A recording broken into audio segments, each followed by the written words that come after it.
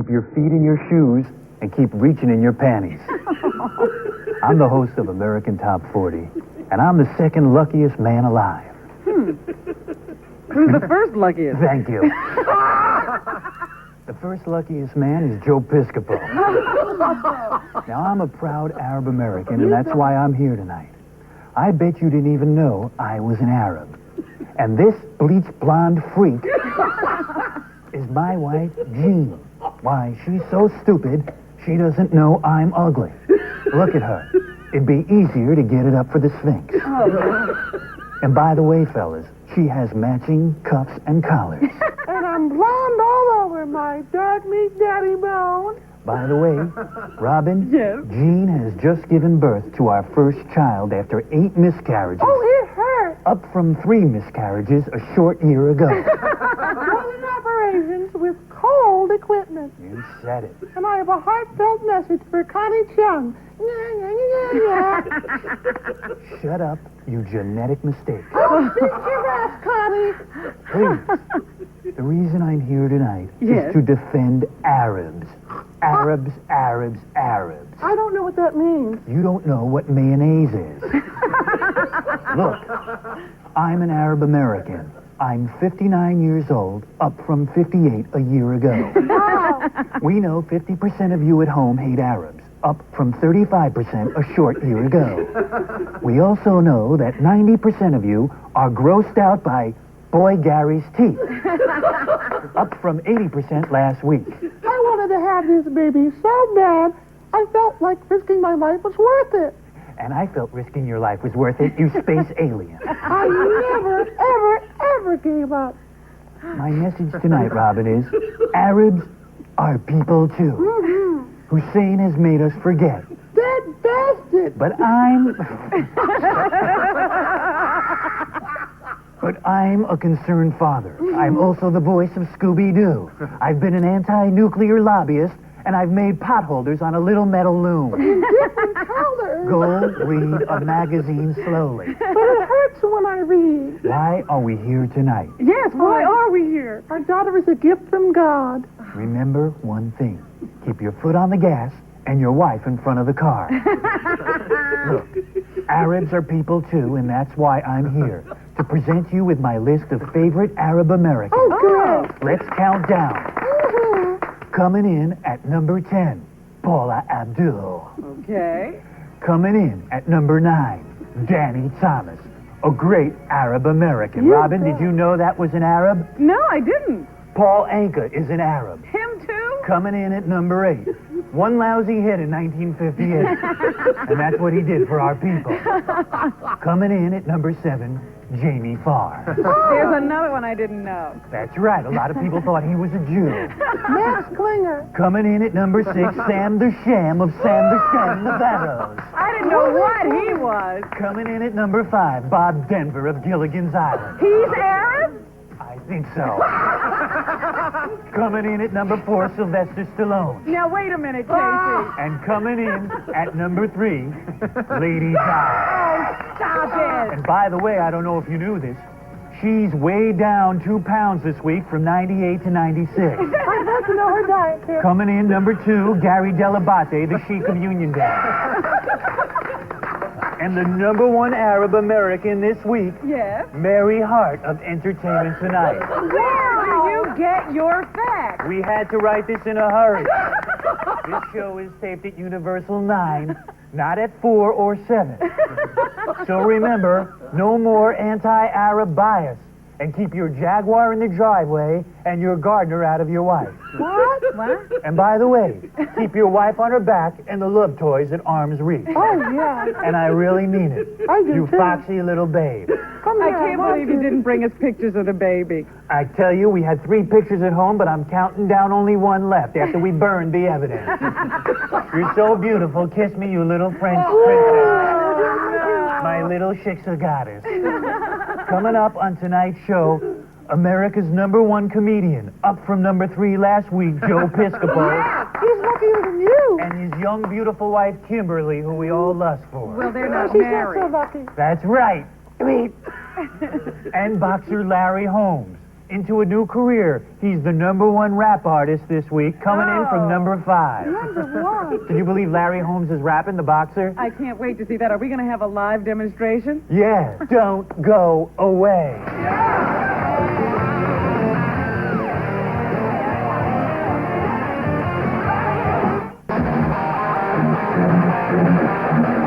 Yes, welcome to a Saturday night here, the Howard Stern Show. Robin Quivers, everybody.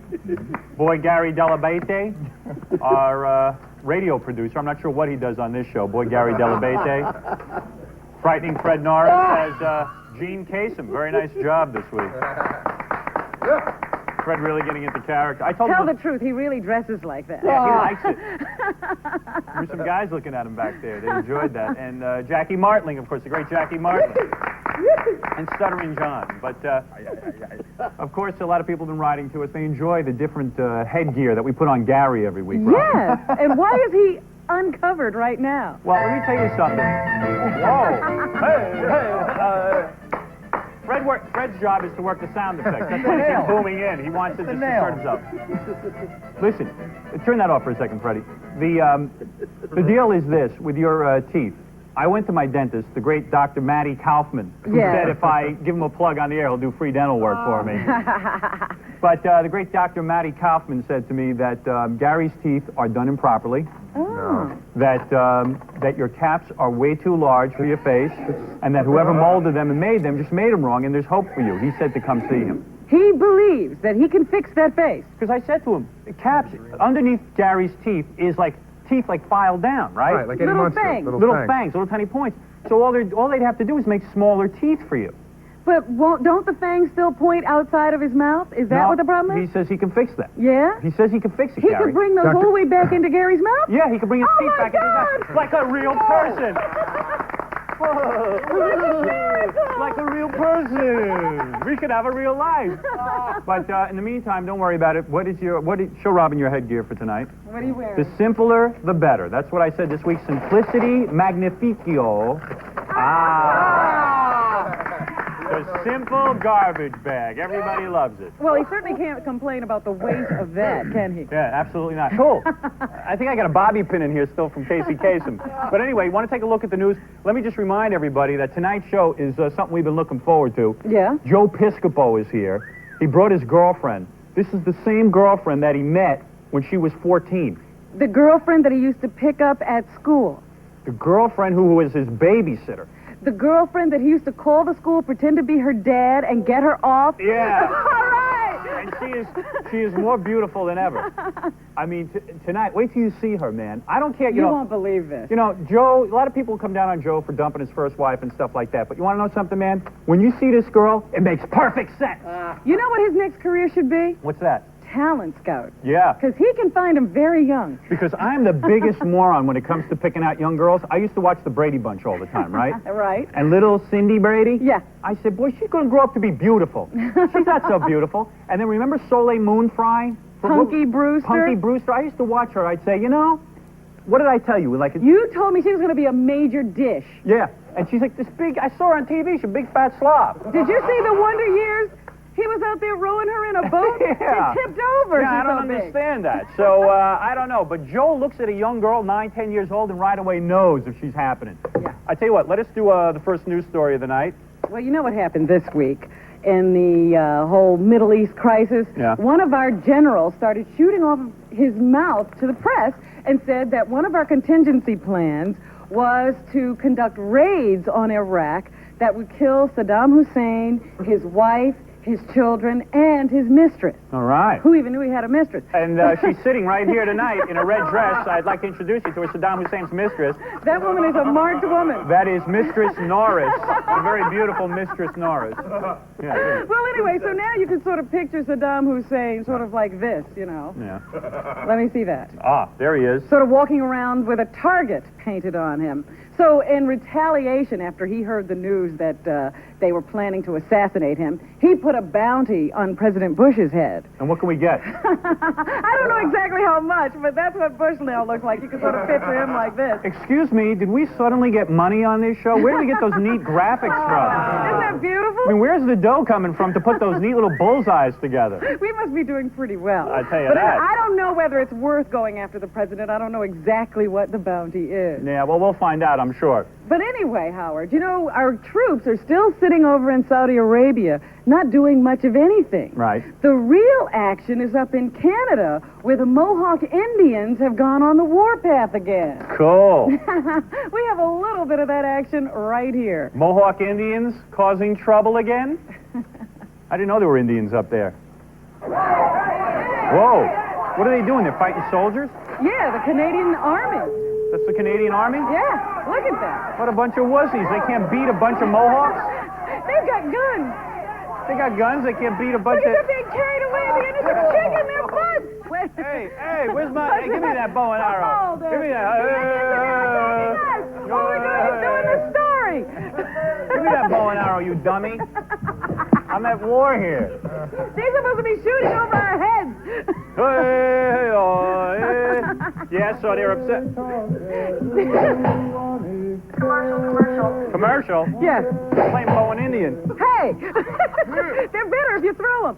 Anyway, the people in Oak City up in Canada want to build a golf course on one of their burial grounds. Yeah. So that's why they're all upset. Oh, I see. Yeah. Like, we're going to stop condominium developments for burial grounds.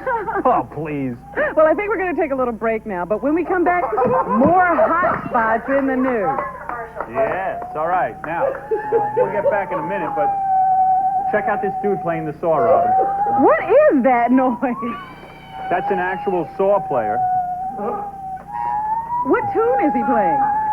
I don't know. That man represents our target audience. That's who listens every week. Can I have the bow and arrow, speaking of targets? Let me show you this. Hey, by the way, on these commercials, I noticed something. The cue card guy keeps them up in the sky, Yeah. so I look like I'm looking up in the sky at I the would cue think cards. you're praying. you Yeah, know? I know. It's kind of weird. Hey, let's take those cue cards down. Down. Okay. There you That's go. it. Good. All right. Let me talk to you about the Brother P Touch 3.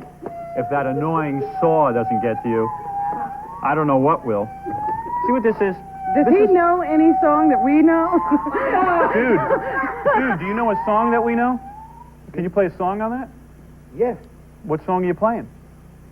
Over the Rainbow. Well, let me hear that.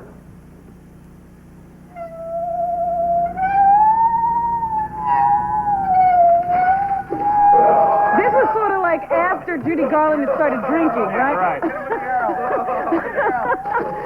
Anyway, here's the Brother P Touch 3. Take a look at this. This is a labeling system. You know how you buy one of those junky label makers? It doesn't really work that well. Well, this labeling system really works, and it makes great labels. Let me show you how it works. First thing you do is you turn it on, okay? And then you write, Whatever you want on your label. I'll write Howard Stern, Okay. all right? And then you press print. Watch. And watch it come out. See that? Oh, that's beautiful. Isn't that nice? And then when you're done with it, you just clip it off. See? And then you can have Oh, a it label. even cuts itself. Yeah, it cuts it. You can use it to label cassettes, computer discs. Here, look at this computer disc I labeled. Take a look at that. Anything you want. Obviously, he's gone label crazy. I've gone label mad. This is what I do before the show. I want you to buy the Brother P Touch 3, okay? You can use it to label anything. Great for holiday gifts. And it comes in 5 colors, 5 sizes, 4 styles. I'm talking about all the different print. And it's available through Sharper Image, Staples, and Newmark and Lewis. Remember their slogan, stick it to them. But back to this whole Middle Eastern crisis, you know, Leona Helmsley woke up this week, Howard, and Right. discovered that Saddam Hussein is calling the hostages guests. Oh, really? And she couldn't believe that because being the proprietor of many, many hotels, she knows the difference between guests and hostages. Right. So hit the button. Okay. This is what she did this week. She had an open letter to Saddam Hussein No kidding. published in the New York Times telling him what she thought of this whole idea. So anyway, we have a few of her words as to what she I thinks. don't expect Hussein to answer me or to read this letter, but I want the Americans to know that we have Americans in Iraqi that Where? are being abused and mistreated. In Iraqi. They're not guests. They're No. hostages. Oh, I you're do kidding. know what guests get. And if you took a Rorschach test and you What was had that? some A what test? similarities, A Rorschach. A Rorschach. they said guest, he said guest, and I said hotel. Right. Hotel. What is she talking about? I think that's Fred. Fred, let me see. Was that you? I knew there was something wrong with that tape. She's a nut. I thought she's going to jail. What is she doing here? What is she doing here? She's supposed to be in jail. Rorschach test. Rorschach. And what's that cape? What does she think she is? The Cape Crusader? She's going to save us all? I don't know. So anyway, and finally this week, Howard. Yes. Do you know what we became? A #1 show? No. Oh. Not quite. Yeah. No, you're now a pimp, and I guess that makes me a madam. Hey. All right. That's right. Then why don't you take that jacket off and let's see what's going on? No. I hear you won't take your jacket off because you're practically falling out of your... Whoa, About. yeah! But I'm dressed like a madam because that's what we are now. Do you Right. realize that the Mustang Ranch in Nevada Yes. is bankrupt? So the federal government took it over, and we're now running it.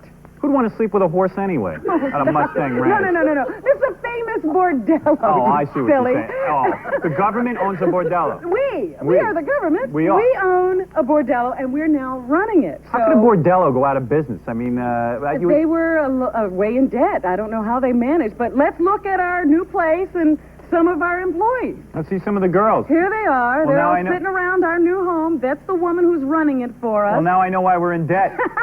And look at these girls. Oh. Boy, you want to sleep with her? Yeah, honey, let me have it. And here's Hey, wait. somebody listening attentively. And look at these. That's what's happening? That's what's happening, Howard. What do I you- hope you're happy with our new business. Let's bring out our musical accompaniment now for our Snapple commercial. Okay.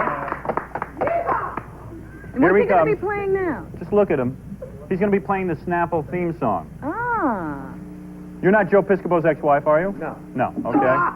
Look at that. Go ahead. What are you going to play? This old man. Where did we find you? Outside. I was. You standing around You're just outside? standing around? Yeah. How did you learn to play the saw? Well, I originally was a carpenter, and Right. I just picked it up. I see. And you have groupies? Do women get turned on by this? Some do. I see. And somewhere in your life, did you miss a chromosome? Or, no, I'm just kidding, of course. How are Mom and Dad? Let me hear it, of course. I have this urge to sing along. Let me hear it. Let me hear what you do. Go ahead. Something up-tempo. Something up-tempo.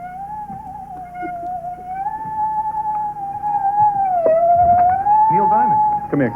Come here. Give me that saw. Is that saw Here's sharp? what you do with a saw. You saw. Keep this guy on. Talking about Snapple, for God's sake. What kind of thing is that? Here's what we got. Snapple. Now play the Snapple theme song. Go ahead. I'll sing the Snapple theme song. 1, 2. Snapple. No artificial ingredients. Great variety of flavors. I don't know who's following who. I tell you, it's beautiful. You try and sing with that. What a totally worthless occupation that is. I mean this, hosting this show. Notice Snapple is all natural. That's what I want you to keep in mind. When you buy other drinks for your family, you're giving them chemicals. You're giving them junk. You're giving them garbage. You're putting a lot of garbage in their system, and you know what? Their brain power is going to go down, and they're going to end up playing the saw for That's them. right. That's what's going to happen. Excuse me, can I get a tight one of Monty's head because I want to play a bongo with this? Come here closer to me. A bongo on Monty's head. Come here, take camera 2 and take there. Do you hear that? With the saw, doesn't that sound nice? That's what he needs, a little My ribbon. rates are going up. I like that. My rates are going up. Thanks, I like Bob. this. All right, very Thanks, good. Bob. All right. Shut up, Monty. All right, here.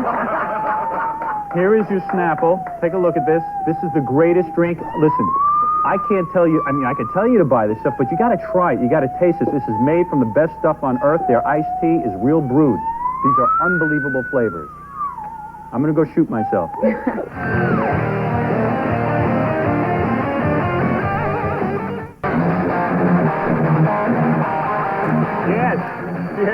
Saturday night. Welcome to the Howard Stern Show, and we are very excited, Robin, because, well, Joe Piscopo's here. An old friend. Yeah, and we're not so excited about Joe being here. We're more excited about his girlfriend being here. That's more exciting. Joe has something special planned.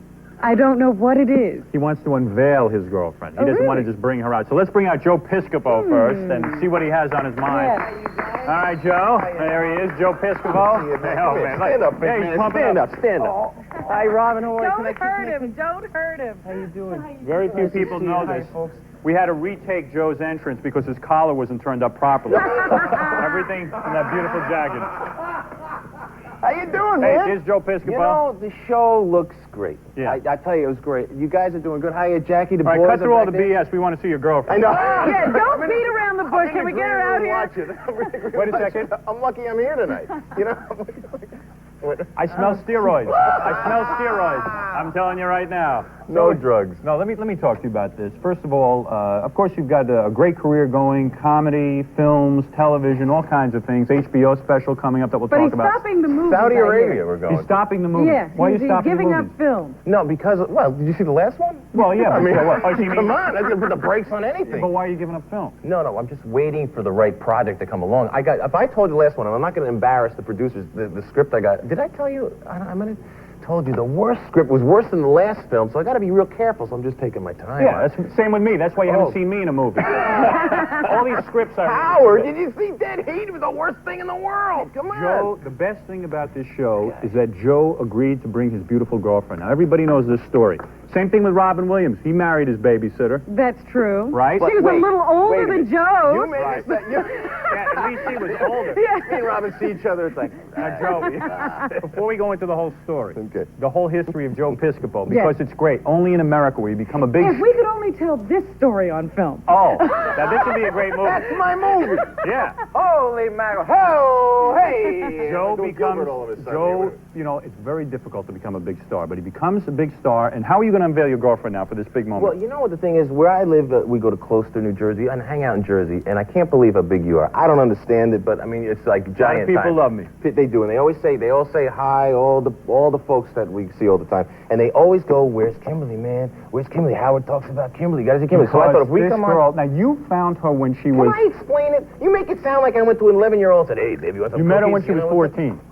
11. 11. you met her. 11. Oh, that's better. That's beautiful. That is such a beautiful I have story. no pride. I'm gonna be honest, only with Howard. All right, You you know? met her when she was 11. Here we go. And I meet a lot of nice-looking 11-year-olds. What kind of line do you lay on an 11-year-old? Sweetheart. It wasn't like that, guys. It wasn't like that. First of all, Joe confessed they didn't tongue kiss till she was 13. Oh, Howard. Until she was 13. I'm telling you right Stop it. now. Stop. Don't start now. All right. What happened was, Kimberly was babysitting for Joey, and this is true, but it That's wasn't your like. son? But I never even thought twice about it until she was like, at least 13. Yeah. I was like, no. At what she was- point did you start looking at her as a woman? She was 18 years old. You lying dog. You good lying dog. Come here, I'm going to smack you in the head right now. I'm going to smack you because we want the truth. What point did And you... you don't mind making love to No. children. Can is I tell you what you're saying. happened? I have to be honest with you. You always. You were married to a woman, lovely woman, okay? And you disagreed. You fell out of love, right? Something happened. Something happened, right? What happened was the babysitter turned out to be cute. I feel like I'm in Iraq with Saddam Hussein. No, like this. Okay. But like you were sitting home with your kid and your wife one day and you took him over the babysitter and you said, I'm a big star. No, it wasn't like that at all. It was, I saw her in the ice cream parlor working behind the counter. This is true. Yeah. This is honestly true. Right. And she was 18 at the time. Yeah. And, no, really. And she was good. And I said, oh my gosh, this girl, I said, Kimberly, it turned out to be beautiful. Yeah. And that was the first time I said, this girl's beautiful. Still friends. Are you going to unveil her? Still friends. When we went out to the improvisation, we went out to the comic strip, the clubs in town, and at the end of that night, But I thought she was your babysitter first. she was first. But I never babysitter. thought twice All about right, it. unveil her. Unveil the girlfriend. Well, Unveil only her. because, All right. ladies and gentlemen, please welcome. We go to commercial first. Oh, stay man, tuned. we know how to Stay build tuned. Kimberly, I'm suspense or sorry. what? Oh, Kimberly, now wait. You got to display this. This is your prize. This is Joe's prize. Oh, I'm a This lucky is what guy. you get I'm for an making ugly, it lucky in. guy. That's what I mean. I'm from Jersey. I lucked into this. Believe me. Wait till you see this. Don't move. I'm gonna write one of those books. How Everybody's meet going women. to be How a to pick up comedian women. This is better than Stuttering John getting punched by Morton Very Downey. nice. You have to do. All right, here. Hey, Larry Holmes on the show tonight. Larry Holmes. Classiest guy in the sport of boxing. Shut up, Joe, and just talk about girls. Classiest guy. You want a Big Mac now, Howard? All right, hold this, Joe. Oh yes, I could see you. Hold that. You really eat this stuff now. Now Now, let me tell you something. Not only do we eat this stuff, Robin, do you mind showing Joe what you've done with your body? Show him. She looks great. Want to see the new Kimberly's body? Wow, look at that. Spectacular. Hummina. How did Robin Look at me. do? He's got me holding cards. Just hold the card. The cards. All right. Let me tell you something Yes, about it's it. 1-800-321-THIN. All right, Joe, calm down. Nutrisystem. Now, let me get this done, Go, all right? go. All right. And a Well- nice display to boot. By the way, we're going to send this to Joe's ex-wife, this whole display, because she can't afford food anymore, thanks to Joe and his generous settlement. On the contrary, All right, on the we'll see contrary. Sure, let's do this thing, yeah. Come on. Nutrisystem weight loss program is not just a diet. It is a crave-free meal plan. The guy with the saw is annoying me very much. Take the saw and smash it. What are you playing back there, you mental case? What are you playing, seriously? No, he's a nice guy. He is a nice guy. He's not a mental case. Over the rainbow. Let me tell you something. You're very talented. That's the same song he's been playing the whole show. I know. Very, very good. It's a sad state of affairs that this television show is doing as well. I heard you beat SNL Give me last this. week. Give me this card. Hey, give me this card. Give me this card. Doesn't smash. Come on, these are the Bill Perrys. 1-800. Kimberly is standing on a pedestal. Oh, my baby. I can't wait to see her. Let me tell you something. She's sir. gonna That hat. leave me after this show. That hat Every is time more I see you talented. guys, that. Hey, go try and play that saw. It's impossible. He's a very talented man. Is this the next works instrument so being well. played My next? sister is so thin from Nutrisystem. Joe, do you have to blow dry your hair? While we're sitting here on Wait the till you see set. his girlfriend. Go ahead. Low-calorie entrees including chicken, Mexican sauce with beef enchiladas, even lasagna. It's all great. It's called Nutrisystem. Great snacks, too, pretzels and potato chips. The personal experiences are endless. My sister, Robin, all the people on our show have lost tremendous amounts of weight. Robin, you couldn't lose weight. That's right, Howard. You were stuck. You were in a slump. 1-800-321-THIN. They succeed where diets fail you. I could work out with this stuff? You could work out. You could do that? Yeah, this and steroid candy. You get real big. They're real big. Joe Piscopo just announced that he's very, very jealous because the Saw guy hangs out with Eddie Murphy. Unbelievably so. You walked over to do that joke. Joe, You walked hey, all the wait way a over there second. to do that joke. Was it really worth it? We're about to meet Joe's girlfriend. Joe Piscopo is here. On the Joe, Howard Stern show. Joe did us Hey, a where's favor. Joe Franklin? Let me I say came in something, and- Joe. The steroids make you very Oh, hoppy. yeah, he's very Hoppy. hyper. Hyper, that's it. It's when I got on the show, it's a defense mechanism with you Joe, guys. Joe is too embarrassed to say this himself. He's very upset that Eddie Murphy has not called him in a couple of years. He used to be Eddie Murphy's best Best friend. He was Eddie's I just pal. saw him last month. And Joe said he has exclusive tape he brought to our show of Eddie Oh, Murphy no. as a child. Not true. Ah. and Not true. let me show you where it is. Not true. I have nothing Take a to look do at with what's this. going to happen. What are you Let me doing? roll the Calm tape. down. Where's Take the a look. monitor? That's Eddie. Oh, my There he is, goodness. doing shtick at a very young age. There he is. And look, there he goes again. Again, he does it. There he does it again. That's Eddie. Always was a prankster. He was funny even then. There it is. There he goes again. Always very funny. Oh, thank you, Joe, for bringing Wow, this to Joe, us. that was very, very nice. Very nice of you to- He's going to kill me, but I had to bring it in. He's going to kill me. Which is better, the folks at home, that or the guy blowing the smoke through his eyes? Joe, he'll call you now. Don't worry. All right, listen to me. Listen to me carefully. We have excitement tonight. Joe's very beautiful girlfriend who we met when she was a babysitter. And he met her, and he brought her along. Now she's a successful Well, you model. made her famous. Yes, I did. I can't wait. I mean, I'm looking at her. She's beautiful. But let the audience see her. Let's Go ahead. unveil her. Unveil her, All right. Joe. Okay, ladies and gentlemen, here's Kimberly Driscoll. Yes, here's my wonderful baby. My Come right eyes here. are popping Come on out of my head as we speak. There she is. Yes. Oh man, I gotta get a babysitter. Oh, my. Oh my God, you are more beautiful than ever. I don't believe it. I don't believe it. Have a seat, Now, sweetheart. mind you, he found her in an ice cream parlor. Robin, Hi. get me a Kleenex. They love each other. You just don't get out of the house enough, Howard. Kimberly, when did you realize that you were interested in Joe? apologize for this, first of all. When you saw, no, come on, Kimberly. Oh, shut up with apologies. What? She's used to this. You guys have been on the show before. A number of times. Now, Kimberly, you fell in love with Joe for Joe, you think, or because he was on Saturday Night Live? Definitely because he's who he is, because he's Joe. Because he's Joe. Who had been on Saturday Night Live. Right.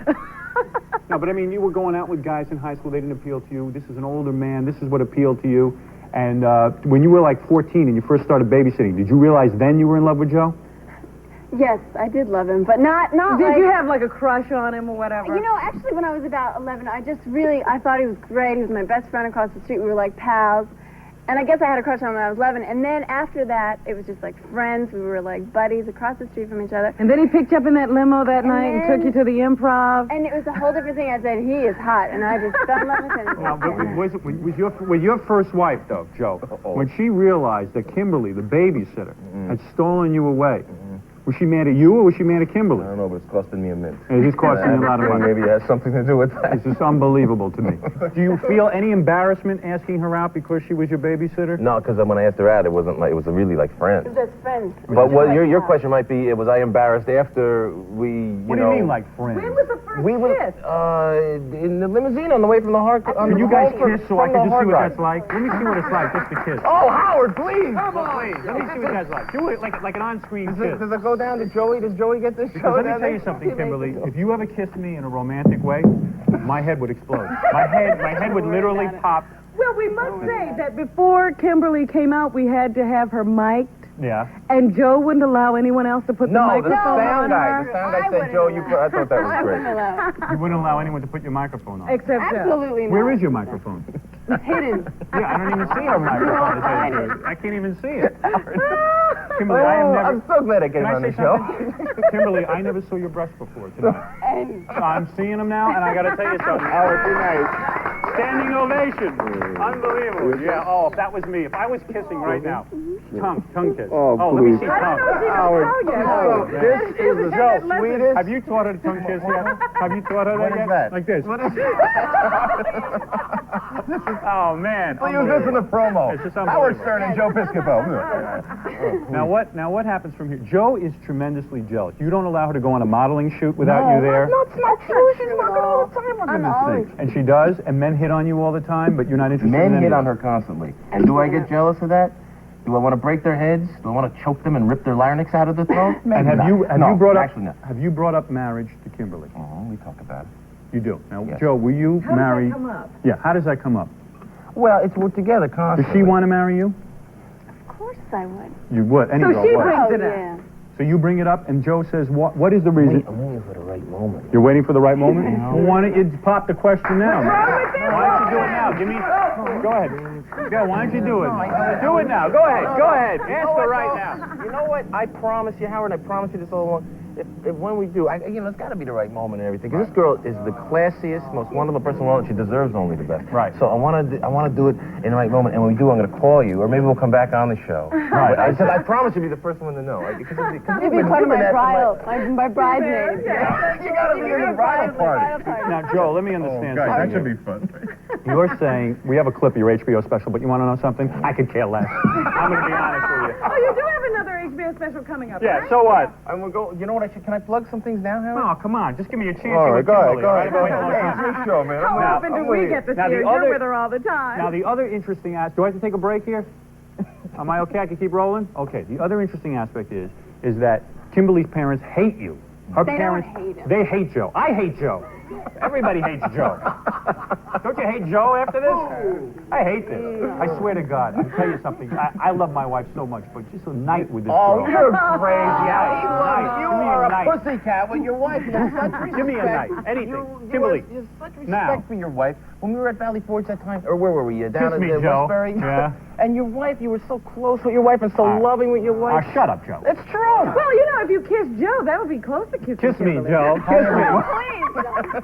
And you and Kimberly spend That your would be time... a story. Joe and Howard Stern run off You and together. Kimberly spend your time working out in your house because you love to work out. Listen, if heaven is half this good, we're in good shape. Right. So you sit home all day and work out. No, well, we're not on the road. We're or not on the working. road. Yeah, And you just sit home with Kimberly, and that's it. yeah. You know what we do? Do we have time to tell a We story? have It's to great. take a commercial. Take a I'll commercial tell you break. what we do, 'cause And then I want to it's ask you really about you and Kimberly's parents getting along a little better. Because if I was Kimberly's father, I'd choke you. I would choke you. I would choke you. Rob my little girl like that. Ever notice the homeless people always have the good shopping carts? Not like you and me in the grocery store with that stupid cart with the wiggly wheel.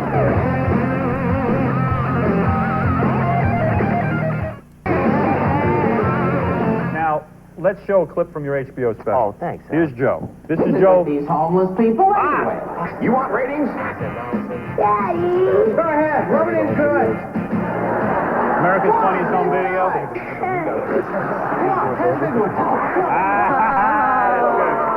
Very good. Let Diane and I do what they do on all those other shows. 30-something, L.A. Law, all that sex and innuendo. Blidinik is the tehinik is of the tendici corazonte. Live on... Cleaning far to no end. And once again, America's most haunted home video. Daddy, I don't want to go in there. Sure you do. Susan, you go first. Hey, Alex, That is Kimberly. are you going in order? No, Susan, you go first. I'll take college athletics for 100, Alex. College athletics. Oh, Kimberly. Kimberly, that was such good acting. I love it. That's what I was waiting for. Put the house down. UCLA. Now, were any of those characters? I mean, they all, were those real people or characters? All right, listen, Joe. Come on, it makes it How did easy. you get all those people to do that show? Yeah, how'd you get Andy Rooney? He's very difficult. Yeah. But anyway, Joe, so the point is that you and Kimberly spend a lot of time together. It's paradise. We're in the woods, and we stay here on the East Coast. And we Kimberly, get up you're in the morning. modeling? Yep. Now, I'm do you doing travel with Joe all the time? He says he's always on the road.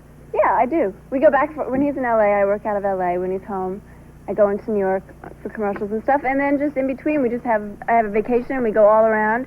And it's a ball. We have a great time. That's right. And Joe now has been your boyfriend exclusively. He's the only man you've ever really been with. Absolutely. Isn't that true? And you Yes. don't feel you're missing out on any other men? You don't Are feel you that... kidding me? A greaseball guy. Guys are pigs. Guys They are really pigs, men are pigs. They are. That That's is what so Joe true. has taught you. Yeah, Joe Joe- gets her in that room. Joe gives her like, yes, men are pigs. All right, Joe, I'm sorry, my hand got too close. Oh, man. Oh, God, get out of here. Come on. Let me tell you about the HBO special. All right? It's all right. The HBO, but don't watch it. It's on November 3rd. You'll watch November 3rd, everyone watch it. it. It's great. When is it? November 3rd. What is this? We've said it 100 times, November 3rd. And we And then wish... we're going to Bridgewater College on October 13th up in Massachusetts. We're going to the Air Force Academy. I'm going to Arizona State. When you watch... We're going to MTV I'm not. I know. Man, I'm things. on the road. It's- Do one last favor for us, Joe, because I want you to do your biggest talent for us. The TV shows you watch, do you see any young girls on TV who you think potentially That can was grow so up to be fun. beautiful? No. I'm so... Cindy Brady I'm or, so- no, you know, I'm that type of girl who will grow up to be very beautiful? Yeah, Because like only the you little know. girl on the Wonder Years, maybe? No, Is that... I don't really... What do you think of the little girl on the Wonder Years? I don't watch the show. You know Fred Savage's girlfriend? Now, I think she's going to grow up to be a beautiful woman like Do you know Kimberly. which Am one I I'm talking wrong? about? We don't... Do you know which... She's pretty. She's cute. She's good. But she Kimberly will can not- figure it out. I can't figure it out. I just, you know... No, but you did figure it out. But it was the Once you warmth. It figured was it the out. warmth of this classy lady. See, I think that you got your clutches on her so young that she's completely brainwashed now. She's like a Mooney. She's like a Mooney, like a Piscopony or something. I tell you that. Please, I'm Kim, not. do you have I'm any not. younger sisters? No. I tell you, because if they become Piscoponies, I'll be very, very nervous. Listen, I want to thank Joe Piscopo and the very beautiful Kimberly Driscoll, who has her own career. She doesn't need Joe's money. She actually loves him for being Joe. Oh, one day she'll dump me and I'll come back here now. That's right. Let me tell you something. If you were my girlfriend, you'd be at least my makeup girl on this show. You would have a job. You would have a job. Aren't you lucky? And your money is Joe's money. Is that correct? And Joe's money is your money. No, my money's her money, but it's like... All right, listen to me. Coming up next, Larry Holmes is here tonight. He's looking great, man. He's got MC Hammer glasses. Larry wore those glasses before MC Hammer. And do me MC a Hammer favor. wears Larry Holmes glasses. Do me a favor. Tie her up and lock her in a closet because I am coming to your house. Good to see you. Show All looks right. good, man. Thanks, Joe. Joe Thank you, Piscopo, Howard. Kimberly Driscoll. We'll be right back.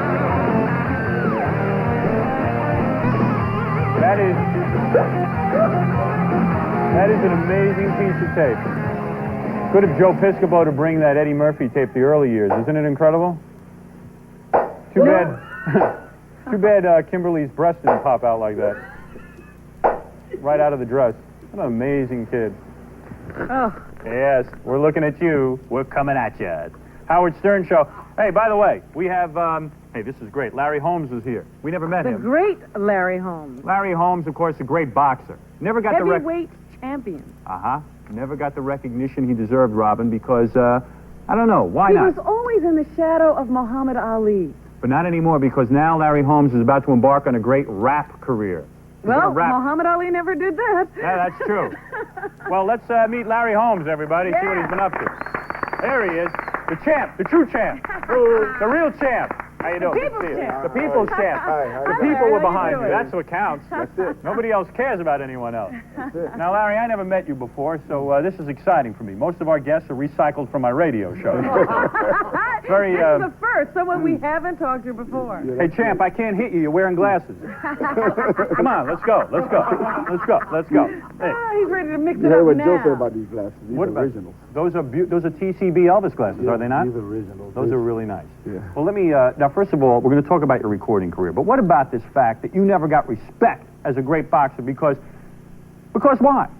Well, you know, I follow a legend, as you said earlier, Muhammad Ali. It's kind of hard to follow a guy that poems, make rhymes, and Poems go and rhymes. rhymes, and, you know, it's But- kind of hard. And Hey, plus, he was a great fighter. But meanwhile, you speak a lot better than him now, I'll tell you that. I don't know what happened to him, right? Knock on wood. You're absolutely there, I'll tell you that. Yeah. But, so you're doing good. So you Yeah. must have gotten off a few blows to his head. Oh, well, 99% of my opponents I got off from blows, too, you know. You think that's what's wrong with the champ now, that he took too many blows to the Well, head? you know, I think a lot of that happens to a lot of fighters if you stay too long. Muhammad might have stayed a little bit too long, but I'm not a doctor. They talk about this Parkinson and whatever. I don't really know. I just hope he gets better. Now, you made a lot of money. I mean, you made a ton of money. They stole a lot of money from me, yeah. Who stole that? Darn! Did the white man steal the money from you? Because it's always the evil white man. Yeah. As you know, I am part black, Yeah, so I I can know. talk to you about this. I noticed you I am, changing. absolutely I am. But did the white man steal your money? No, well, I wouldn't say the white man stole my money. Right. No. I was promoted by Don King, Right. and sometimes he's white, then he's black, I then see. he's green, I then see. he's brown, you know. No, but what are you saying exactly? That people did steal from you? Yeah, I think that I wasn't given a fair shake when it come down to getting my end. In other words, like the managers and all those people took a lot of money from you. Managers, trainers, promoters. Too many people's Too hands many in the pot. hands in the pot. Exactly, Robin. Too many people's hands in the pot. I was just going to say that. Stop piping in like that, for God's sake. I read that. I'm sorry. Well, I'll tell I you didn't one know I thing. wasn't supposed to say it. I know for a fact the white man ain't paying Larry anything for this show. Right, nobody. I'll tell you, no money for this. I Nobody had to of buy any gas. color is paying him for this show. Somebody told me now that you are a multi-millionaire because you're a great businessman, that you went out and bought parking lots and all kinds of junk. Yeah, I bought parking lots, buildings, hotels. Yeah, as I ride down the New Jersey Turnpike, I 70. see your name everywhere. Larry Holmes Commodore That's Inn, right. Larry Holmes Plaza. I have my own street, Larry Holmes Boulevard. Larry Holmes Drive. Where yeah. is Larry Holmes Boulevard? In Easton. Larry in Holmes Easton? Drive, yeah. I got, matter of fact, I think In I'm the only Easton? black guy to have the federal courthouse going into the building. Really? I have the federal courthouse in my office building. I got to find out where that neighborhood is and avoid it like the plague. I know I'll get beat up wherever Larry Holmes Boulevard is. I know that. Everybody fights on that street. Yeah. Let's get back to the white man and how he Yeah. ripped you off, for God's sake. No, That's the really white man never ripped nobody off. Oh, I see. Well, I don't know. If you talk to He some gives it to him, and he just gets it back at the end, that's all. I see what you're saying. But then you got, so anyway, you're not married, are you? Yes, I am married and got 2 kids by my wife and got 3 others. Matter of fact, I'm a grandfather already. You're kidding me. Is You this... have 3 others, Larry? Where'd they come from? Yeah, where did you get those 3 Well, I kids from? started early in my life. You know what it is? Let me tell you something about Larry. What happened is you probably came out of the ghetto, am I correct? Exactly. You grew up from meager surroundings. All of a sudden, then you become a big champ and you have a lot of money thrown your way. Right. And then there's beautiful women. White women, black women, all kind of women. Chinese women, Puerto Rican women. Yep. Iraqi Every kind women. Of Iraqi women with ugly masks over their But face. you know what I did? I didn't go to Hollywood to get married. Mm-hmm. I stayed home and I got married. See, most people make some mistakes. They go to Hollywood and get their bride. You go to Hollywood to make movies. Right. You marry somebody from your own home. You married a hometown girl, Yes. someone you knew. But then along the way, maybe you forgot contraception or something, you had a few kids. Yeah. That's what happened. Exactly. But you support the kids and you Yes. care about them. Right. Oh, what a good man That's a he good is. man. I'm a good father. Who got more white broads, you or Muhammad Ali? I guess Muhammad, because I don't have any. Really? Never went for that. I don't know I don't know what Ali do. I haven't Now, seen I him. heard, see. now you can verify this if you In my want. in my day, I used to mess around, but not Really? much. Not much. Well, I heard that Muhammad would get a bunch of women in his room after the fight. Oh. Well, women follow you around when you're athletes. Baseball players, football players, whatever. A whole bunch of women come in and we Yeah. have wine, champagne, and we sit there. Oh, and, man, you're so They're there. lucky. I swear to God. You were so wine, champagne, oh man. And women. and I didn't have to pay for the wine. You know, I always, let Don King pay it. But be honest, though. Was Robin one of the women in your No. room? You don't remember this face, do you? Listen, Larry, never mind all this. You're embarking on a new career. Yeah. You have a rap song now Yeah, that you're going to do? I do rap and I do music, but I do something just to keep me busy, you know. Because you're a whatever. millionaire. You don't even need to be busy. Well, I got to be busy. I see. I Or else gotta you get be busy. I get bored like you know, you get bored. Now, right? the record is called Can't Keep a Good Man Down. I did that song because, you know, after I lost my title, after they'd taken my title away from me, I let them know you can't keep a good man down. Was that what, I thought it was a sexual You thing. think they took No. your title away? Oh, I know they did. What do you mean they took your title away? Well, see, I beat up Michael Spinks, and Right. they took the title. They say he won, but You really think won you the won? fight. yeah. Hey, But Larry, that's do when me a I favor. said on HBO, The Kiss Where the Sun Don't Shine. Yeah. That's my big black behind. Right. That's when That you was the first start of your got it. rap career. Yeah, that was Larry, it. do me a favor. Stop staring at Robin's breasts. And I let's, can't help it. And you can't help it. I know. That's why I'm facing you. Okay. I get distracted. All I right. get hypnotized. Okay. Now, when you say can't keep a good man down, we're going to rap actually right now. If you want me to, I'll do one or two notes in there. Yeah, do a couple. Let's do a Okay. couple of things here. Let me see if I can. Do it. Okay, they're gonna play some music. Okay. I'm the king in the ring. I used to be the king in the ring. But I can do anything. It's the same for you when you have found. You just can't keep a good man down. Whoa!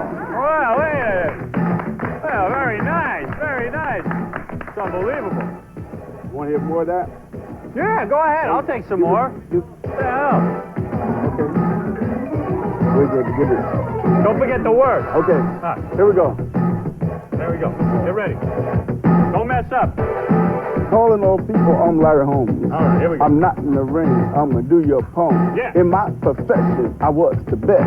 Top condition, never settle for less. Yeah. Fighting hard from round to round. You just can't keep a good man down. You don't have to put on the red light. Those days are over. You don't have to sell your body through the night. Roxanne, you don't have to wear that dress tonight. Walk the streets for money. You don't care if it's wrong or if it's right. Now you have it. Rocks! I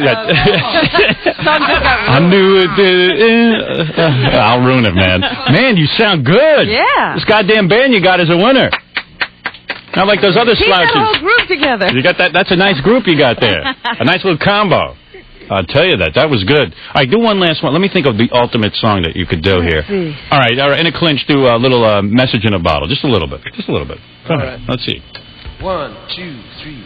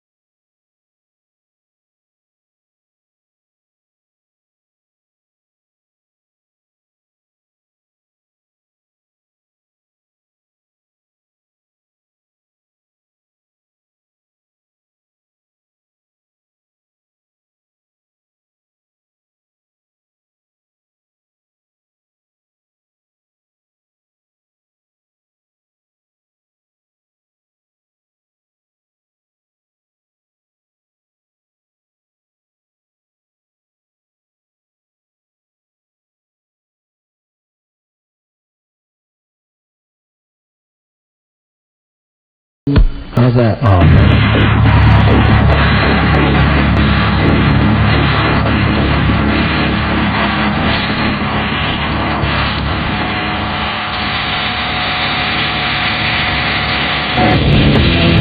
Hey now.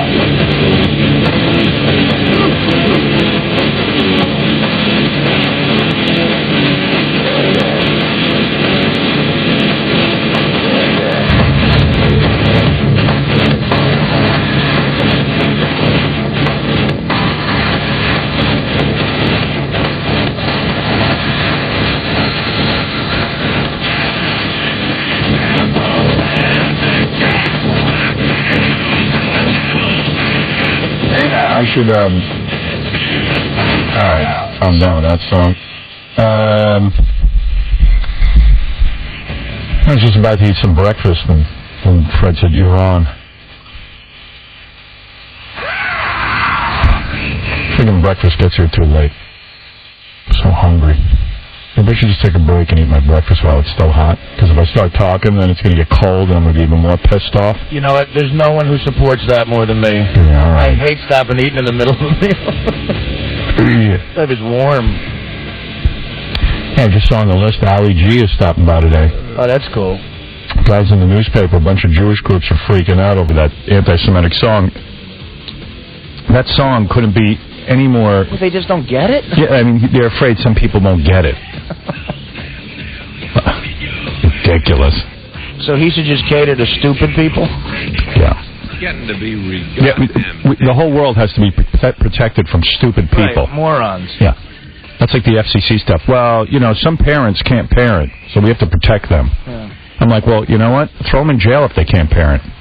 Take their kids away from them. What do you want from me? If your parents can't parent. Maybe you ought to have some regulations for parents. Yeah. Like, give them a test before you have kids, see how smart they are. See if they can set limits and say no to their kids. Yeah, let's have a parent commission. Yeah. FCC. For the parents. The whole world's set up for idiots. We have to protect the idiots. Some people might not know.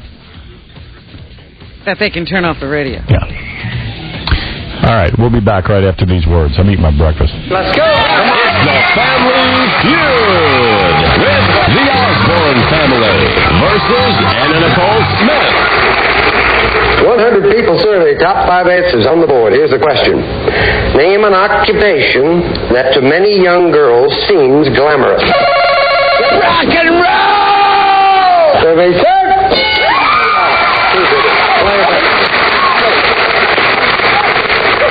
I'm a very simple man. You know, it's nothing personal. You've got more money than I have. No. Here's the question. Name something you keep in the house for emergencies. Canadana, is that what you call it? Survey start. No, but I love the thought. I think that was sweet. Yeah. I don't want the car, just to get the car.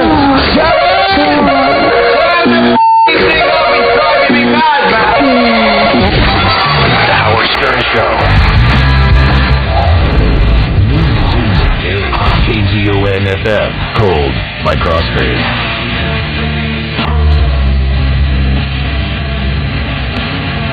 Also, American Idiot by Greenwood.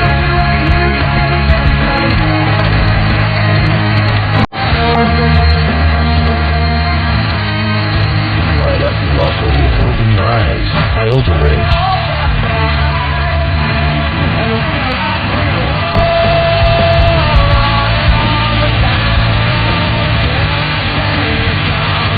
Feature new music today on The Zone 101.5, The Alternative. I was the biggest skeptic ever. I checked out eHarmony within 2 weeks. I met Amy. When I met Greg, he exceeded my greatest expectations.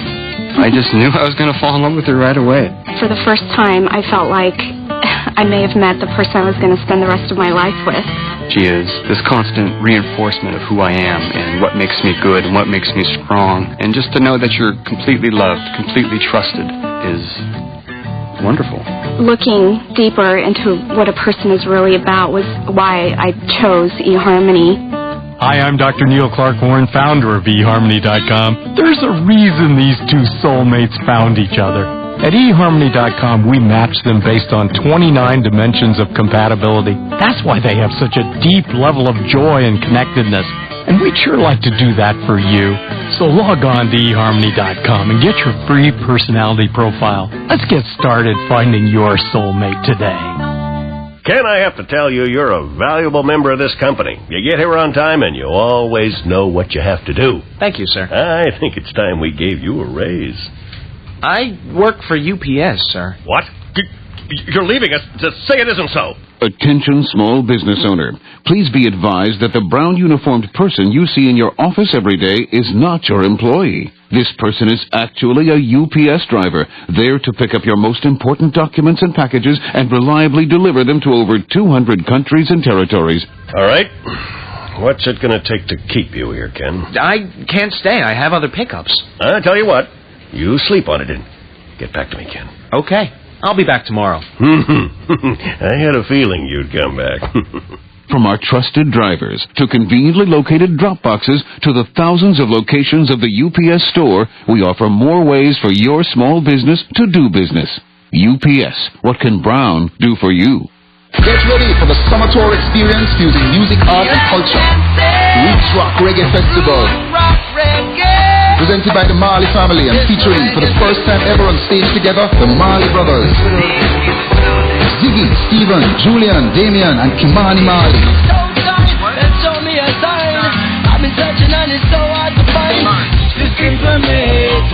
Plus Common, Toots and the Makers, Slightly Stupid, and Luna. Feel the Rasta vibrations on the Top Gong stage and Hope Road Village. This Thursday at Mesa Amphitheater. A musical revolutionary Bob Marley set the standards for music today. Celebrating the message of unity, love, and peace. General admission tickets are on sale now at all Ticketmaster outlets and the Mesa Amphitheater box office. The Bob Marley Roots Rock Reggae Festival. Come join the uprising. Produced by Lucky Man Productions. Tired of getting shot down at the bar? Hey, you want to dance? No, but you can buy me a drink and leave. Cool. I'm on. The Zone shagging service has you covered. It's the dating service for regular people like yourself. Here's your drink. And these are my friends. Are you going to get them some too? Gotcha. Meet somebody more your speed. www.kzon.com. Here's drinks for everyone. Great. And remember the part about you leaving? Right. Nice meeting you, ladies. Get hooked up at kzon.com. The Zone shagging service from the Zone 101.5. The alternative. At Del Taco, we're introducing a brand new taco. It's the Carnitas Tacos del Carbone. It's delicious. But don't take my word for it. Just ask Cameron Miller. Yeah, it's great. It's loaded with grilled carnitas, onions, and cilantro, and I love the Anaheim chili sauce, too. And don't forget the 2 hot corn tortillas, Cameron. Oh, yeah. Those are awesome. I can't believe I've been going to Del Taco all these years, and I haven't tried one.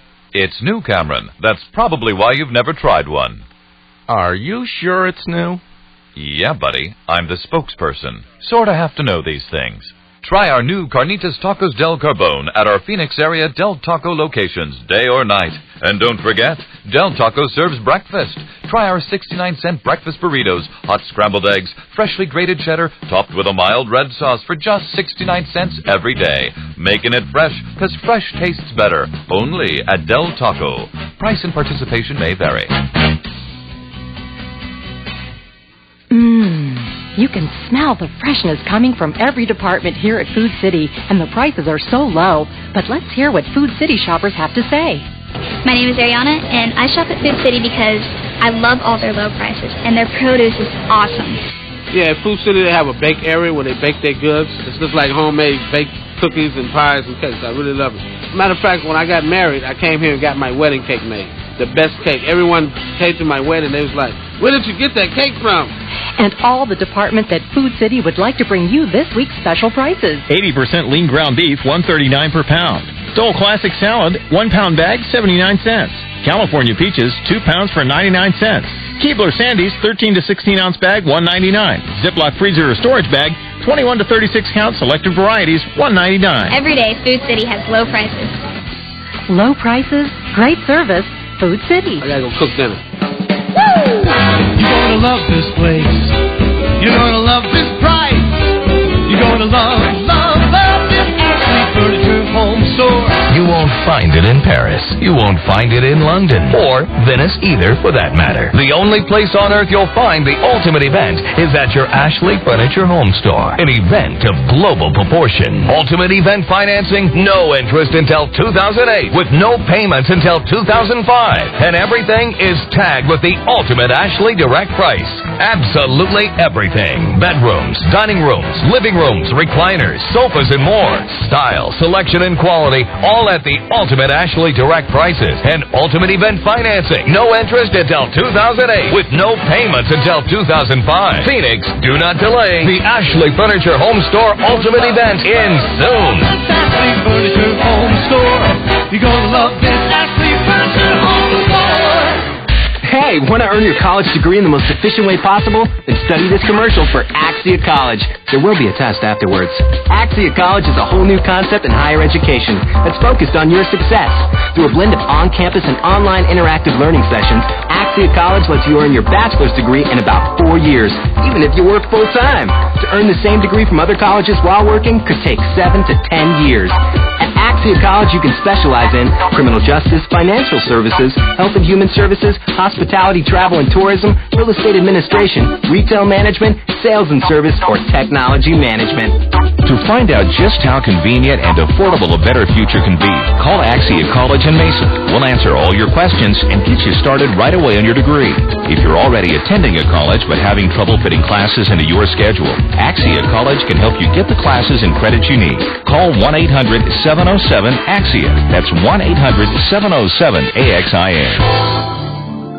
Summer, the time of year when all of us enjoy longer days, warmer temperatures, and give in to the age-old cry, let's go to the beach this weekend. Ah, the smell of the salt air, the soft ocean breezes, and the intensity of the sun as it illuminates everything in glorious, vivid detail. Each golden grain of sand, each sparkling drop of water, each bulging ripple of flab spilling over your tight, pinching, uncomfortable bathing suit.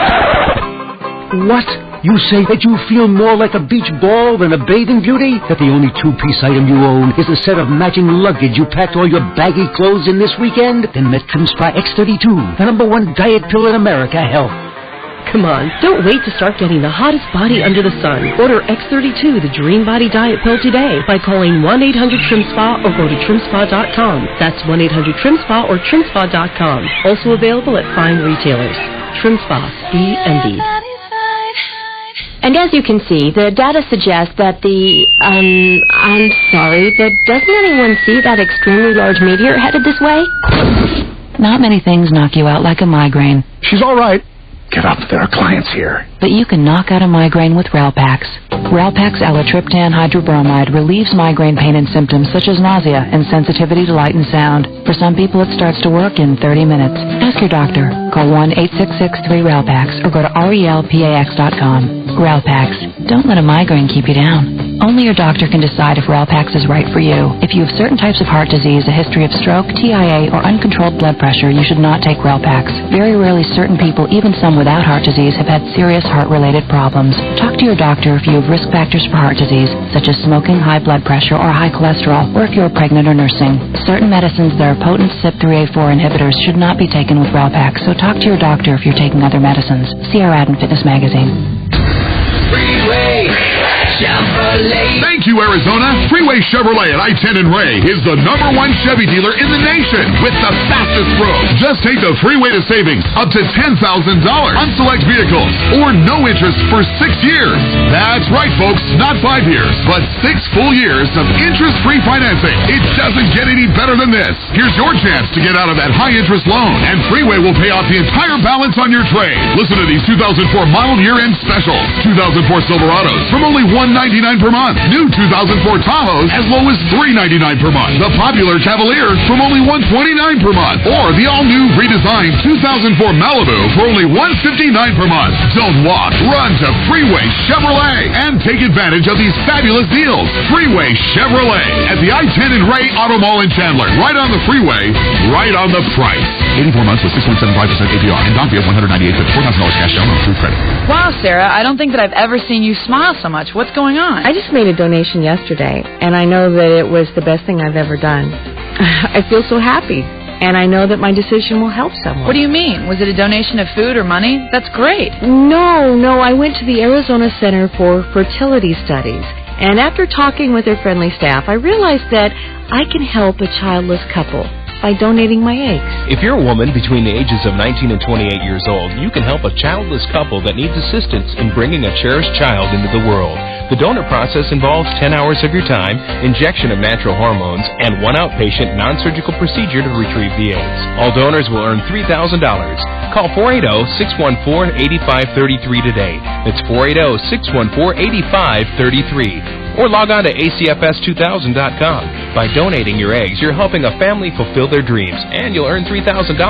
That's 480-614-8533. Atlantic Records' own Moments in Grace has released their debut CD, Moonlight Survived. Moments in Grace, on sale now at all Zia locations for $8.99. And when you purchase their debut CD, Moonlight Survived, you'll receive a limited edition 7-inch single.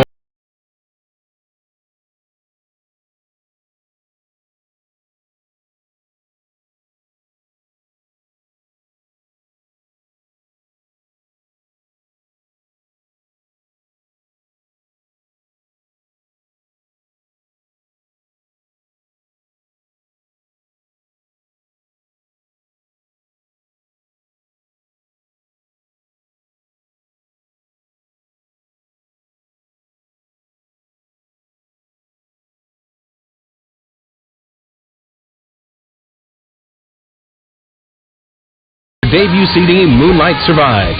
Moonlight Survived, available at all Zia locations today. Thanks for calling KZON Phoenix. I was the biggest skeptic ever. I checked out eHarmony. Within 2 weeks, I met Amy. When I met Greg, he exceeded my greatest expectations. I just knew I was going to fall in love with her right away. For the first time, I felt like I may have met the person I was going to spend the rest of my life with. She is this constant reinforcement of who I am and what makes me good and what makes me strong. And just to know that you're completely loved, completely trusted is wonderful. Looking deeper into what a person is really about was why I chose eHarmony. Hi, I'm Dr. Neil Clark Warren, founder of eHarmony.com. There's a reason these two soulmates found each other. At eHarmony.com, we match them based on 29 dimensions of compatibility. That's why they have such a deep level of joy and connectedness. And we'd sure like to do that for you. So log on to eHarmony.com and get your free personality profile. Let's get started finding your soulmate today. This program sponsored by OnStar, offering assistance whenever you need help on the road. Available on 51 GM models. OnStar, always there, always ready. The Event Zone. The Zone welcomes the Dave Matthews Band to Cricket Pavilion Tuesday night. Show starts at 7 with tickets still available. Hey, and listen to the Zone's Artist of the Week this week to win dinner for two from Panda Express. Panda Express, it's Chinese for yummy. Traffic jam. Choose your way out on the Zone. Zone 1015, the alternative, 5:24 in the morning. To go along with 80 degrees. A very happy, very plentiful Monday morning to you. I am Jeremy Nicolato. You are tuned in to the Howard Stern Show here on 1015 The Zone. Howard back from yet another well-deserved extended weekend. He is live from New York, taking a break a little early this morning. Wanted to finish breakfast. Can't blame him there. Before we get back to the Howard Stern Show, let's take a quick look at your weather and your traffic this morning for the first time. Today, plenty of sunshine. It's going to be a hot one, too. We're going to get up to right around 100 degrees, so that's not too bad, but something we haven't been used to this weekend. And then for your Tuesday, we're going to have partly cloudy skies with a chance of some isolated thunderstorms possible tomorrow with a high of about 96 degrees. So be prepared for some rain in our forecast for your Tuesday. That's what it's going to look like outside the next couple of days. Let's take a very first look at your weather this morning. It's being brought to you by the Westin La Paloma. A summer getaway at the Westin La Paloma starts for just $99 per night for a limited time. That is lots of summer fun. Call today, 1-800-WESTIN-1, 1-800-WESTIN-1. Traffic-wise on your freeways, overturned vehicle on the northbound I-17 at Table Mesa Road, and then a disabled vehicle on the westbound I-10 at 67th Avenue at the off-ramp. Surface streets, a couple things to let you know about. Injury accident, Chandler Boulevard just west of Dobson. An accident involving a pedestrian on Arizona Avenue at Ray Road, and also a collision on Higbee Road at Broadway this morning. Kind of busy for being so early, so be careful on your way to work. Traffic Report is also a service of Yahoo Search. Find a hotel in any city with Yahoo Search. Type in the city, the word hotel, and then click search. You'll immediately see the 3 most popular hotels with star ratings and prices. Try it today on Yahoo Search. 5:26 in the morning. I am Jeremy Nicolato. That's your very first look at zone weather and traffic. Now let's get back to the Howard Stern Show on 101.5 The Zone. Hey, I'm Jenny McCarthy, and Howard, thank you so much for grabbing my boobs. It felt so good. The Howard Stern Show. Yeah. What you were doing? I knew what I was doing. You knew. It's so weird around here, man. I took a break 7 hours ago. Now I'm back. And I took the break at the proper time. They're always yelling at me around here that I don't take enough breaks. If I took the breaks they wanted me to take, you'd never hear the show. Yeah, you'd only be saying, I'll be right back. Yeah. I mean, because literally, I was looking at the schedule. I should be breaking in 4 minutes. I mean, they're insane here. The whole goddamn thing's insane.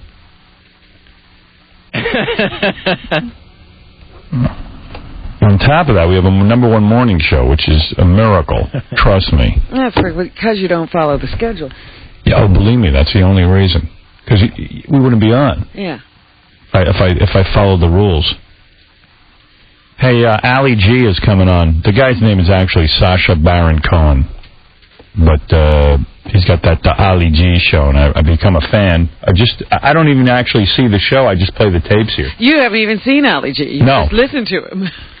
Yeah, JD gave me a tape of Ali G interviewing Andy Rooney. It's so funny, man. He got to Andy Rooney? Yeah. I haven't kept up with this year's episodes. I guess it's comparable to a fisherman getting a 100-pound fish or something. Yeah, catching a big one. Rooney went for everything. Hi, I'm Andy Rooney, and I just got hosed by some Ali G dude. Ever been hosed? Well, he's so humorless, Andy Rooney, and he's a humorist. He look like an a-hole. He's a humorist, and he's humorless. Yeah. So how does that spell Rooney? R-U-N-E-Y. R-U-N-E-Y. You've done this before? Yo, I mean, Have you ever done this before? Yo, for real. I come... What is your language, your basic language? English? Yo, for real. Oh. So what language are you most comfortable in? Yo, English. For real, I was from England. Mm-hmm. And how shall I introduce it? That's your business, not mine. Yo. Look, I'm getting very close to the end of this. Yeah, go ahead. Do what you have to do. Yo, check it. I is here with none other than my main man, Andy Rooney. Total respect. And today we is chatting about the media. The media is well important, isn't it? It is important. If a democracy is important, people have to know what's going on in the world. That's why the media is important. Does you think the media has changed since you first got in it? Does you think the media has changed? Do you think the media has changed? Whatever. No, it's English. The English language would say, do you think the media has changed? Not, does you think the media has changed? Yes, I think the media has changed. So, what sort of things does you think the media should cover? Do you think the media? Do you think the media... I think it's an English-American thing, though, isn't it? No. That's English. The English language is very clear. I have 50 books on the English language if you'd like to borrow one of them. Let's talk about some mistakes that has happened or not happened. Has journalists ever put out tomorrow's news by mistake? How do you know what the news is if it hasn't happened yet? Yo, but if there was something like well important, like a plane crash, wouldn't you report that like a day early? How would you report a plane crash that happens tomorrow, today? All right, safe. Well, you couldn't do that, but let's say it was something like the election, which is like a massive thing. Wouldn't you report who won that like a few days before, because it's going to be such a massive story that everyone will want to know about it and reads about it. You don't know who won it, do you? Until the election is over. How can you report it before it happens? Yo, for real. Okay, I think that's about it. I don't think we need any more. Can't do this. Yeah. Why not? No, this is not going. I can't waste my time. Is it because I was black? You're black? Who's black? Your eyes. No, I don't want to do this anymore. I don't have time. Sorry. You've been rude to me from the first moment. Right. I'm sorry. Trying to tell me I don't speak English. Well, right. Yo, he's been rude. That's quite racialist, to be honest. Oh, racist. Racist, not racialist. Yo, racialist. Yo, keep the cameras running. You see that this is racism that's going on here. He's chucking me out because the colour of my skin. Cool. I'm a black man. Fantastic. Is this because I'm black? But, think about it. If he was black, would Andy Rooney have thrown him out? Because that speech might have been acceptable. Right. Yo. Yo, much respect. Check it. I love when he says, check it. He goes, who's black? Yo, eyes. Yo. Artie does a routine on his new DVD that, I don't know, when's it coming out, Artie? Hopefully in about a month. About how, he can't stand wiggers. And he goes, what is that? He goes, if I was going to be a wigger, I'd do it right. I would actually do the black language around from the 1800s. I'd be like, hello there, Mr. Hello there, Mr. Rooney. He goes, yeah, why don't you get it real? Do something, you do it right. Yeah. You would rock it way old school. Yeah, I'd go way old school. And then, you go old school. And then when you talk about wiggers and how Eminem can't get it right because he can't say the N-word no matter how... how good he is. I just do a bit about how, white people are getting a little too comfortable with the N-word in public. Yeah. Because all these white people on MTV use it all the time. So we're really not allowed to say it in public anymore. And then when you do the slow motion thing, that's really good, man. Thank you. Yeah, I actually watched... You saw him. Well, he gave me a videotape instead of a DVD, so I got to see it. Okay. And it was good. Artie's a really good stand-up. I mean, you're right up there, dude. Thank you. I never watch stand-up on tape. I get bored out of my skull. Right. Unless they're very good. Dude, I swear to you, how long is that tape? It's about a 50-minute set. 5-0? Yeah. Oh, man, I thought it was 20 minutes. Really? I said, man, this is really good. It was one thing one or two things I might edit out. And that's debatable. I don't even know that I would edit that out. I do a couple of sports things that I love Harry Carey. That's my favorite bit you do. Oh, great. Thank you. Hello, it's Harry Carey. It's great. And I don't even know Harry Carey. I appreciate you left me a nice message. That was really nice. Yeah, it's really good. I mean, I was shocked, kind of. I really was. I was like, what? Because you always, what it is with I taped the sober bit. I'm not drunk till the end. Can I tell you something? Yeah. You put yourself down so much that I believe you're not that good. Mm-hmm. Well, I had heard from other people that he was really, really good, but you can't believe it because of what he says. And then, of course, he's got to be another one of those guys who hates what he's really good at. Yeah. Because Artie's like, I do stand-up, but I did it, and I'm just doing it, and to make some money, and I'm like, oh, he must really suck. Yeah, but he's good. He's really good. I've been doing it for 12 years on and off, so I mean, I got good enough to make a living at it. But oh, here he goes. I like when you don't yell and you just do your regular voice. Yeah. And man, there's so many good bits on there. I mean, I don't know. You know what surprised me? You quoted almost every bit. You left me a really nice message. Yeah, I mean, I retained every one of them. Yeah. But right now he's saying, I got good enough to make a living at it. But, I'm way just good enough. No, he could have a full, blown-out stand-up career. You need an HBO special, probably. Well, this is I was thinking, you ought to take that and maybe... But I don't know, HBO doesn't pay that much money. I can make more money off of it. I got offered an HBO special. Not offered, but they were like, would he be interested in this in Comedy Central? I'm like, it's like nothing. You get paid. No money, so why use up your material? Yeah. And this DVD, all you saw is 1/3 of it. I also have a 25-minute thing. I took cameras out on a couple of really awful gigs in Jersey where it's drunken footage of me backstage and fans. Don't do it. Don't. When you get drunk, it's not the stand-up bit. It's just all behind the scenes. Yeah. It's not me on stage. Because you're real good, man. But don't demean what you do. I mean, if it's going to detract from what you do, don't put it on there. Well, you know what it is, Robin? This 25 minutes, the people I hired to do it did a great job. It really shows the life of a crappy, stand... You know what I'd like to see that. I thought you meant you were going to do some drunken appearance. No. It shows life on going to gigs. Oh, that's good. Behind the scenes, what the awful green rooms you have to sit in. It's me and Levy at a couple of really, hardcore road gigs. But really, you guys are not playing to the camera.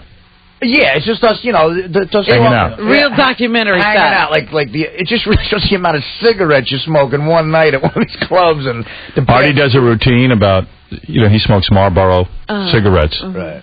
And you mind me telling this stuff, or does it ruin the sale of No, it? dude, all right. ruin it. So he does this routine about Marlboro cigarettes, and he goes, I smoke way too many cigarettes, and maybe you've noticed I've got a lot of vices. Real funny line. And then he goes,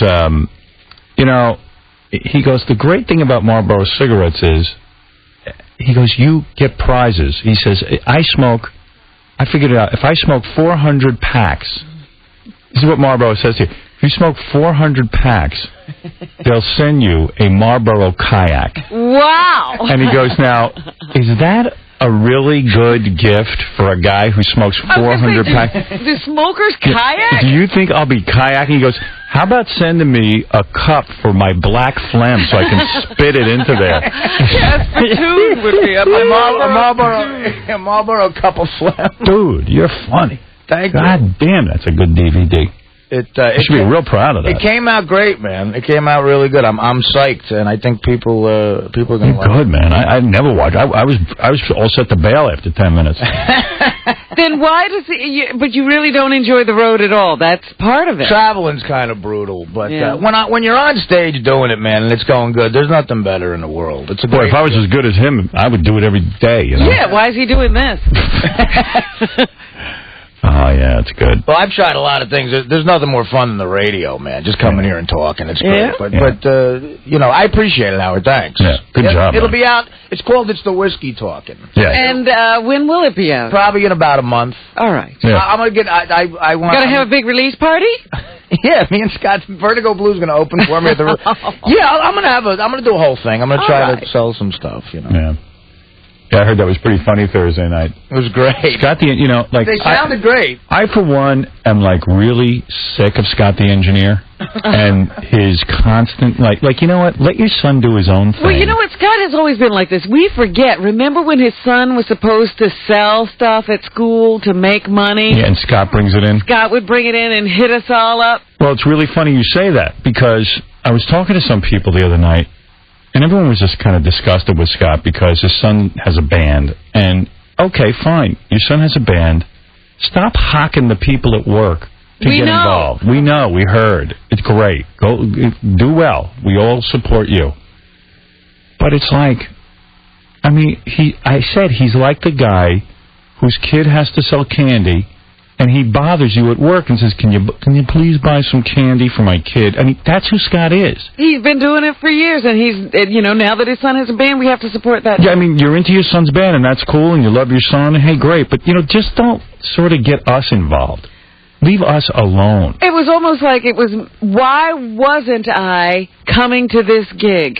Because it's his release party for his new CD. It's not even on a record label. And you're supposed to come. I'm just sick of it, Scott. Robin, it had nothing to do with you coming to the gig. It had something to do with you just looking at your email and opening the invitation. Hey, Scott. That's all. I didn't give a crap whether you came. And F all of you. Why? I didn't bother anybody. All I did was invite you. All you do is bother people. All you do is bother everyone with your son's band every minute. And it's like, dude, go have your own life. Stop involving us. You knew stupid what you were doing. It's embarrassing already. It's like, and then Artie, you weren't even here when those things used to happen. You used to have to go back to Scott's office to ask him to do something, and he'd slip this paper with names scribbled on it. It goes, my son is selling candy. And it's like, you know what? So why doesn't your son sell it? Why are you doing it? So in order to get your work done, you have to sign up for some candy. I see Scott stand there, not his son. It's like terrorism. Here's my bro Ronnie. Oh, man. Ronnie and I did some major damage Saturday night. You should have been at this party. First of all, I want to thank Mary Ann from Brooklyn for bringing a loaf of bread so we had something to eat. Oh. Well, this was Thursday night, right? Thursday night, yeah, the record release party. Yeah, so Ronnie tells me, so Scott, Scott's the perennial loser. He's like, everybody come. So he says to Ronnie, he goes, you have to come to my son's band because I've got a VIP section, and it's going to be... So they get to this, rundown club. Is Scott in the VIP section? Wait, yeah. He stood outside it. They wouldn't let him in. There wasn't enough room for him. Because you know how Scott, it's like a real big deal for him to get to the VIP section, and dysfunctional family picnic and all the events we have. Absolutely. So finally he has his own VIP section because of his son's band. And meanwhile, the club is like, they have 10 bands, local bands. And what they do is they get everybody to get their friends to go, so people buy the door, and then... Sure.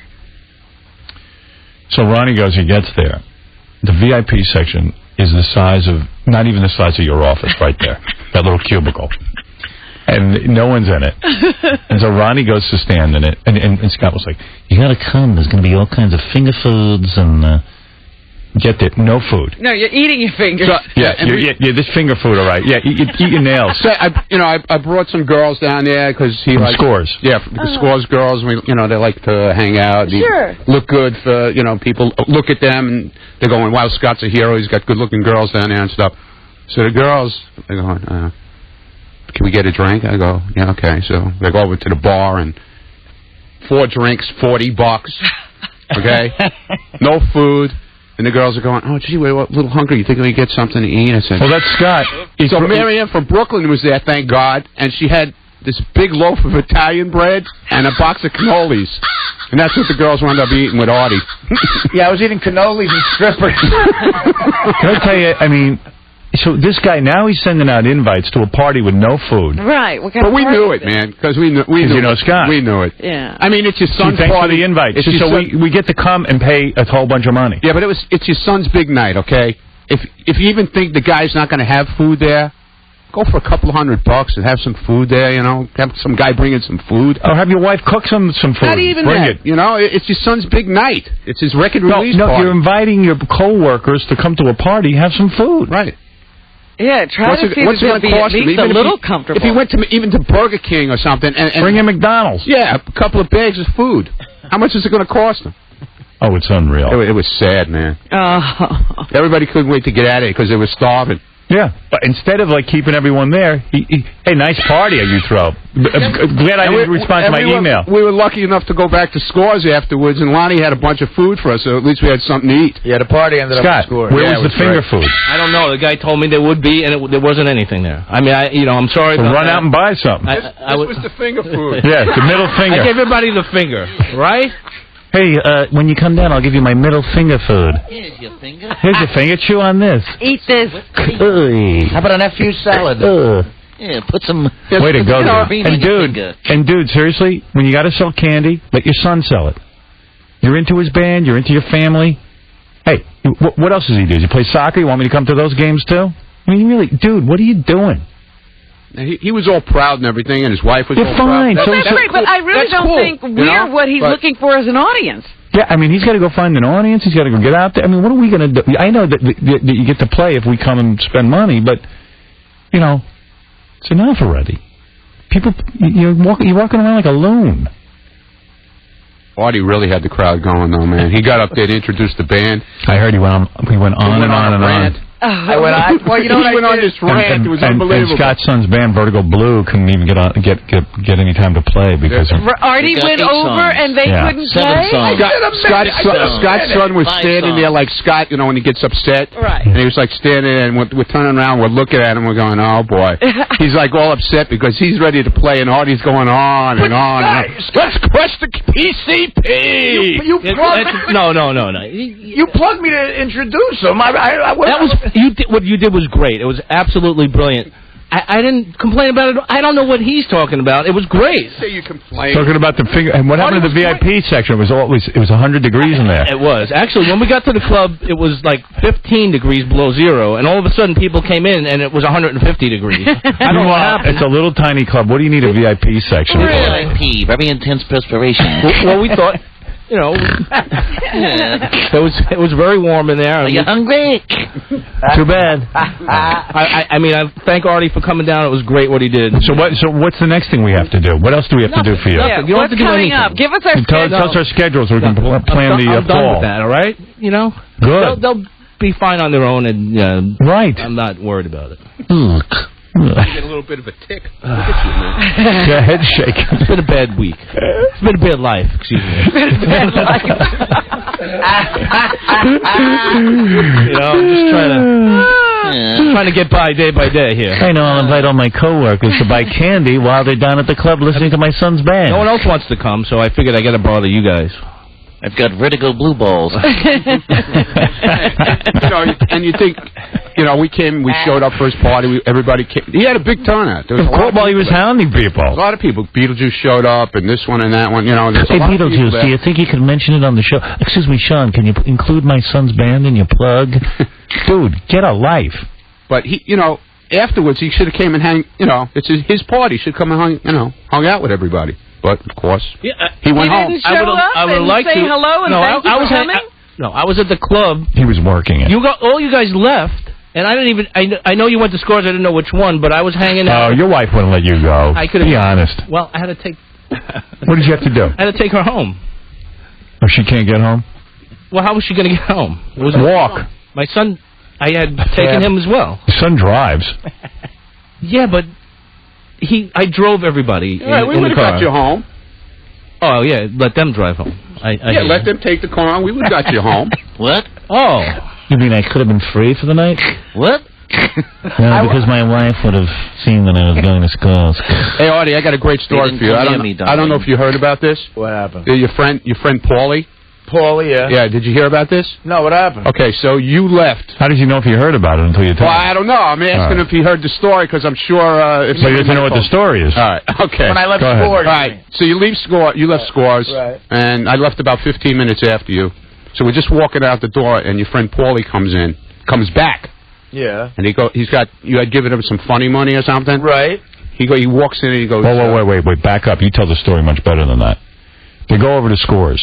So Artie takes out his credit card and buys a bunch of funny money. Okay. He gives his buddy Paulie a bunch of the funny money. Right. So after Artie goes home, go ahead. Paulie so we're walking out the door, and Paulie's walking in the door, and he pulls me over to the side. He goes, "Do you think there's any way I could cash this in?" Oh, he wanted to turn it back into real money. Are you kidding? I swear to God, man. Big John was rolling on the floor, man. Wow, Artie, with some high rollers. All right, Luke, the intern's on the phone. That's crazy. Hey, Luke. Hey, now. What's up? What's up, everybody? Hey, now. Hi. So what you got to understand is Artie's rant was just about the most disturbing thing that anybody's probably ever seen at that place. I mean, he gets up on stage and in his AC/DC voice screams just about every drug you can think of and ask who wants it. Well, I did the extended version, Howard, of what we goof on. I just went, who's got the weed? Who's got the heroin? Right. Who's got the angel dust? Your usual rock and roll rap. Does anyone want to get dusted and ride? It doesn't work at a club with a bunch of 50-year-old parents all standing around. There was a lot of teenagers there. Yeah. There was a lot of 18-year-old, 20-year-old people. You have to do that in a stadium. But that went on for about 25 minutes, I think. There was a Scores girl over Artie's shoulder who looked like she had seen the face of the devil. I just kept saying, who wants to ride the lightning into Satan's chamber? Saturday night, me, Ronnie, and Ralph got together. We went out to Nobu to dinner. Just the three dudes. Fun night, man. Yeah. We tore up the town. Dude, we were out to about 3 in the morning. Really? I was so hammered. I couldn't... Some chick punched me in the nose. I woke up the next morning. I was like, I think I got smacked in the nose. No, I mean not on purpose. She was wasted, and she went to reach for the back of the couch to give me a lap dance, and her hand whacked me in my nose. How unfortunate. Oh, I was going to say, so you wound up at Scores again? Yeah. No, I didn't go Thursday night with these guys. No, I meant Ronnie was there, but it was another Scores night. Scores night. Well, we went to Noble. We were drinking. We were drinking pretty heavily there. I was real heavy. I was pretty bombed there. What were you drinking? Vodka. And then I get a kick out of Ralph, though, with him changing those drinks around. He keeps going, let's try this one. And let's try please. I was on the phone with Beth because she went to a wedding in Pittsburgh. So I said, I'm going to dinner with Ralph. I said, here's my night. You ready? Excuse me. Can I have some ice, please? Extra ice in the glass. Half a glass of ice. And bring me a bowl of lemon. Oh, yeah. And then he goes, excuse me. And this poor waiter goes, because Ronnie and I just ordering a bunch of things. And Ralph goes, excuse me. With the rock shrimp, can you please bring the ponzu sauce on the side? And make sure it's on the side. On the side. So the guy goes, what? What do you want? And he goes, ponzu sauce on the side. Well, he goes, what? It was like 20 minutes. Yeah, he's always got particular needs. Yeah. He has particular needs. He has Ralph. needs, Ralph. I said, here's mine. So Ralph will belt out his particular needs, and then he'll do that thing at the end where he pretends he wants to grab the check. Right. And sure enough, it was all there. It was all there. He does not disappoint. He doesn't disappoint, no. Yeah.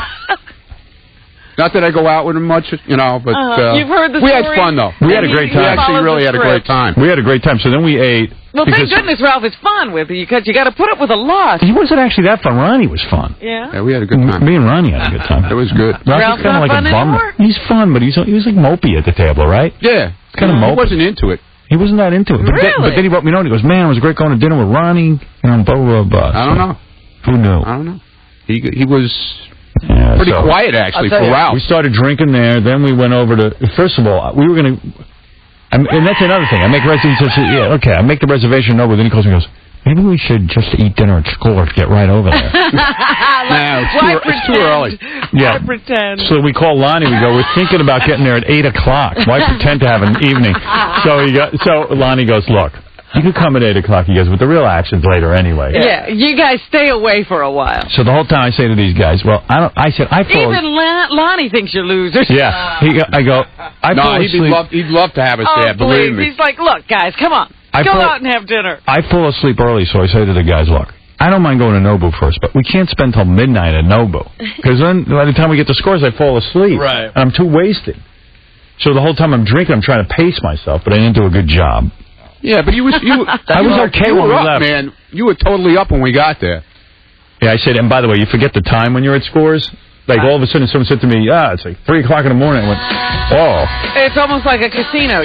There is no time. Exactly. No time. I was going to say that, Robin. There's no watches there. It's like a slice of Vegas. Yeah, there's no watch. You can't see a watch anyway. Even if you have a watch on. If you have a watch, you can't see the watch.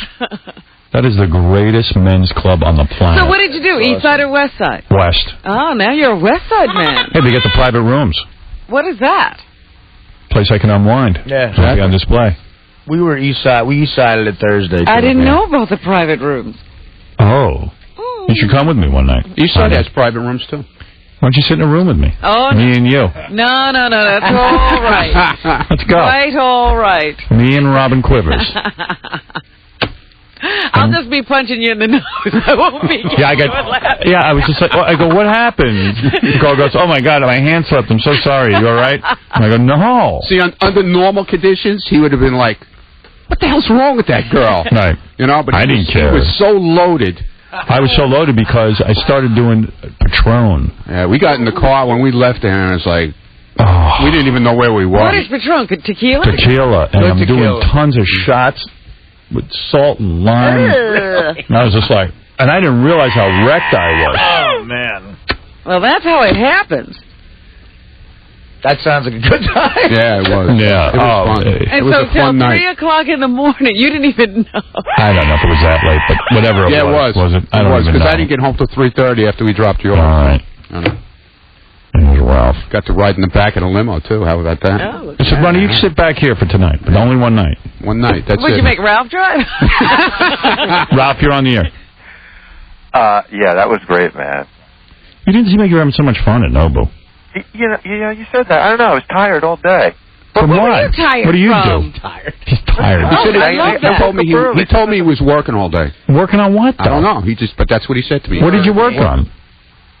Huh? What did you do that you did all that you're so tired? I woke up early, I said. Yeah, and then you were working. And I was working on some stuff. Like what? Some stuff. What did you do? Some stuff. You know what his work is? Sometimes he like draws pictures. You know what? He's preparing his Halloween costume. Yeah. Preparing my Halloween costume. Puns and sauce on the side. And why is that so weird? Why is getting It's just a list of demands. So weird. You know what? It's so funny. I wrote an email to Beth before, and I said, Ralph was going to ask for half a cup of ice. He's going to ask for sauces on the side. Let me ask you a question. His lemon. Let me ask you a question. When you get a drink, when you get Kettle One, do you get it in a glass or do you get it on ice? No, they wanted to serve me a martini. I don't do martinis. Do you get your drinks on the rocks? Yeah. So I drink water on ice. I like cold water. Why is that bizarre? But why waste money on bottled water to put it on ice that isn't from bottled water? I don't want bottled water. I don't care. You're the one who was all particular with your bottled water. I'm not particular at all. I ordered a bottle of water. Yeah, well, drink regular tap water. Why you have to dude, bottled don't turn it water? around on me. This guy's got special, right? Does he have special things? Yes, you have special things. You got your bottled water, Mr. Special Thing. Everything in your all house the is time. special. And a bowl of lemons or a bowl of limes. Yes, lots of lemons. But Ralph is over. Yeah, then meanwhile, Robin jumps in and eats them all. Sure. Oh, I'm glad you ordered these lemons, Ralph. Like a scarf them down. Full of it. You're so full of it. Yeah. Anyway, thanks, Rob. Of course, it's great, though. It is. It's the best. You know what's great about that? And Lonnie's a great guy. You know what's great about that? You got that big room, and then you get the little satellite rooms all around it. They built satellite rooms. Yeah. So what happens in the satellite room? You get your lap dance. With one girl, or do you bring more girls in there? Times 3. And how do you get new girls? I mean, are you stuck with those girls? Or You go back into the pool. You go back. You go back in. You rotate. Oh. Or you say to your bros, "Hey, who gives the aggressive lap dance there?" You go back to the stripper reservoir. Right. You go down to the river. To the stripper. And the stripper river is high. I was enjoying your various states of undress. Yeah, it was fun. What a great night. Yeah. It was fun. It was a really good night. You removed clothing? No, I had this joke going. I said, I'm going to give you girls a dance. That's my move. Your move. And they tried to unbutton my shirt. But I'm not doing that. Nah. You don't give a good dance. No, I don't. Because I know when they see that, they throw up. Well, sometimes they're not paying us enough money for that. When they do that, then hey, you know who really's changed, man? And this is the greatest. Who? Brian Phelan, Mr. Party Animal. Oh yeah, what happened? This dude. Remember when he was getting married? Yeah. He says to me, Brian's like the hardest drinking dude. Hardest partying. Mr. Party. One of the E guys. I go, dude, what are you doing? When are you getting married? He goes, my wife's the coolest. I go, and then when he had his first kid, now he's got 2 kids. I know. This guy is a changed Is he on man. lockdown? You kidding? He calls us. Listen to this. He called me up. Look at this guy. He had no idea where we were. Yeah. He didn't even know I was out. This guy right here. He called me on my cell phone. I'm sitting in the back of the car with Howard, which shocked him to begin with. And he goes to me, I got some Met tickets. You want some Met tickets? He had no idea we were out. And I said, no, dude, but Monday night I don't really go out. I said, but we're out now. We're going out. We're going to have a party tonight. We're going out drinking. We're going to rip up the town. Why don't you come into the city? Yeah, come join us. A big night, man. And now you can take it from there, Brian. Go ahead. Phelan was always there. Phelan would be drunk when he got there. Right. So Ronnie goes, Get on the train, join us. He goes, join us. He goes, oh man, I can't. My wife went out tonight, and I'm home watching the kids. I go, you pussy, your baby's sitting on a Saturday night. Where was your wife? She was working. Actually. Oh please. She was. So then we go, dude. All right, so we're going to dinner. Meet us at Scores at 10 o'clock because that's when we're going to head over there. He goes, oh, I don't know if I can. Well, what was wrong then? Well, this is where I got bad. I fell asleep. Oh, really? Dude, your wife busts your balls. She doesn't bust my admit balls. she changed. Admit she changed. No, she dude. didn't change. I might have changed in that I don't go out as much because I have kids. But okay. I'm telling you, man. You don't go because you're not allowed. No, I'm allowed. Look at all these pussy whip dudes. Oh, my God. I'm telling you. I had my kids all day Saturday, all day Sunday. And all you could have gotten... I could have went out. Yeah, you're right. I could have went out. You had the kids all day Saturday and all day Sunday, and you work Monday through Friday. Yeah, that's how it goes. Every other weekend, though. Oh, okay. You screwed up, dude. Admit it. I had kids. I didn't... You didn't know. Admit it. You didn't really think it through. Who was your bro who told you to just relax with those kids? You did, actually. Yep. Are you going to the Met game tonight? Yeah, I'll be You sure? I'll be there. To the 7th inning. To the 7th inning stretch and go home. Boy, it's sad when you see a guy like this. He's down for the count. This is against his whole nature. This is a man who's no longer a man. That's a big one falling. Kids change your life. How's your vagina, my friend? A little sore today. A little sore today. That's what I thought. It's a big change, man. You can't do what you want to do. That's what you used to do. Can't even be honest about it. You was convinced that you would be, though, I'll tell you. No, I was not convinced. The thing is, I had it good, and then the kids came, and things change. And it's not so much my wife. It's like, you know what, man, I want to... It's the circumstances. Yeah, right. it's like I got these 2 kids. I had to have kids. Yeah, but Brian, it was 10 o'clock at night. They should have been asleep. I know, and I should have, and I was asleep with them. That's my fault. I totally conked out, man. I was done. This was the guy. I thought for sure my phone would ring and say you were coming in. I thought it would too, and I was chasing 2 kids all day, and I got exhausted. What kind of apron do you wear? I wear chef's apron. No, he wears a house dress. He didn't want to dirty his clothes. Tell you, it's sad when you see I these was guys. chasing kids all day. I was. You're too funny. Boy, my old man. I never thought I'd hear Brian say that. My dad never chased us kids. Yeah, times have changed. Yeah. Because guys go for it. I know. What the hell? Yeah. What are we going to do? Nothing. No. Got to go for it. Chase those kids. You wanted kids, you got them. I was going to ask Lonnie if you could maybe get like a daycare center set up at schools. Yeah, one of those private rooms should have a babysitter. What a great idea. That's a great idea. Have some of the girls. Oh, that would be so funny. And have a door you could go through. It'd be perfect. So that the kids wouldn't even see where they're going. Right, and then you go see the doctor, you get cleaned up, and you take the kids home. Right. Stripper Barbie. Right. That would be a good setup, Too funny. Schools daycare. I see you had time to get a haircut. Yeah, I got them all cut, man. I know, it was a bad move. You fall asleep then, too?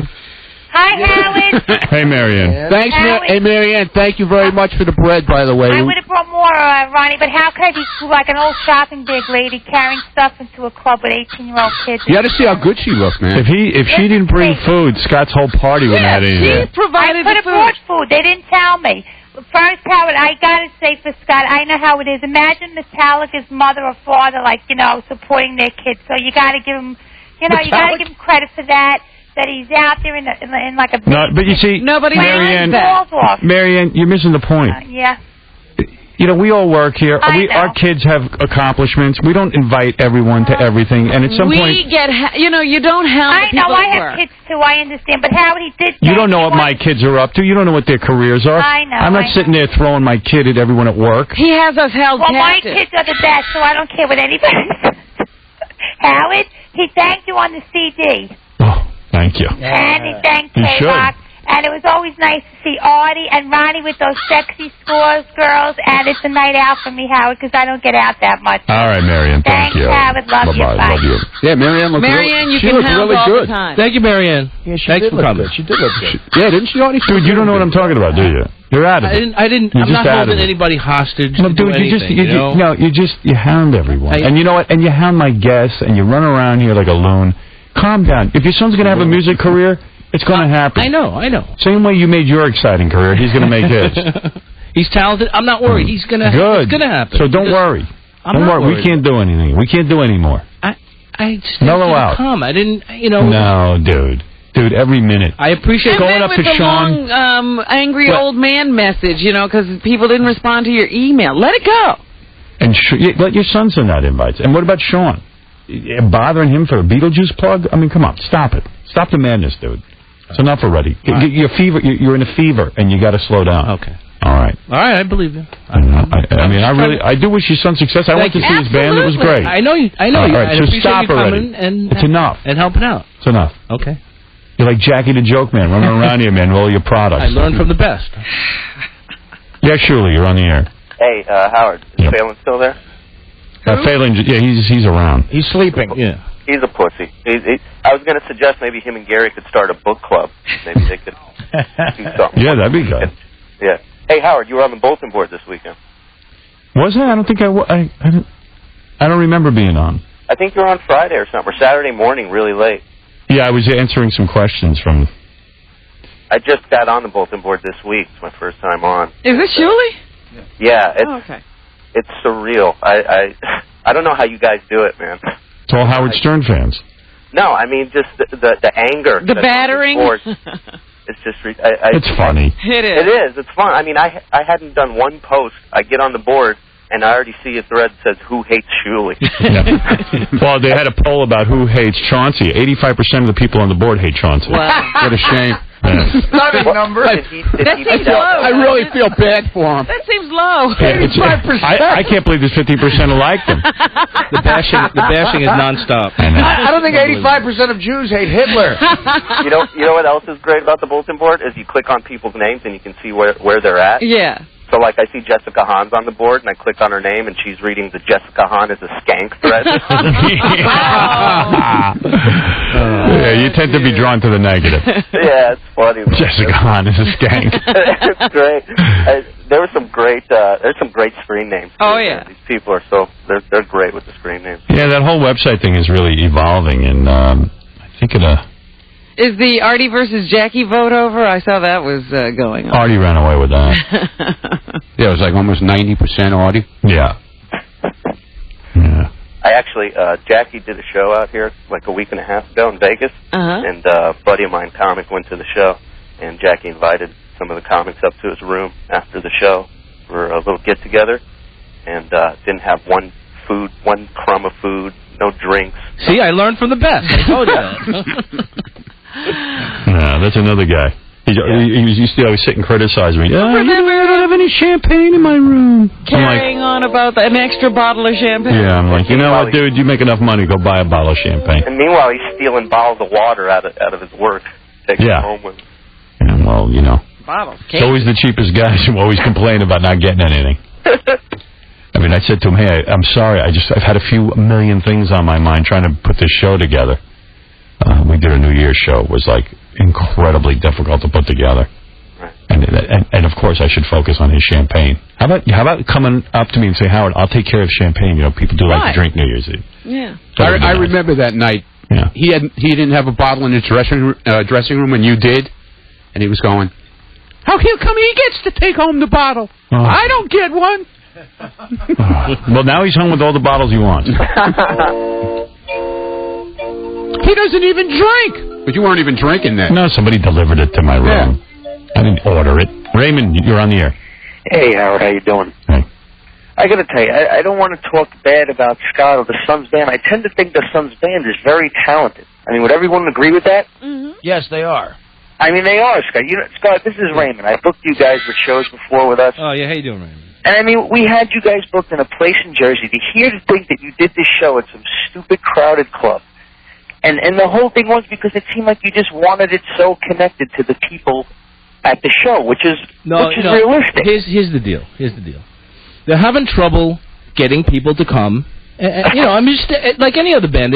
So I'm just trying to help get people into Scott, clubs. you have to respect that we work with you. And you know, it's like when your son sold candy. I pulled you aside. I said, Scott, it's okay. Your son is in life is taking on a project. Let him have his autonomy. If he's selling candy, let him sell candy. Why are you selling the candy? Okay. I mean, explain that to me. It's the same exact thing with this Vertigo Blue. Everybody's parents sells candy for them. I mean, no, they don't. No, there's plenty. Mine don't. Everybody here practically has kids. I only saw one or two people, and you were one of them. And the most often, like every year, you had a list out there telling us we got to buy some candy. Howard, you want to know what the shame of it is? But Scott, how do you explain that? Like, what are you doing? What about the people you work with? They don't want to buy your candy. Okay. I just try to invite people to the party. No. It goes beyond inviting people. It goes beyond inviting people. We have to do an intervention, I think, because you want your son to make it, and I don't know, maybe you see that as your ticket out of here and stuff in the future. No, but absolutely not. I'm not sure what it is, but it's like, let the kid have his band, and you know what, you go out, and it's kind of, it's not even that cool when your father shows up everywhere. Right, I don't necessarily know that it's a good idea that you're around at all. But, you're right about that, Howard, because Rob and I have had this discussion. I have two kids, they sell stuff, and I vowed when they were born I would never, ever sell stuff here based on what I saw between Scott and we had another person. We couldn't even get in the building unless you bought something. Yeah. You couldn't go to work without buying something. Right. Well, now he's the same way with the band. It's like, hey, it's cool. Okay, we all went. He's like, okay, it's enough now. I appreciate everybody's help. And like you're the engineer here, but you don't go up to my guests, even if it's Sean with Beetlejuice, and say, hey, how about working in a plug for my son's band? Okay. You gotta chill, dude. And I know you want it real bad for him and everything. You know what? I want my kids real bad. No, my kids have a career. One of my oldest daughter has a career path, but I don't inflict her on, everyone. She's my pride and joy.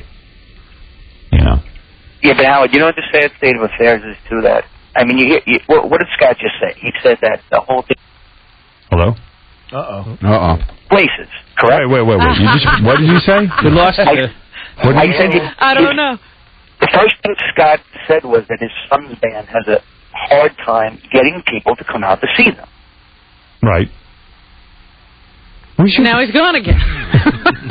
Ray, get a better phone. We can only hear everything we've already heard. We hear every other word. Christ almighty. Yeah, goodbye, Ray. Go get another phone. What? We can't hear you. You keep... I'm only kidding, man. Can you hear me now? Can you hear me now? What do you mean you're only kidding? Are you pretending to drop out? No, he really is dropping. Good one. He doesn't realize we never heard any of whatever those jokes were. You know what the rap around the office is that like Scott's son is sort of like his lottery ticket. Yeah. Like you ever see that movie with the families who have the two kids who are going to be basketball stars? Right. Everyone Hoop just stops. dreams. Yeah, everyone just stops working. Scott's got his own hoop dreams. Dude. He's not my lottery ticket. Dude. He's my golden parachute. You got to chill. All right. It's getting to be really obnoxious. Like, hey, it's cool. You're proud of your son, and everything, but Yes, not everyone at the very proud. station needs to be involved. Okay. It's not our problem. Done. See, I offered him. Well, I didn't. Lonnie offered him. He wanted to have he heard about this record release party, so he said, "Why is he having it in this stupid club? Why doesn't he have it here? If he wants people to show up, you're going to get tons of people showing up at Scores. Right. You'll have record people. You'll have everybody showing up there. Right. Put them on the main stage, food, booze, everything. Now that would have been a party. Right. And he would have had people show up. You wouldn't have had to beg people to come. But he wouldn't, Why wouldn't you do that? I didn't think it was the right venue for... Why? It's a band party. trying to attract, 18-year-old to... You're looking for an audience inside these No walls. 18-year-olds go to Scores. They can. I mean, they can't drink, so... Yeah, but they go, even though they can't drink. I got to take a break. Who cares? All I'm saying is chill out. All right, Relax. I'll chill out. I appreciate if everybody. If it's going to happen, they'll happen. I know. Thank you. Thank you very much. Thank you. Do an intervention. Thank you, ladies. Yeah, I need an intervention. All right, we're going to take a break. We'll be back right after these words. Actress Tori Spelling. Isn't it true that everyone accuses you of being an airhead and of not being bright, and Saturday Night Live did that thing? That is my character, not me. That you are smart, are you not? Yes, I think so. I'm going to prove it right now. I'm going to give you a series of 5 questions. I will give you 5 questions. Answer these questions, and you will prove how smart you are. You ready? What is the capital of New York? Now, first, what do I get if I win? You get to kiss me. What is it? Come here. What is what? What is it? What'd you say? What'd you say? Wrong answer. No, give me here. I think you were right. Go ahead, say it. New Jersey. New Jersey is the capital of New York? I knew it. Educational Howard Stern. Howard Stern Show. Here's what you missed with Fathead. Hey, I'm doing drinking predictions tonight, so what are you drinking? Bud Light. And who are you hanging out with? Yeah, I was hanging out with my cousin Earl. We just went through the shed and we found the lawn darts. We're going to go out in the yard and play for a little while. You and your cousin Earl found some lawn darts? Yes, sir. I know what's going to happen, dude. Okay, come on. The good news is you're going to live. But you are going to have a lawn dart sticking out of the top of your head for the rest of your life. Oh, thank you. Yeah, but that's better than Earl. He's going to lose his testicles. Fathead. From 7 till midnight on the Zone. My name is Cheryl Lyons, and I won't let my son Zach watch R-rated movies. I also ground him when he brings home bad grades and force him to eat his vegetables. I do all these things because I love him. And when we got termites, I chose Primus from Bayer for the same reason. You see, Zach has allergic reactions to common household products, not the sniffling, sneezing kind of allergies, life-threatening ones, which the people at Bayer assured me wouldn't occur if we used Primus. And they were right, Zach is fine. As for termites, well, there aren't any. Primus eliminated them. In fact, we've been termite-free for 7 years, which makes me feel like I'm doing the right thing for Zach. Even when I tell him to be home before dark, do his homework, be nice to his brother, and brush his teeth. If you get termites, remember you do have a choice. So ask your pest professional for Primus, the only termite eliminator made by Bayer. The same Bayer you and your family have trusted for years. If you're in the market to buy a brand new car, check this out. Chrysler, Dodge, and Jeep have a really fun way to keep your car search out of the showroom. Go to KZON.com and click on the Discover Your Ride banner. You'll be connected to a great site that matches your personality with the car that's just right for you. You'll get asked questions about what you're passionate about, and suddenly the right car for you is on the screen. It's like a virtual matchmaker. But instead of a dream date, you're meeting your dream car. Are you a rough and rugged, grab life by the horns Dodge truck driving type, or maybe you're about convenience? Someone who goes to the market and off-roading, like the Jeep 4x4 driver. Or perhaps it's about looking good and feeling good, and you're inspired by the performance and design of one of the stunning new Chrysler vehicles. Go to KZON.com and click on the Discover Your Ride banner. You'll even get a quote from your local Chrysler, Jeep, or Dodge dealer. But hurry, the summer sales drive ends August 31st. Come on, take it from me. You gotta try this. Jeep is a registered trademark of Daimler Chrysler. You can smell the freshness coming from every department here at Food City, and the prices are so low. But let's hear what Food City shoppers have to say. My name is Ariana, and I shop at Food City because I love all their low prices, and their produce is awesome. Yeah, at Food City they have a bake area where they bake their goods. It's just like homemade baked cookies and pies and cakes. I really love it. Matter of fact, when I got married, I came here and got my wedding cake made. The best cake. Everyone came to my wedding. They was like, "Where did you get that cake from?" And all the departments at Food City would like to bring you this week's special prices. 80% lean ground beef, $139 per pound. Split chicken breast, $119 per pound. California peaches, 2 pounds for 99 cents. Donald Duck orange juice, 64-ounce carton, 99 cents. American Beauty pasta, 16-ounce selected varieties, 2 for $1. Every day, Food City has low prices. Low prices, great service, Food City. I gotta go cook dinner. At Budweiser, we've been brewing beer for over 100 years. And for just as long, we've been finding new ways to get it to you at its absolute freshest, because fresh beer tastes better. And now we're taking freshness to the next level. Day Fresh beer from Budweiser. Not only is it beer bottled less than 24 hours ago, it's beer that pushes the very envelope of freshness, one which no other beer can match. To show that fresh beer tastes better. So now, we're bringing America Day Fresh beer from Budweiser. Our Day Fresh beer crew is bringing it to bars and nightclubs in select cities all across the country. Look for cold, refreshing Day Fresh beer from Budweiser. It's one more reason we're the king of beers. It's why we wear the crown. Budweiser Beer, Anheuser-Busch, St. Louis, Missouri.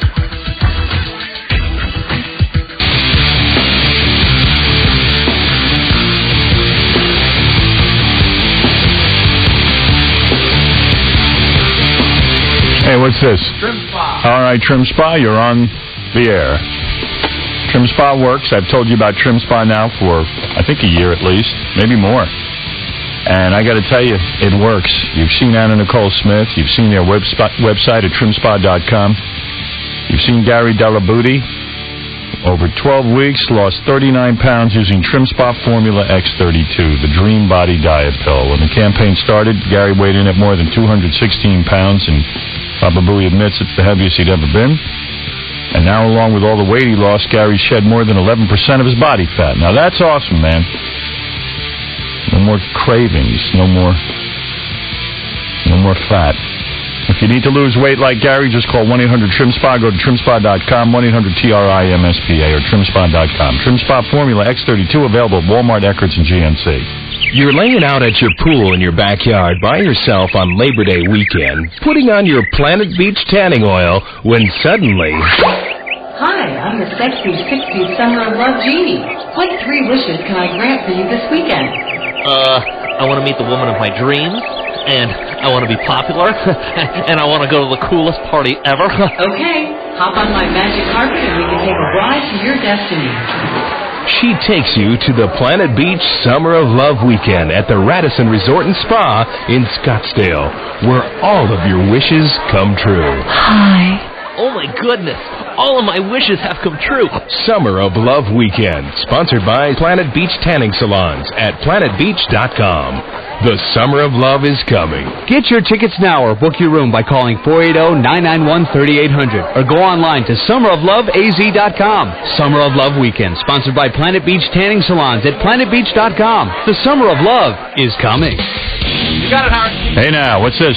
Real, man. Keeping it real. The real player. What do you want to say, Baba Booey?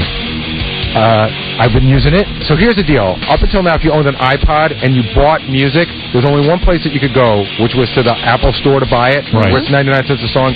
Now you can go to Real.com and you can get it. And to celebrate this, they're selling the songs for 49 cents each. Wow. Oh. And it actually services over 100 different players. You know, there's also different sorts of MP3 players out there. iPod's one of the most popular ones. But now you can go to this website and buy songs for your iPod at half the price that you get them at the Apple Store. Not bad. That's a good deal. Get twice the music. Get twice the music. Exactly. Look at you with the slogan. All right, so where do you go? Do you go to... Tom says you need to read the script. The whole script? Yeah. Oh. I thought what you said made a ton of sense. Go to real.com/music. Real.com/music. And try taking the songs you bought from iTunes to another portable player besides... you said it all. Stop it. Tom's insane. Well, that's true. The deal is go to real.com/music. Orkin is licensed by the Arizona Structural Pest Control Commission. Did you know that Training Magazine has named Orkin among its top 100 companies? If it bugs you, bug the Orkin Man at 1-800-ORKIN-MAN. Backed up this morning. Who's the Zone Traffic Laxative? Zone Traffic. Zone 1015, the alternative, 6:21 in the morning. We're sitting at about 79 degrees right now. A very good Monday to you. I am Jeremy Nicolato with you as you listen to the Howard Stern Show right here on 1015 The Zone. Thanks for tuning us in this morning. Very, very nice of you. We need to take a look at your weather for Monday and Tuesday so you can be prepared, as they say in the Boy Scouts. Today, plenty of sunshine, a high of about 100 degrees. That's what it's going to look like for your Monday. Tomorrow, partly cloudy skies with some isolated thunderstorms possible. We're going to get up to 96 degrees for your Tuesday, so keep this in mind. If you're going out on Tuesday, it could rain. Interesting. Well, I want to remind you that this week is an excellent week for some live Zone music. The fun starts tomorrow night. It's the one everybody's been waiting for. The Dave Matthews Band is going to be playing Cricket Pavilion Tuesday, tomorrow night. Should be a great show. If you want to, jump on Ticketmaster.com. I was on there this morning. Still a couple tickets available to go check out that show tomorrow night. So if you're desperate for Dave Matthews Band tickets, you can still buy a couple while supplies last. So keep that in mind. The very next day, Wednesday the 25th, The Cure and Muse take over Cricket Pavilion themselves for an all-day festival they're going to call the Curiosa Festival. It's The Cure and a bunch of bands that The Cure love as well. So it's going to be a whole big all-day event at Cricket Pavilion on Wednesday. And then the Thursday, the one I've been waiting for, the Killers are going to play. The venue of Scottsdale will be a great show. So that's this week. And then next week, Howie Day plays the Mesa Amphitheater. That's going to segue us right into September, where we'll see Linkin Park come to town, as well as Incubus and Cowboy Mouth and a bunch more. Keep it right here in the Zone for your chance to win some tickets for these shows. And if you're interested, you want to see a complete listing of all the concerts that are coming up forward this week and beyond, jump on the brand new and improved KZON.com. We've got a concert calendar on there that will keep you informed for all the live Zone music coming up. So check it out if you get the chance. Take a look at your ride into work this morning. It is being brought to you by Scottsdale Community College. There's still some time to register for fall classes at Scottsdale Community College. Thinking about updating skills, making a career change? Act now. Classes start this week. Call 480-423-6100. On your freeways, injury accident, southbound I-17 just north of the Loop 101, slowing westbound US 60 right around Rural Road this morning, and then an injury accident on the eastbound Loop 101 at the 51 interchange. That one's involving a motorcycle. On your surface streets, injury accident 48th Street at Indian School. Also watch out for a collision on Scottsdale Road at Camelback this morning. Traffic Report is also a service of LifeWise Health Plan of Arizona. LifeWise offers simplicity, choice, and value in a variety of group PPO medical plans, including new health savings account plans. To learn more, call your broker or visit LifeWiseAZ.com. 6:24 in the morning. I'm Jeremy Nicolato. That's another look at your Zone traffic. Kick her back to the Howard Stern Show on 1015 The Zone. We are all just travelers between two stations. And stop. Our most important project, the most important thing we can do. Howard Stern Show. Tomorrow, porn star Aurora Snow. Stump the Buoy. Later this week, Dave Chappelle. A former Playboy model will be... A little piece on him on the Sunday New York Times Magazine section. I like Vincent Gallo. He's entertaining. Yeah. He's a wild man. I'm surprised to read he's such a staunch Republican. Oh, really? I didn't know that. Isn't that weird? Yeah. Well, everything about him is weird. Chris Rock, Tony Danza, Drew Carey, Jon Stewart, Bernie Mac, Mickey Ziering, ba-ba-ba, boo-boo-boo, beep-beep.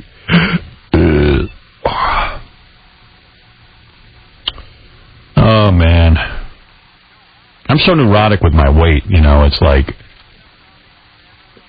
I bought some new jeans and stuff. It's nice when your weight is down, you can fit into stuff. But it's hard keeping your weight down, you know. I was even reading in this health bulletin I get that on the weekend is when you gain a lot of weight. You add about 500 extra calories because of drinking. Yeah, the socializing, the partying. Mm-hmm. And I'm so kooky about it. But the way I lost the weight is Did you see that thing in the paper, though, with they're now creating this thing where you can inhale the booze, you don't have to drink it? You're kidding. No. I heard about Isn't that called heroin? Friday. You know, I mean...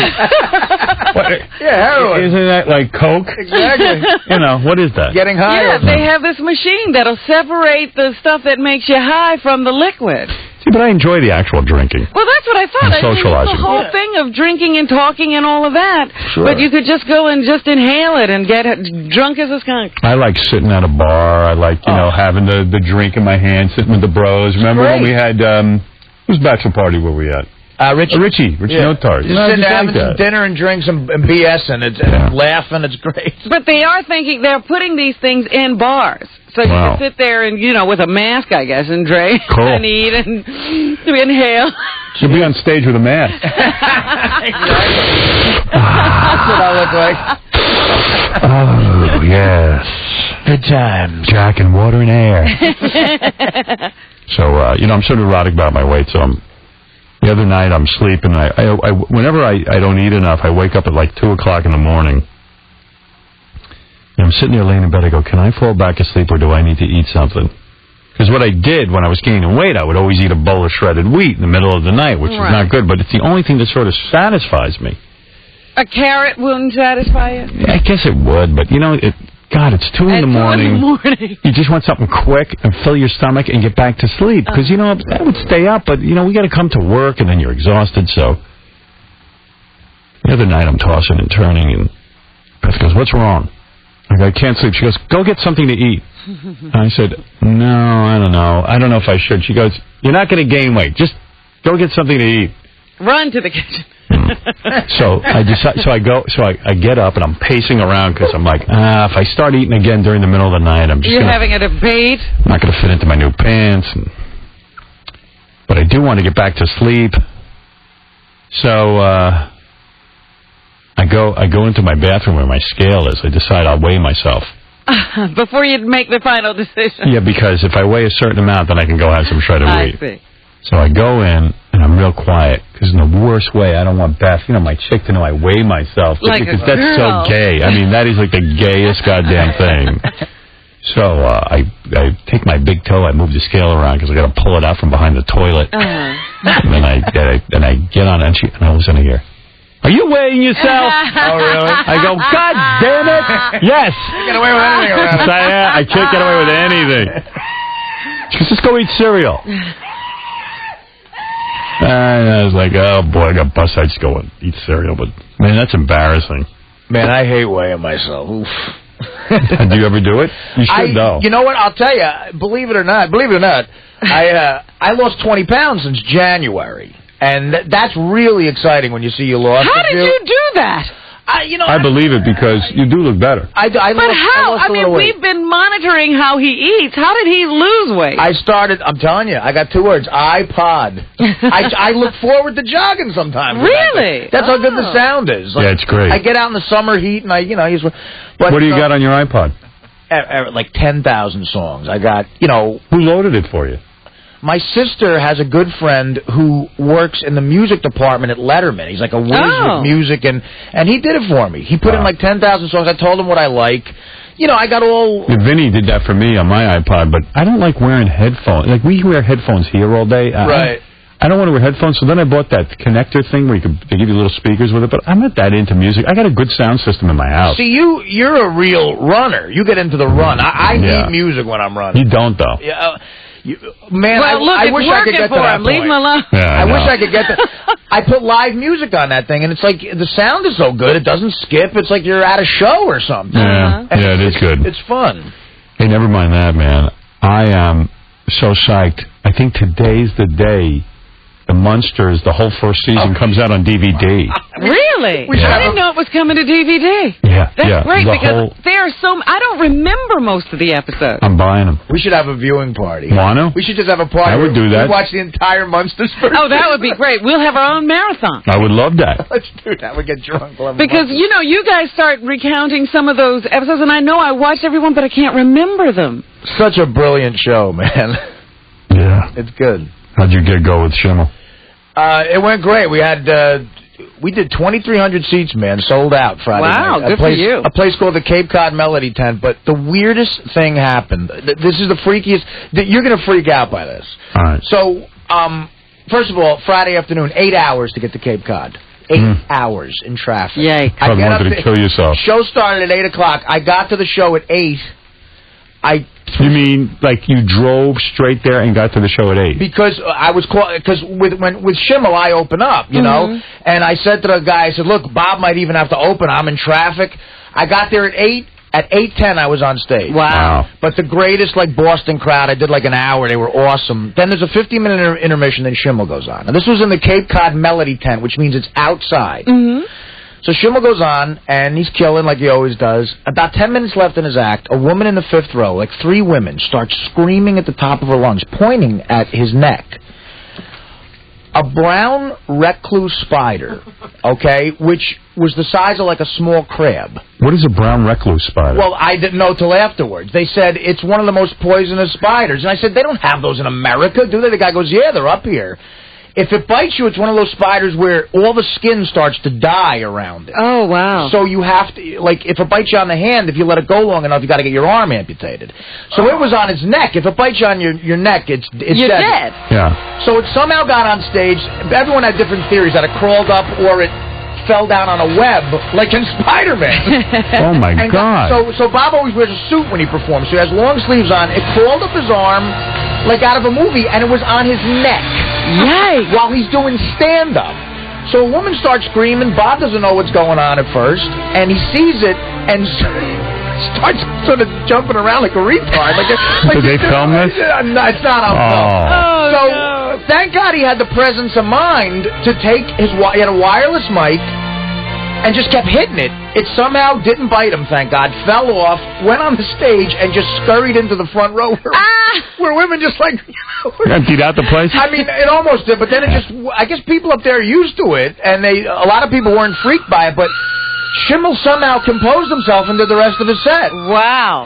And when he got off stage, everybody, there were cops there and said, yeah, he goes, that was definitely a brown recluse, one of the cops said. And he goes, look, man, if that had bitten you on the neck, you would have had to been rushed off that stage to the nearest hospital. Oh, my God. And you could have died. And the joke me and Schimmel were saying is, after all he went through. Yeah, a recluse spider got him. After surviving cancer. In fact, I would say if the spider bit him, maybe the spider would have died. There's so much crap in Bob. All that chemo. Yeah, all that chemo. Now, I never heard of the spider till this morning, so Artie's telling the story, and Richard Christie's saying his grandfather got bit by one on the leg.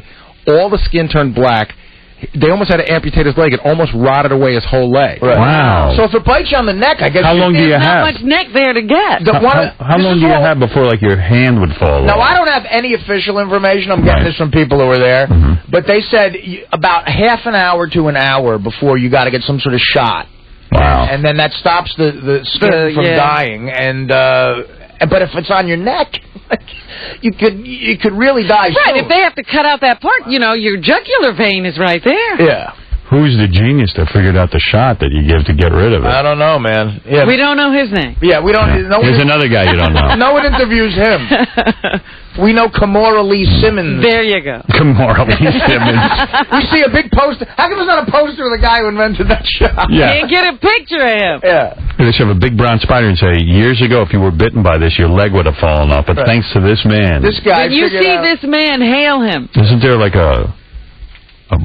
plaque or something for this guy? I mean, where would it be? So that was really freaky. I mean, I would have freaked out even worse. I said, I don't know how you did the rest of your act. I would have been looking for spiders the rest of the time. Yeah, I would. And then that move you make to get the spider off, you're so girly. Especially there's probably some hard drinking men in that audience who've seen those spiders their whole lives and don't even care. It was like a real hardcore Boston type crowd. I wish I could have seen the dance he did. These were like, ooh, ooh. Ooh.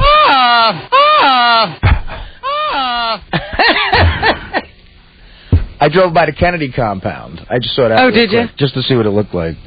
Where is it? Hyannisport? It's in Hyannis. We were actually. Is it big? We were in Hyannis. I just saw like the gate. Yeah, it's like their own town. Yeah, like, okay. You know, their own roped off town. Right. That's cool. Yeah, they run things up there. You know what? That movie, the prequel to The Exorcist, was the #1 movie, but they didn't show it to reviewers or anything. I didn't even know. I didn't even know there was a prequel to The Exorcist. I saw a couple of ads. It really hasn't been hyped all that much, but it did. It was #1. I didn't know it had been released. I didn't know anything about it. They kept it quiet. I saw a few previews for it, but you couldn't. Even in the previews, you don't get a real good idea of what's going to happen. Kind of a cool idea, I guess. Whatever the idea is. Well, they took some comments that Father Marin makes in the first film, and they decided to develop a whole story around that. But I can't imagine it's good. Yeah. See, the reason people like The Exorcist, the first one, is because Linda Blair. I mean, yeah, it's great. Well, it was a good story, and you had this kid who was completely possessed, like you think possession should be, and a guy who can actually make it go away. It was scary to see a little girl turn into the devil. Yeah.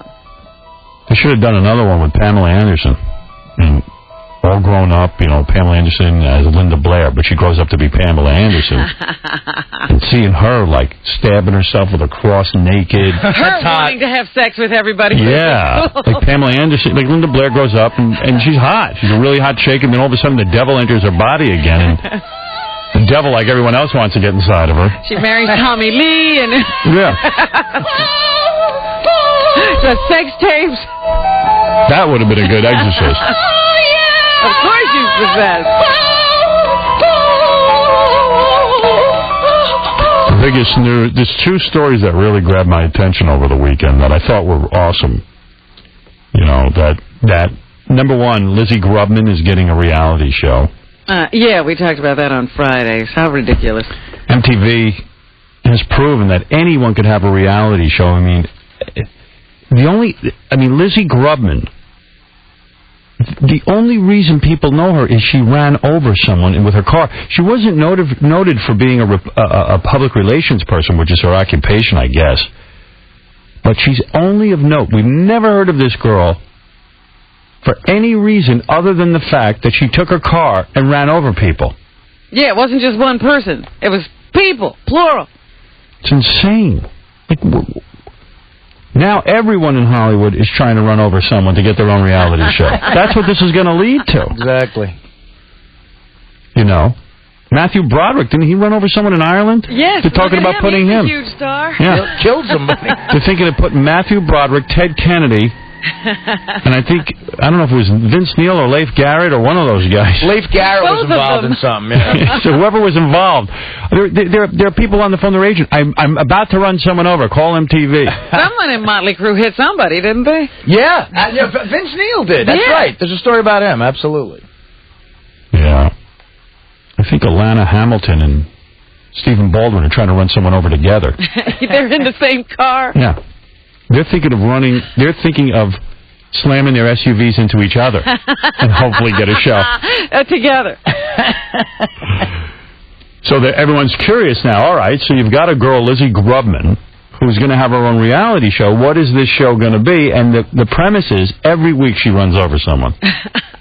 So who does she hit this week? This week, Lizzie hits. Right, coming up on Lizzie. I think this week she runs over the, what's her name? Lindy England? The girl who tortured those Iraqi soldiers? Yeah. Oh, she's going to run her over? They're going to run her over. That should be somebody's punishment. You're going to get hit by Lizzie Grubman. She's going to run you over. I saw Lizzie Grubman Thursday night. Oh, yeah? Where was she? She was at... Ross invited me to Nobu before the Vertigo Blue thing. Yeah, Ross is now friends with her, I think.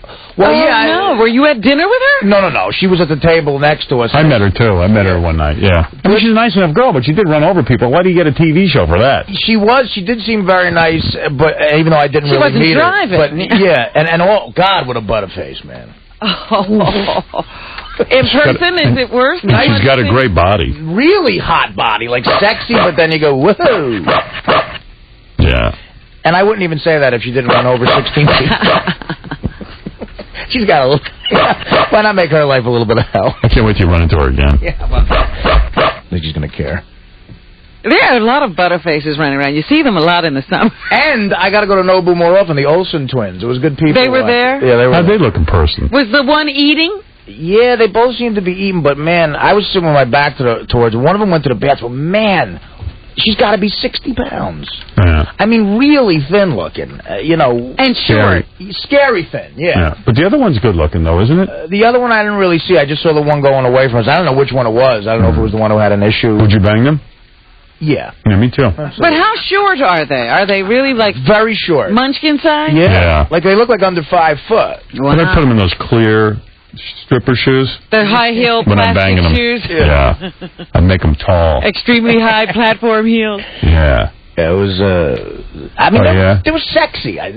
In a weird way. It was sexy. Showing a lot of skin? But not that they do heroin, but they looked heroin chic, that type of thing. Right. I can almost guarantee you they weren't showing a lot of skin because they don't know how to dress. They dress like older women. They looked like they were dressed in pajamas almost. They need to dress like teenage girls. That's what they are. Do you know when a celebrity does that thing where they'll go to a really formal restaurant and it almost looks like they try to look extra sloppy to go, look, I'm a celebrity, I can get in here like this? Right. It looks like they got out of bed and just came. And like sort of that in your face, hey, look, I can look like hell here because I can get in. I'm not going to put on a good outfit. You had to dress to get in. Well, you know, I didn't either because I'm on this show.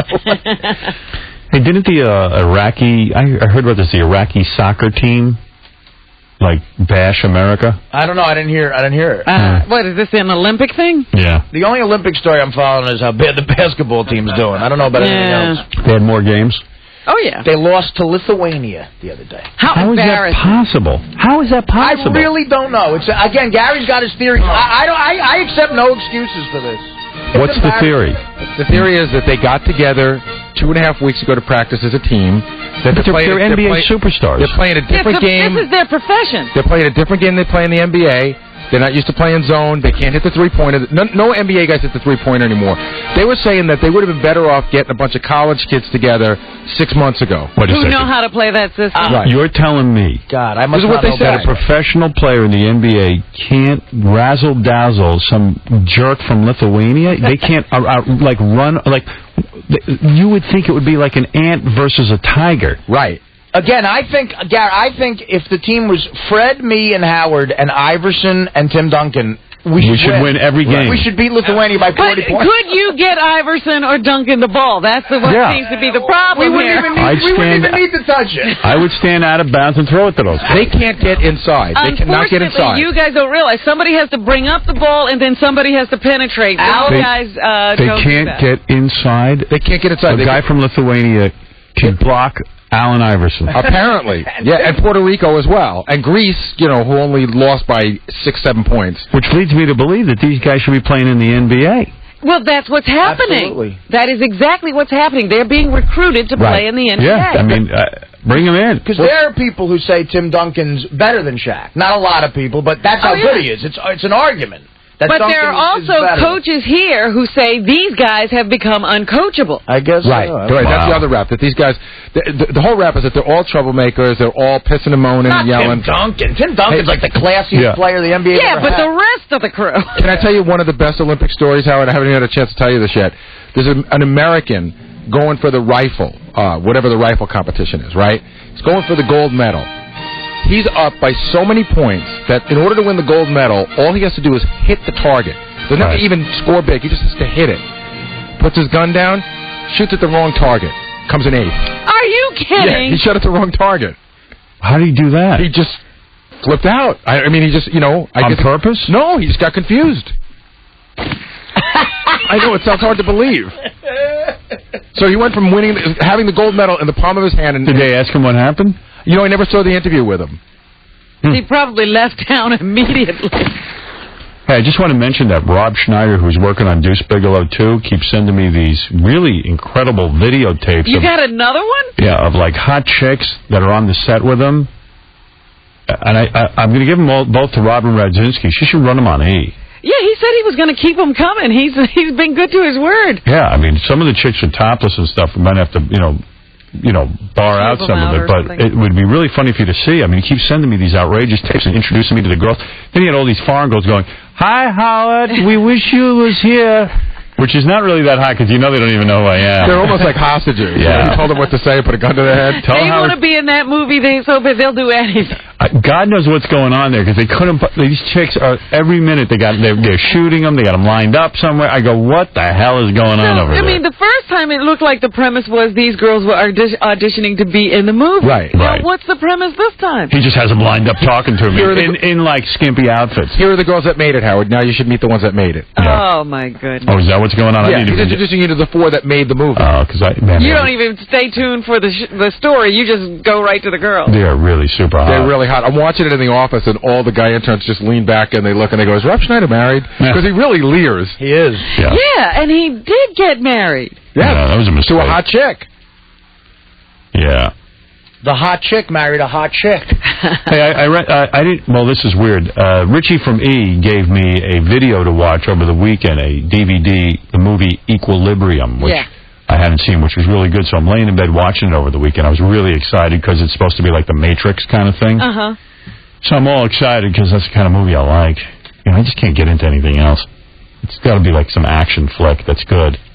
And I'm laying there, and then like chapter 13, which is like right in the middle of the movie, the DVD starts acting weird, like freezing up. And you ever have that happen? All the time. I said, it must be my DVD player. He took it to another DVD player. It didn't matter. It was gone. It's usually the disc. Yeah. So now I'm running out to Blockbuster to get Equilibrium because I got to rent it because it's so good. I want to see the end of it. And I was like so friggin' pissed because, you get a free DVD. You feel like an ass going and renting the other DVD. You're actually paying money now. Yeah. But I will pay money to see Munsters first season. I will buy that. Oh, is that out? It comes out today. No kidding. On DVD. Oh, I want my kids to see it. That's awesome. It's great. Do you think that's a goofy thing to do, Howard, if we have a party to watch it? Yeah. Well, I got to tell you, for me it is because, no offense, I find when people come over to watch TV with me, they don't shut up. Yeah. And Yeah, if you have a party, people feel obligated to talk and not just to watch the screen. Yeah, I mean, I'll watch it with you if you want, if you shut up. How about the Munsters, a bunch of booze and strippers? That's the way to go. No, that's not a party. Watching. Because then we won't watch. Exactly. Here's what's going to happen. I'm going to buy it. I'm going to stick it in the DVD one time when I'm, sick or something, and I'm going to sit there and watch it all day. Well, you know what? I use it when I'm traveling, and you can go through half-hour episodes. It's great. That's good. You know what's coming out, Howard, that they've been already advertising, coming out in about 3 weeks. It's going to be the all-time biggest DVD seller ever. What? The Star Wars trilogy. Oh, yeah. He's been holding off on I wouldn't get years. that. I would. It's the original, not the I don't care. Hey, you know what? I went back. The crap he's making now. I have this special anniversary edition of Star Wars. I went back and watched it. It kind of sucked. Well, yeah. It's old. The technology isn't, the special effects are a little lame, but it's still a great draggy, and it's not like The Godfather, which is still good. Quite frankly, the only one that holds up is the original one. You know what I'm dying to see that just came out is Goodfellas just came out with 2 discs. And it's got, Scorsese talking about stuff and deleted scenes, and I can't wait to see that. Henry Hill. I never bother to look at that stuff. It's so boring. It depends on the movie. It's so boring when the director starts to talk. I'm like, this will be cool, and they're talking over the film, and I'm like, this is just a drag. I don't care. I don't ever like the talking over. That's stupid. For that movie, I'd be interested in it. And then you can kind of hear what's going on in the movie, and you hear the director, and you're like, I just want to hear one of them. You don't know what to listen to. The deleted scenes are always good because you watch them, and then you realize why they were deleted. Right, they never improve the movie. Are there any blacks on the Lithuanian basketball team? I don't believe so. I mean, I just off the top of my head, I'd have to say no. It's kind of wild that white guys are so good, and they're beating our blacks. But that's why they're recruiting. I mean, some of the top recruits now, the #1 draft picks, are from Europe. You might be seeing a white NBA. Yeah, it's happening. They're playing a black team today, but it's a meaningless game. They're playing Angola. Oh. Angola? Those people don't even get to eat. Lithuania. I mean, what are you saying? No, those people are starving. In the meantime, the women's softball team is playing for the gold medal today, and they haven't given up a run the entire time. Yeah, so far the women are still doing what they're supposed to do. Sim, you're on the air. Good morning, Admiral Stern. No. I'm calling you as Captain Kirk from the bulletin board, and I wanted you to know that on August 30th, they're coming out with a new DVD, which you're going to really enjoy. What's that? They're coming out with the original Star Trek, the first season, on DVD. See, no, I wouldn't buy that. Because I wouldn't buy that because I've seen all those 10 million times. 1 million times, yeah. Oh, yeah, but it's great, though. It's the original Star Trek. It's the best one. I don't care about that. It's the Munsters you haven't been able to get. Yeah, it's the Munsters. It's all about the Munsters. Thank you. I don't care about, I love, if those old episodes are on, I'll watch them, but...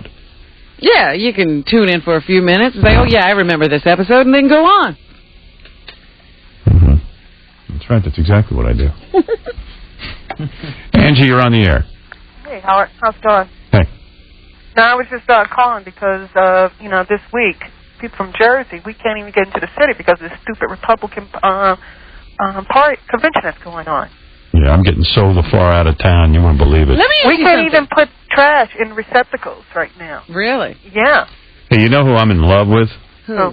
Maureen Dowd of the New York Times. I thought she was some old bag. No, she's younger, yeah. She's young. She's kind of hot. Yeah, she's I don't know if I've ever seen her. I saw her interviewed somewhere, and I love her column and her politics. That's hot. She started blasting Bush about this whole, the whole thing about Kerry's war record has been... I can't believe that Kerry isn't straightening out that whole situation. Yeah, and he won't attack back. This is what's bothering me. I said, no, why are you defending yourself? Attack back. Yeah, I mean, you know what? Bottom line, Bush, Dick Cheney, John Ashcroft, all have a lot... They're talking about... Here's their whole thing. They're getting us talking about whether Kerry was a war hero or not, and the reason they're doing it is to keep us off the real issues. Right.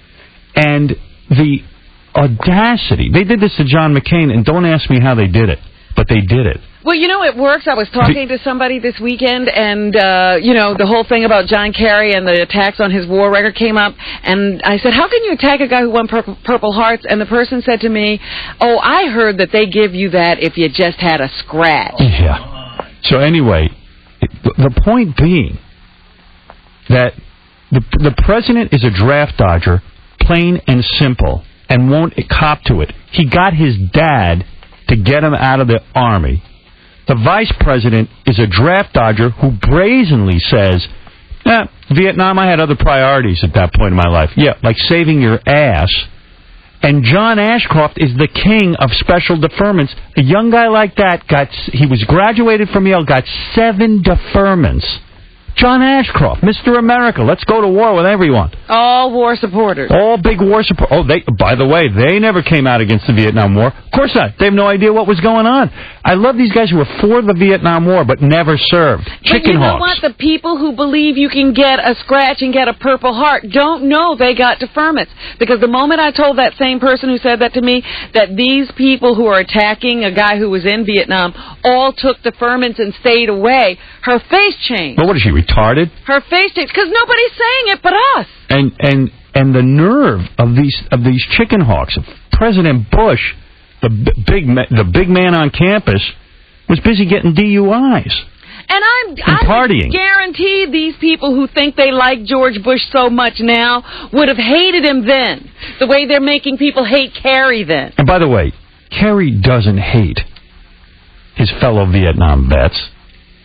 He came back from the war and said, this is an asinine war. I don't want to see anyone else die. President Bush, instead of saying, hey, I don't have to go over there, he could have said, but I want to help the people out who are going to have to go lose their lives over there for a meaningless war. Did he lift a goddamn finger to help anybody? No. Kerry came back. He could have played the war hero all he wanted to. He went right to Congress and testified and said, no more killing my fellow Americans.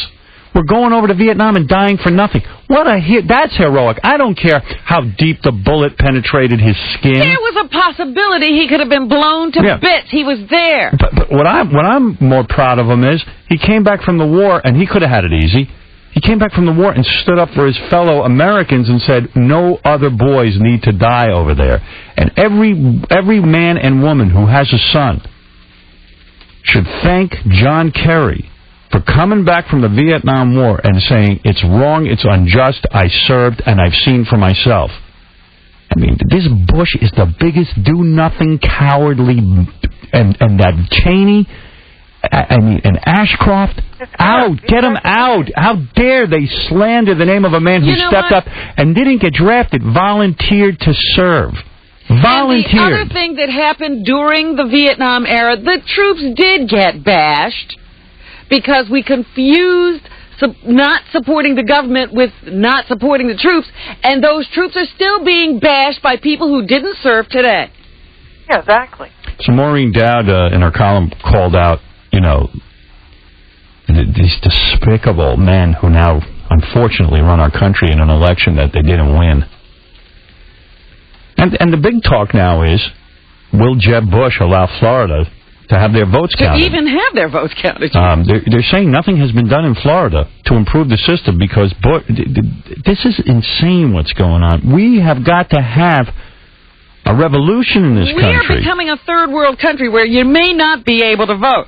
Yeah, I mean, it's insane. I never thought I'd see that. I never thought I'd see the U.S. basketball team defeated, and I never thought I'd see that votes aren't being counted and nothing's been done to fix the situation. This is our do-nothing president.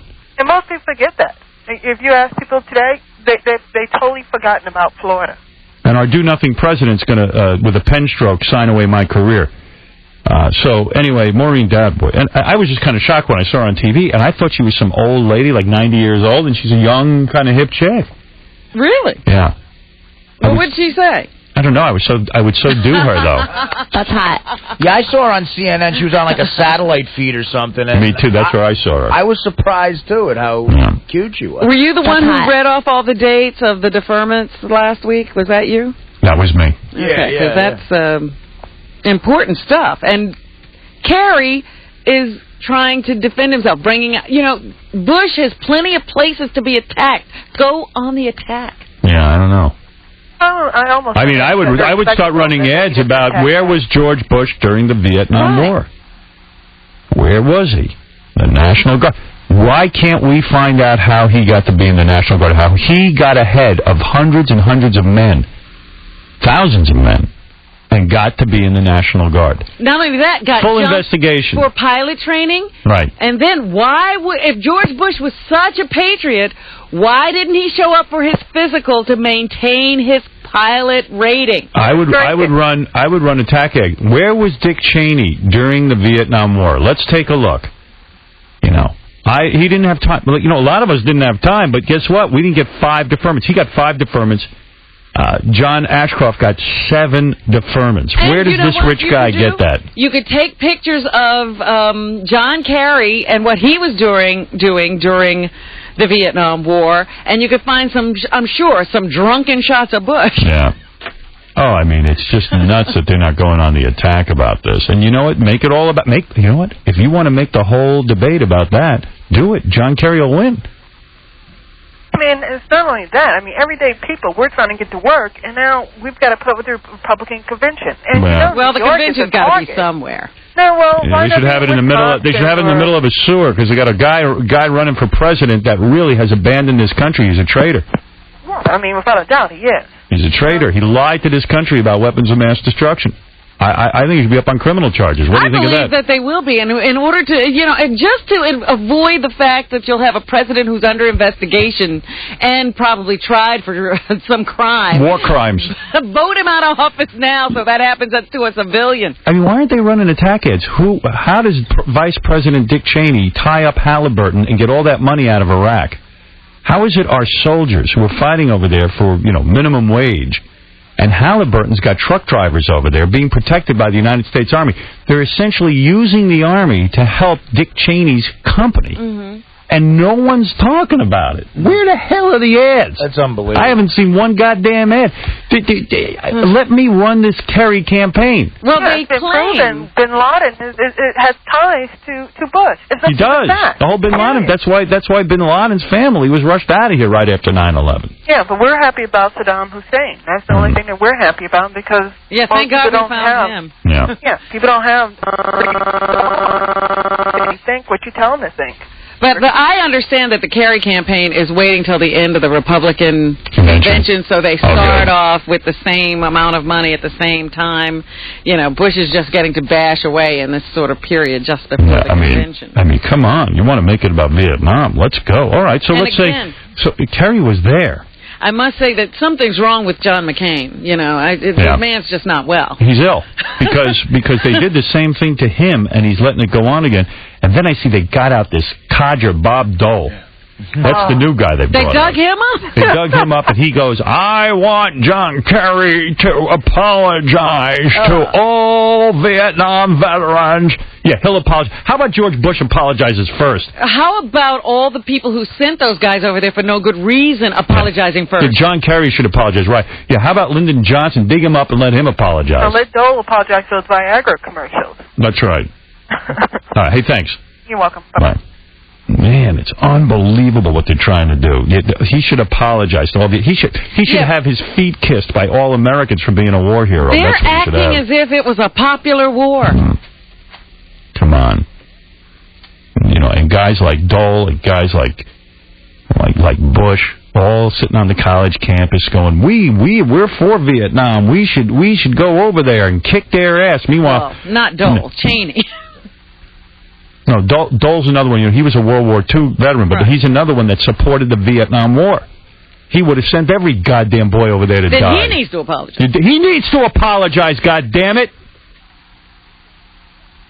That's who needs to apologize. Yeah, everybody who was around and supported that war and let people's kids die over there should apologize. Every person who has a dead son from the Vietnam War should go do an ad and say, we want to thank John Kerry for going over and fighting, and we want to take a bowel movement and rub it in George Bush's face for dodging the draft, and because his dad got him out of the war. And we don't even mind that he dodged the draft. He supports that Vietnam War that killed our sons for nothing. And attacks people who actually served in it. That's funny kind of support. Yeah, what a crap. Your son died in George Bush's place. Remember that. For every kid who died in Vietnam, for every mother and father who lost their son, George Bush, your son died in his place. He took his place. Most people aren't lucky enough to have Dad get them their deferment, Dad get them in business, Dad get them the presidency. Come on. Stop already with the madness. Where's the commercial? Let me make the commercial. Put Howard Stern in the commercial. Yeah. And if a guy fought in Vietnam and then came back and is honest enough to say, even though I was a part of it, I'm against it, it was wrong, of course you'll listen to that guy before anybody. No, listen to George Bush telling you, no, the war's good, but your son's going to have to go die because, you know what, I'm too much of a coward, you chicken hawk pussy. Who would know more about what went on over there, except the guy who was there? Great news, and I know I have to take a commercial break, but there was a great article that came out and how the show and our audience, and I thank you for this, everyone who listens to this show, it's tremendous evidence now. They're starting to poll and find out how our audience affects the vote. And there is a huge amount of people in our audience who not only didn't vote before or who were considered swing voters who are now going to follow us and vote for Kerry. And I'm going to try and find the article in this massive amount of... There is really an article. Husband and wife who wore an anti-Bush T-shirt to the president's 4th of July appearance are now being represented by the American Civil Liberties Union because they were brought up on trespassing charges. I was going to say, are they dead? Well, they weren't allowed to wear an anti-Bush T-shirt at one of his appearances. You can't. Please stop trying to exercise your rights as citizens. All right, here's the article. Howard Stern may actually be having an impact on the Bush-Kerry vote. Pennsylvania's Keystone poll finds that 8% of its respondents identify themselves as regular Stern listeners, and 28% of the 8% said Stern's anti-Bush rants have made them more likely to vote for Kerry. That's great. So, thanks, because really, we have an out-of-control president. All right, enough of that, I know. All right, we're gonna take a break. We'll be back right after these words. Here are the judges from American Idol evaluating a singer. I'm so high, I can hear heaven. I'm so high, I can hear heaven. But heaven don't hear me. And they say that a hero can save us. I'm not gonna stand here and wait. All right, I'm going to stop you now. Tell me what you think of this guy. Simon? He's right. He's right what? He's all right. He's just okay. Yeah. Not great. Yeah. You're not taking him to Hollywood. What do you think, Paula? You got a nice tone. The thing is you have no projection, and you close your eyes all the time. That's one thing we look at. Is like if you can engage with us, that we can see your showman. Randy, do you feel the same way? Yeah, I mean, he was all right, though. Now, here's the funny thing. This is Simon's worst nightmare. Tim here, his real name is Josie. He is the creator of that song and the lead singer of the band. I thought he sold millions. He sold millions of records. I thought he looked familiar. He from the band Saliva. He's from the band Saliva, and he is the guy who had a hit record with us. Therefore, my comment made sense. You closed your eyes, and I said you had a good voice. Now, Simon, what does that mean?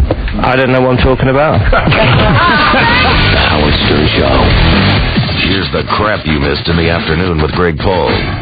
Looks like the media is at it again. All the hypochondriacs are in total belief they're going to die. From the same people that brought you Anthrax, WMDs, and Monsoon 2004. Get ready for M. Night Shyamalan's West Nile.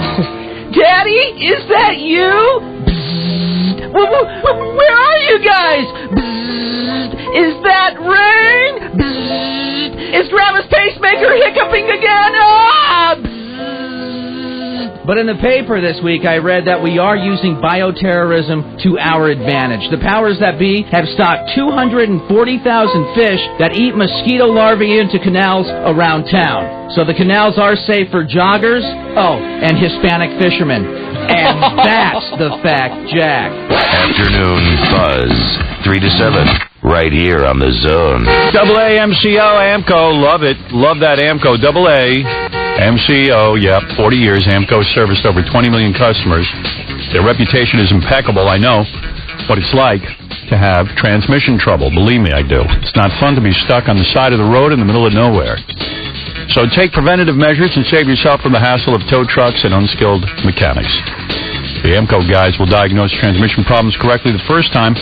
Trust AMCO because they've been doing quality work for generations. Did you know that you should change the transmission fluid in your car about once a year? It's the best way to avoid major transmission problems, which is why AMCO is offering their new Power Purge program. It's Total Transmission Fluid Exchange. In fact, in celebration of AMCO's grand opening in Gilbert at the corner of McQueen and Guadalupe, Phoenix AMCO centers are offering the new Power Purge program at a special price of $59.99. For a job done right, guaranteed at a price that's right, AA MCO. Not available for vehicles with internal transmission problems. Participating centers only. For one beautiful Sunday in August, MTV's invading Miami with the 2004 Video Music Awards. Last year, Madonna and Britney got up close and personal. Who knows what the Sunday Heat will do to this year's stars? Hey, it's Dave Chappelle standing next to Jessica Simpson and Kanye West. Watch out! The sun can make you do local things, baby. There's Usher and Alicia Keys. Here's his confession. She's got the keys to his heart. Dude, even the headbangers got big love from Yellowcard, Hoobastank, and Jet.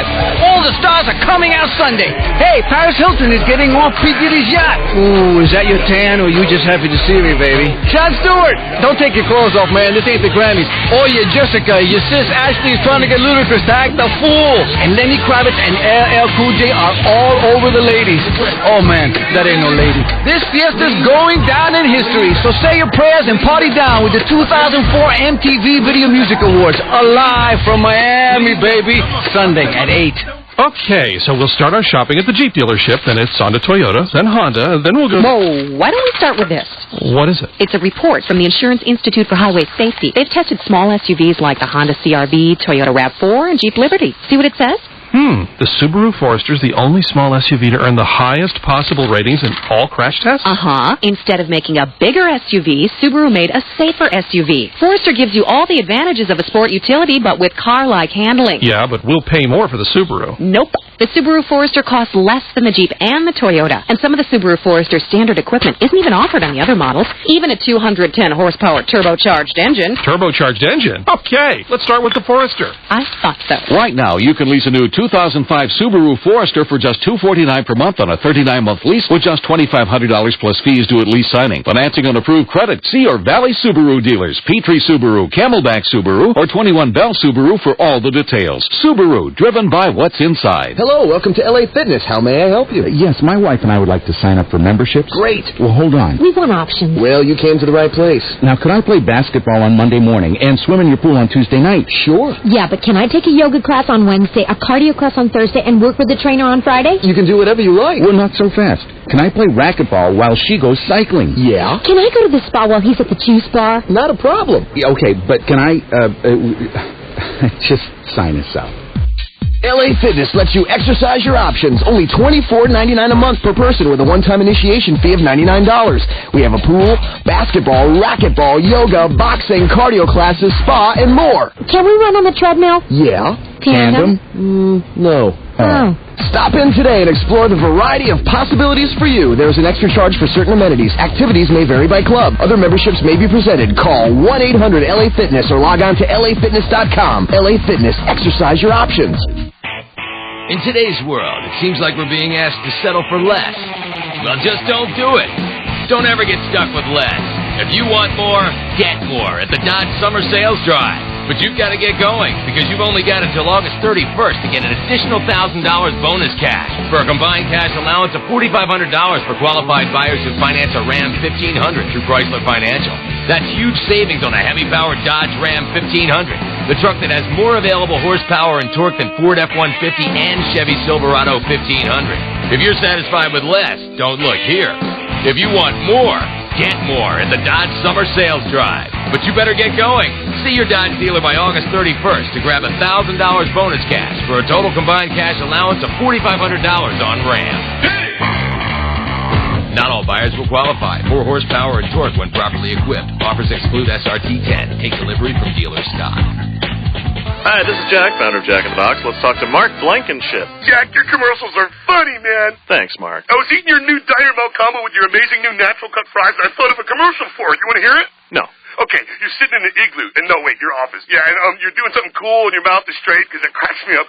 So then this panda bear walks in. No, wait, that girl from that show walks in and says... something about my new Diner Melt combo, how it's a toasty sourdough patty melt with grilled onions and melting cheese, served with my new chocolate melted crunch shake, made with chocolate-covered malt pieces, and my new natural cut fries. No, the penguin says that. Then you get in your helicopter and say something really like, you know, what you would say, and the penguin gets on the panda's back, and the hot girl's all like, whatever, and then the bag drops, and it says, new Diner Melt combo for a limited time, and then the music goes... I never would have thought of that. I knew you'd love it. Yeah, that's not what I said. And now here's Michelle Granville, a real-life crew member from Carson.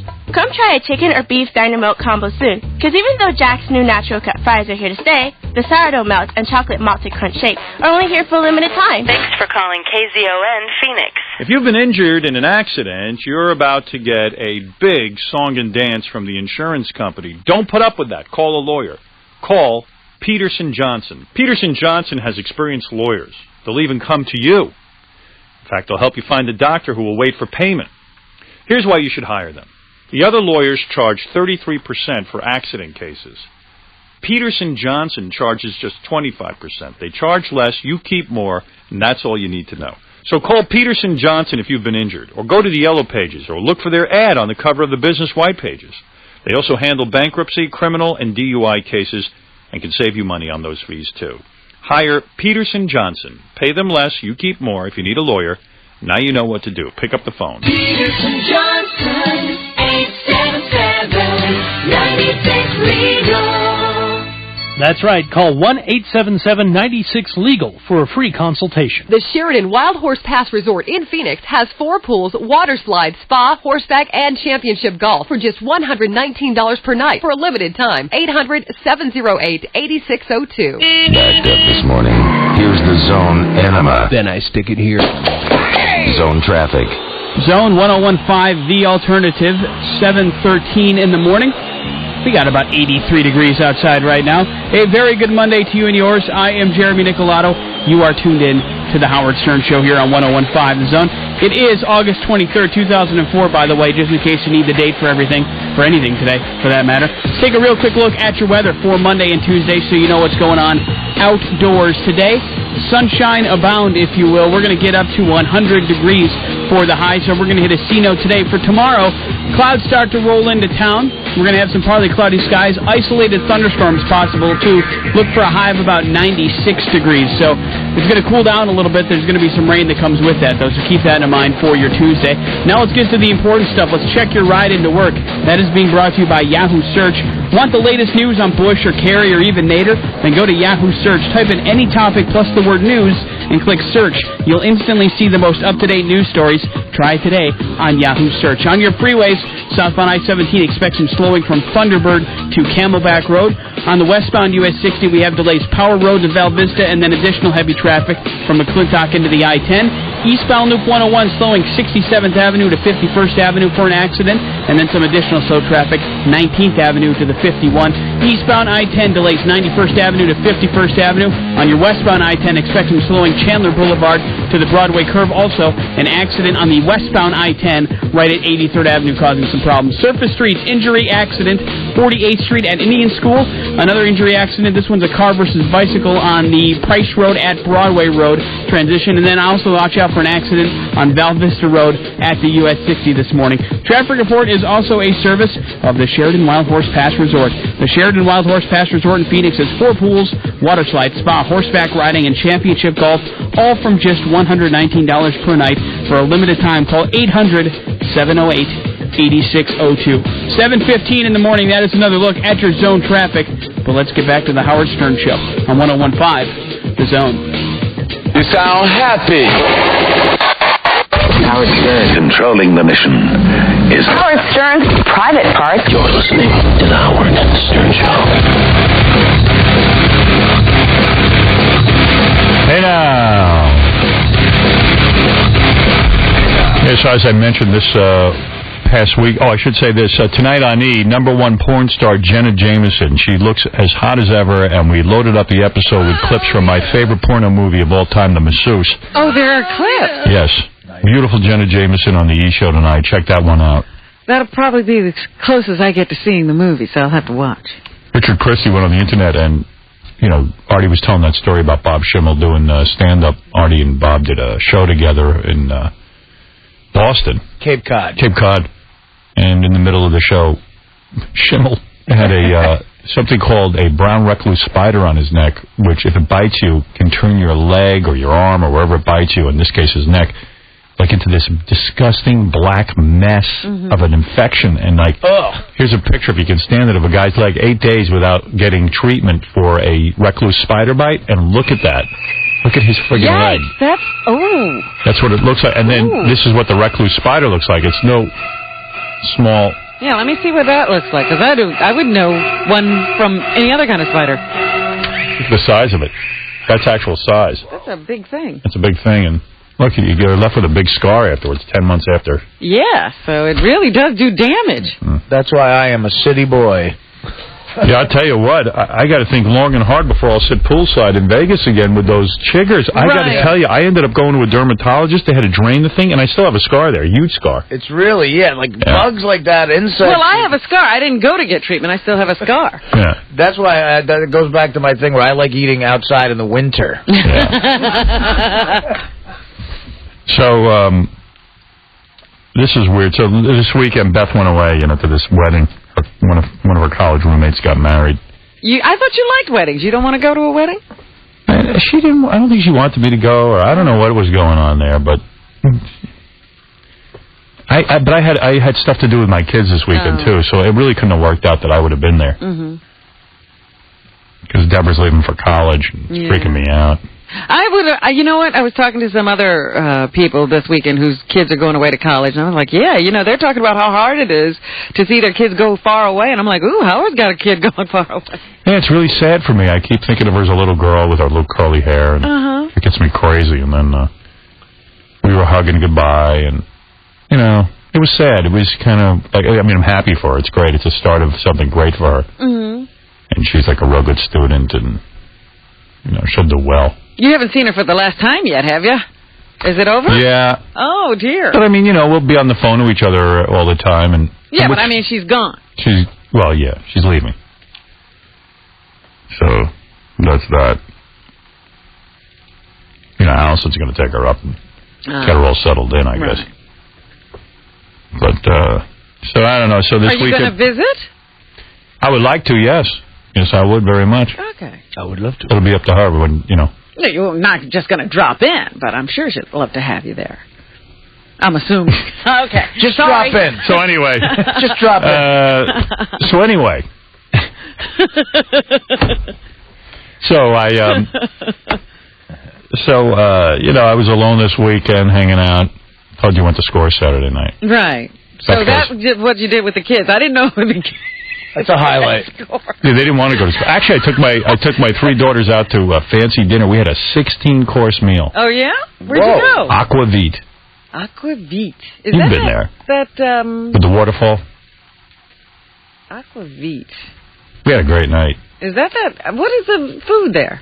It's seafood, right? Yeah, mostly seafood, but you get other stuff too. But when I say 16 courses, each course is like this little tiny thing. Like a thing in the middle of a plate. And you get real nervous in the beginning that you're not going to be full, and then you're stuffed by the end of it. Yeah. Yeah, it was great. It was a fun time. And then, Friday night I was home, and then Saturday I woke up, and I was like, oh, man, I'm really horny. Let's see what's doing. So, I did an experiment. What's the experiment? Now you're a scientist. Yeah, I wanted it. I said to myself, my girlfriend's a hot girl, and I'm wondering if I could pleasure myself thinking of her, pictures of her, because she's been in magazines. That's hot. So, like pretending that you don't know her, you're just finding her in a magazine. Right. So, I said, that's it. That's what I'm going to do. I'm going to experiment here and see if I can pleasure myself to my own girlfriend. We have another sexual scientist. Yeah. I'm Einstein. So I get naked. Okay, you get all set up. I'm nude, I'm aroused. And now I'm walking around my apartment rather than putting on that porn channel, which I love. That pay-per-view, not the pay-per-view, on demand. On demand is the most fabulous invention. And I feel so dumb because I know on the bill, you can... What does it say? Well, I don't know, but for like $9.95, you get the film for 6 hours. Uh-huh. And you can pause and stop it, And I watch for 5 minutes, and then it's... and then it's hanging around there for 6 hours. It's $9.95 for 5 friggin' minutes. I mean, it really is. It's 5 minutes. It's not like you need to rewind or go back. Right. So, I said, okay, so then I'm saying, I have to go find Beth's FHM. So I'm running around naked, and it's disturbing to see me naked. Because I got cellulite on my ass. I mean, it's really not pleasant. Well, where do you see? Do you have a lot of mirrors you have to run by? I do. I remember, and I check, and I'm a masochist because I look in each mirror. I'm running, I'm running around, Cellulite, there's my ass. There's my ass. And I look at myself, and I'm naked. I just look like a plucked chicken because I shaved down my body hair, and I can't get it right. Are you tan at least? Does that tell you white? No, I'm white because I stay out of the sun now. My dad went through a whole thing with like skin cancer 3 times, and I just go, you know what? I don't want to end up like him, getting chunks of my face taken out. So that's scary. Yeah, he's had all kind of problems. So I'm just like, you know what? I'm not going in the sun anymore. So you're dead white. And I'm really thin, but my belly has never gotten ripped, so it's still that jiggly. I mean, it's impossible to be 6'5", weigh 189, and have a jiggly belly. There should be nothing there to jiggle. You weigh 189? 189, and I got loose skin. I mean, it's despicable. There's no point in me being thin. You need to fill that up. Yeah, and it's sick. I don't get it. Just upsets me everywhere. So now I go by my desk. I go, I know I saved her FHM, and I'm going through the whole thing. Is it in your desk? Are you out in the living room or something? I'm out in the living room. But, okay, I'm alone. I mean, who's going to see me? Even the dog was gone. It's funny to sit at a desk naked. Yeah. Oh, it disturbs me to do that. Sit in my own chair naked. I don't understand how nudists function. Me neither. Yeah. I can never look at a chair the same if I just sat there naked. Your ass. And, So now I'm going through the desk, and quite frankly, naked going through the desk, I'm always envisioning, I'm going to close the drawer of my wiener. I mean, it's like, because I don't like to be nude anywhere. I swear. Then I'm going through, because I'm always thinking like something's going to bang into something. We need clothes. We need clothes. When people are doing housework and cooking, I'm like, how do you do that? You could hurt yourself. I mean, I'm ashamed. So then... Clothes are protective. They're good. I know. Mm-hmm. Yeah, I need them. So anyway, So all I could find is Beth's first FHM, not the second one. And I don't like the first one that much. I like the second one better. They're both good. The second one is better. The second one's better because it looks more like her. The first one, they dialed her up so it didn't even look like her. And she was like, she goes, I never do pictures like that. I'm like, I'm hired girl next door type stuff, you know. So this time they kept her more herself. They did. So so I see the first one. I'm not going to pleasure myself to that. I know that. You're not even going to try. So the only thing I could find was her. I couldn't find the second FHM, but I had the calendar that she did. Remember that calendar? Yeah. Right. Gary still has it in his office. Yeah, but she's not nude in it or anything. But okay, what do I need nude? Because I know what she looks like nude. All I got to do is look at her face and look at her in a bathing suit. And hey, I pleasured myself to chicks in bathing suits before. So you couldn't find the swimsuit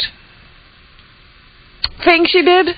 For FHM, the bikini issue, no. Yeah. I didn't have that. But her calendar is a swimsuit calendar. Okay.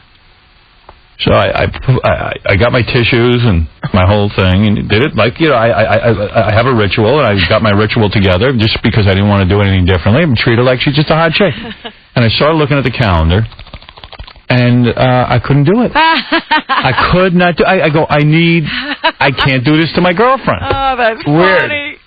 So I'm here to say you cannot pleasure yourself to pictures of your girlfriend. And I could, I could do it because you get in your mind when you're doing that, you go to a whole different world and place. Yeah. Are you sure, Artie? You haven't had, I'm sure you could do it to Beth. But if she was your girlfriend, you might not be able to. You might know Beth too well.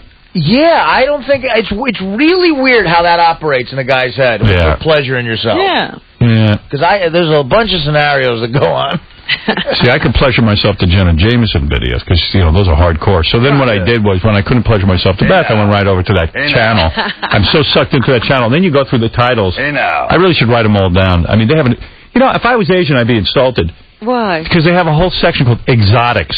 And it's just black videos and Asians. And if I was black and Asian, I'd go...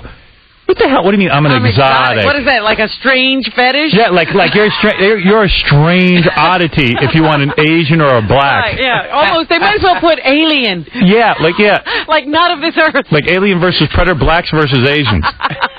so it's like this is the exact. Like I think it's sort of racist. Yeah, why can't the black and the Asians be right in the same list? Yeah, and I tell you, I rely on the descriptions. You have to choose out of 20 different films. Because they have new titles, and I was looking for that Jenna Jameson masseuse one again. I would have watched that again. It's already gone? I don't see it on mine. Say they get new movies every week or something. Well, I don't see that one on there, but I rely on the descriptions, if you will. Like if I see anything with hot teens. You're there. Yeah. And there was one description was everyone's worked at a place where there's a hot girl who shows up to work and wears a skirt with no panties. Young, wet bitches. That was the whole description. Everyone's worked there. I go, all right. It's nice. I'll get into that. So I put that one on, but that had Mary Carey, that chick who was on our show. And, she's not one of my favorites. Yeah, but the chick in it was good. Yeah. Mary Carey just plays a secretary. Mary Carey actually gets to act? Yeah, I don't think I can pleasure myself to Mary Carey. She's too big a lady for me. Right, and I can't help but think of her head in the toilet bowl. Right. But this chick, Mary Carey's fine. I mean, she got the big boobs, and I know guys are into that. But this chick who was in it was good, and sure enough, there she was. She had a good body. I did it to her. But you can't do it to your own girlfriend. No matter how beautiful. No matter how beautiful. And I even was like, oh my God, that's my Beth. I can't do that to her. You know what I mean? Like I have a relationship, I have a life with her. I can't do to her. Yeah, I can't do that. I can't do that to her. Man, we can make love. And that's what you want to do with her. You're going to have dirty... I want to have dirty, rotten sex and we do make love. I mean, I could say it's love making. It's like it's warm and passionate and it feels good to be with you and the dirty, filthy sex I imagine. You can't do that with a girl you love. I'd have to break up with Beth in order to pleasure myself to her. Oh, then you could do really... Yeah, then it could really be awful things to her. Yeah. Scratching my balls. Yeah, well. All right, so your experiment... failed. Yes. So if anybody had that same question, now it's been answered. All right. The funniest story is Joe Piscopo is thinking of a run for the governorship of... I saw that in the paper. I said, this is a joke. Yeah, he was on Entertainment Tonight. You got to hear it. It's great. See, this is weird because he sees Arnold Schwarzenegger. Yeah, Joe Piscopo. I don't think there's a groundswell for Joe Piscopo to be the governor, but no. You know, I think Joe's just looking for something to do. Joe gets a little carried away because, you know, when he's sort of like an icon in Jersey, but I don't think they're thinking of him as governor. No. And he's not an icon. He tells people he's an icon. Well, I see him. You know, he always shows up for everything New Jersey. Yeah, great. No one's looking for him. I mean, Springsteen's a Jersey icon. Well, that's true. He could sweep the governor's mansion in 2 seconds. Springsteen. Schwarzenegger could do it because he was this huge actor. Right. No one's looking for Piscopo, who worked with Eddie Murphy 100 years ago on Saturday Night Live and did a karate movie with Chuck Norris. Yeah, Joe's a good guy. He's a good guy. But I don't think he's going to win the governorship. He didn't have that kind of charisma. But, every day we on your news, we hear these different celebrities come out and promote their movies and stuff, and it's always the same sort of weird thing, and I liken this to Piscopo. Like Meryl Streep, they'll interview her, Robin will play a clip of her, and Meryl Streep will go, you ask me why I did this movie. Well, I have to tell you something. When I read the script, I didn't know, but we were shooting in Minnesota, and this little girl grabbed my hand during the shooting, and she said, Miss Streep, this story means so much to me. Thank you for doing it, and that's why I'm glad I did this. Now, some heartwarming. Like George Lucas. Story, yeah. Like George Lucas goes, I wasn't going to release the Star Wars special edition, but when I was going somewhere and this kid came up to me, and he said to me, this guy came up to me, older guy, and he said, Mr. Lucas, when I was a kid, I saw Star Wars. And actually, I was going through chemotherapy at the time, and it was the one thing that really kept me going. So that's why I wanted to live to see the sequel. They always have some imaginary. You know that these stories. It never happened. It never ever happened. They make up. So it's like Joe Piscopo is talking about. These guys, these business guys, very serious. He goes, very serious business guys. Somebody approached him. Yeah. And and he goes, that's when I started to think, and a lot of people said to me, someone's got to fix what's going on here in Jersey. I guarantee you Piscopo doesn't even know that anything's going wrong in Jersey. And they thought Piscopo was the guy for the job? Some guy, some lunatic. Wait, there's a problem. Who can we get to fix it? I mean, that the story is a complete friggin' lie. Of course. Wait, he called people. Wait, he's like... they go through his credits here. What are his credits? David Letterman. Okay. David Letterman? Oh, no, he played a number of notables. David Letterman, Frank Sinatra, and he does a great Letterman, actually. Right. Okay. Awesome. Well, these are his impressions. And a good Sinatra, too. The actor and comedian has been asked by some people to consider a run in his home state, New Jersey. Now, will he really be the governor, or is he just going to be doing the governor? CNN American Morning anchor Bill Hemmer talked to Piscopo about the possibilities. He considers himself a lifelong Democrat, self-described Jersey guy, but is he the one to replace McGreevey?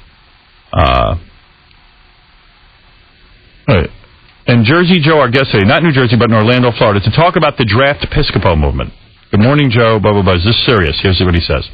Well, I had some serious people talk to me. Serious people. I guess that means... I don't know what that Orlando? means. No, this is in Jersey. Oh. Bill, we're very concerned about the state, and I wrote the jokes 20 years ago, but now it's almost not funny the way Jersey's getting hit. I'm reading the Wall Street Journal and these national publications, USA Today, saying the problem we have in Jersey. So the people that came to me and asked me to run, they're serious. That was his answer. Joe, what can you tell us about the people who approached you? Who are they? Yeah, what kind of maniacs are these? He goes, you know what? They're young businessmen. And I talked to them yesterday. It was so funny. I said, come on, guys. You got to... Oh, shoot. Oh, wait, here it is. Here's the rest of the other. You didn't lose the rest of it. You got to let everybody know who you are. And they say, no, we stay in the background. Joe, we believe in you, and we're friends enough where I'm not beholden to anybody. So they're like young, very concerned New Jersey citizens. Wow. These guys who came to me, they really want to make a change. Let's talk about the stuff that's happening. What's your reaction to Jim McGreevy's answers? Well, I'm a friend of Jim and Dina. My wife Kimberly and I are friends of the governor and the first lady, and we have affection for them, and our hearts go out to them. So that was our immediate response. But I must say, I think most of the citizens in the great state of New Jersey said, it's an unfortunate situation what happened, but you feel such sympathy and you just wish them the best. So he's out there, Well, wait a minute. He's a friend of the guy who caused all the problems? Yeah. Do you want the job? You know what? I love the state enough to do it. I'll tell you that right now.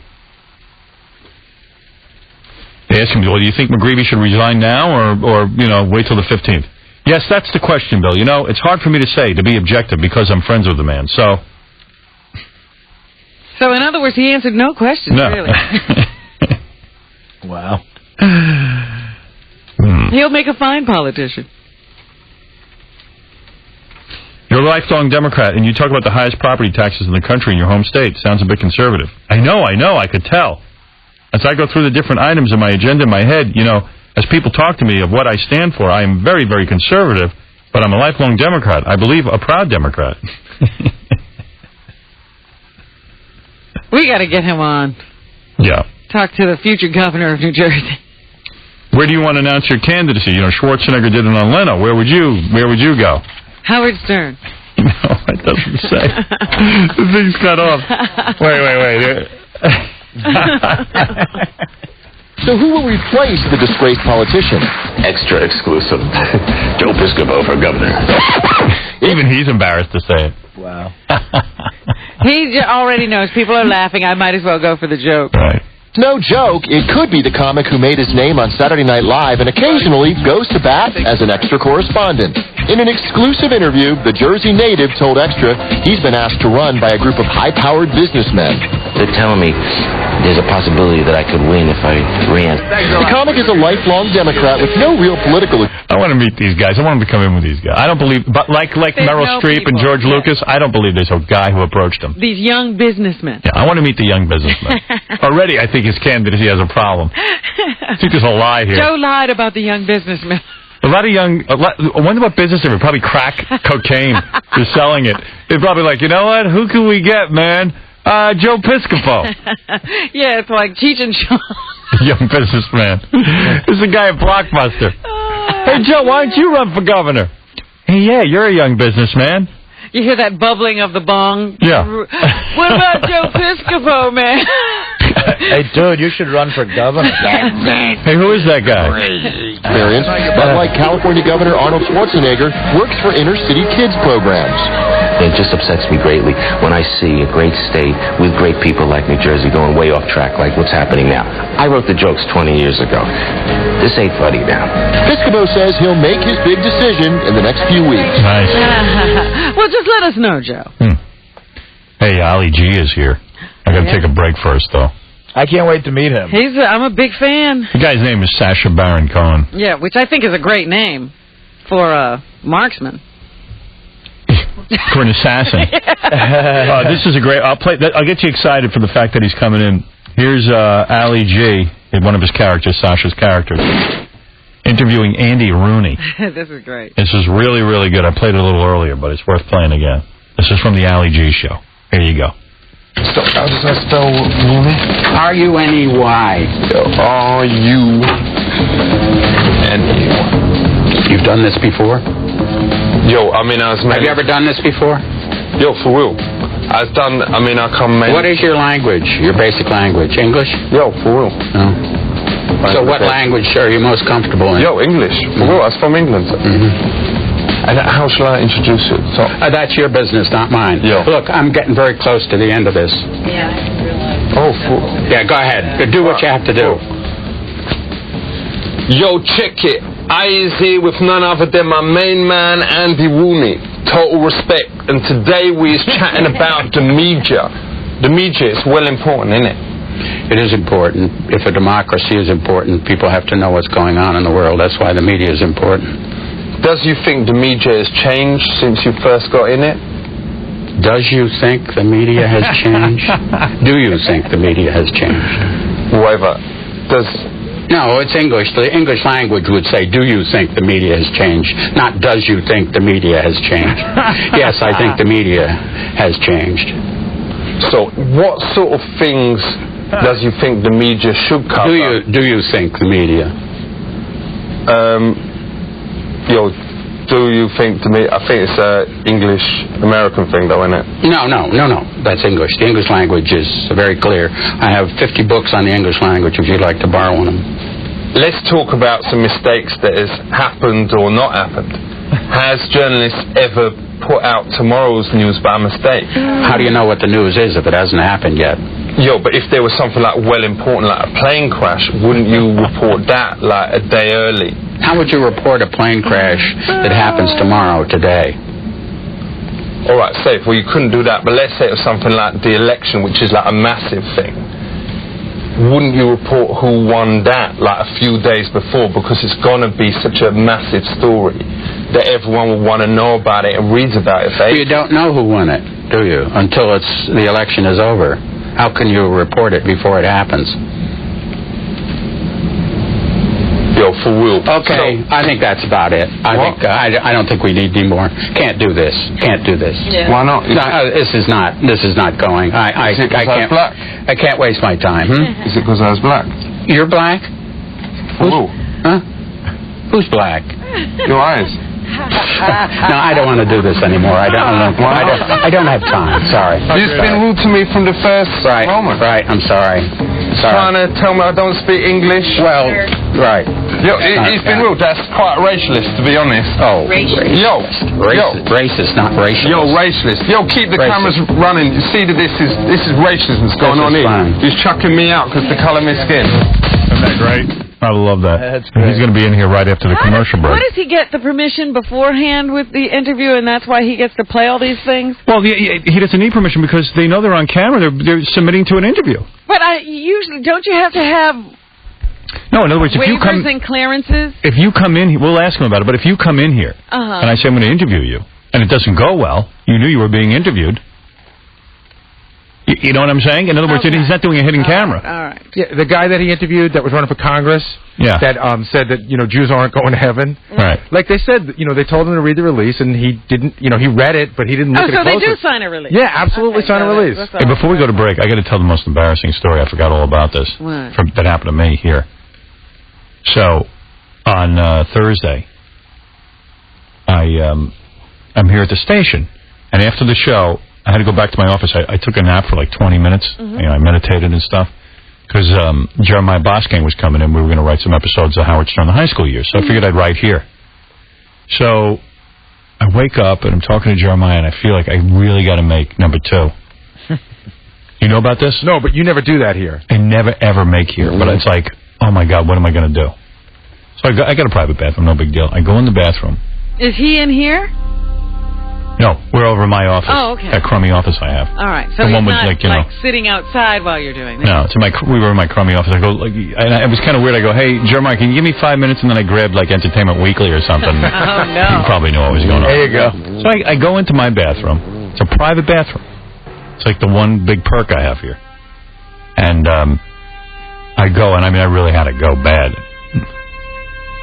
I go to flush. Everything's clogged up. And, the water in my bathroom hasn't been running. No, it hasn't been running, so there's no water to take it down. So what? It just doesn't flush. There's no forceful flush. So I see it's all bottled up in the hole there, No. So now I'm going, I got to get a plunger, but I don't have a plunger, but I have pictures in my bathroom. And there's one, I love all these pictures. I have pictures that the audience has sent me. You didn't. Wait, just let me finish the story. I'm looking around for something to plunge with. Like if I could just move the stuff around in the toilet, I could get it to flush. Because I'm embarrassed as hell, and Jeremiah's waiting for me, and I'm like, everyone's going to know I did this. So now I know how bathrooms get gross. So I go, okay, there's this one picture a guy sent in to me, this black guy, where he took a picture of himself. He's a black guy with boobs. And I love it. As I have it hanging in my bathroom. I take that picture and I stick it into the water because it's a hard picture. It's like a big 8 by. I can't believe you took one of your favorites. My favorite, and I just moved it around. I take first of all, I move it around. It still doesn't flush, and the picture is covered now in me. And I'm like, what do I do?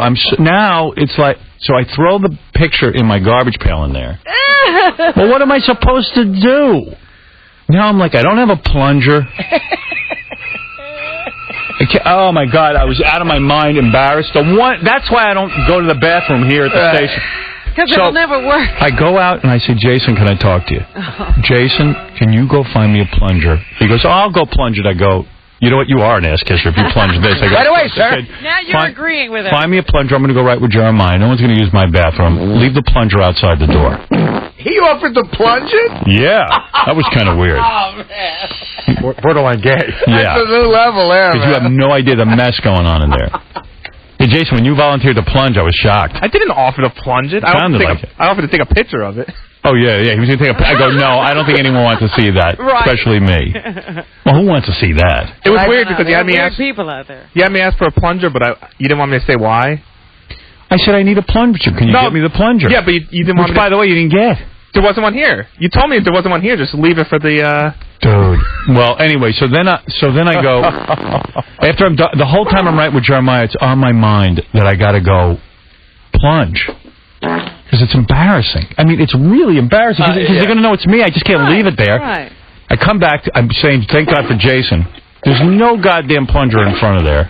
Now he's not around. I go back, I'm walking in the hall. Tom's having a meeting with like 2 or 3 people. I go, hey, Tom. I think I'll make a joke out of it. Tom, listen what happened to me. I went to the bathroom, in my bathroom. He goes, don't worry about it. The cleaning person will clean it. I go, Tom, no one should have to clean that. Why can't my toilet work? It's supposed to flush. The toilet doesn't flush. It's not like I have like some supersized, bowel movement. Right. So, I mean, it should flush. I'm going to throw up. Oh, it's so vile. I can't tell you how humiliated I was. I'm so ashamed. So I said there's nothing I can do. I said, Tom, there's nothing I can do. So I haven't been in there yet. You haven't looked? I should go look. Yeah, get a wireless and tell us what it looks like. Oh, my God. Can you imagine if it hasn't been cleaned? You'll...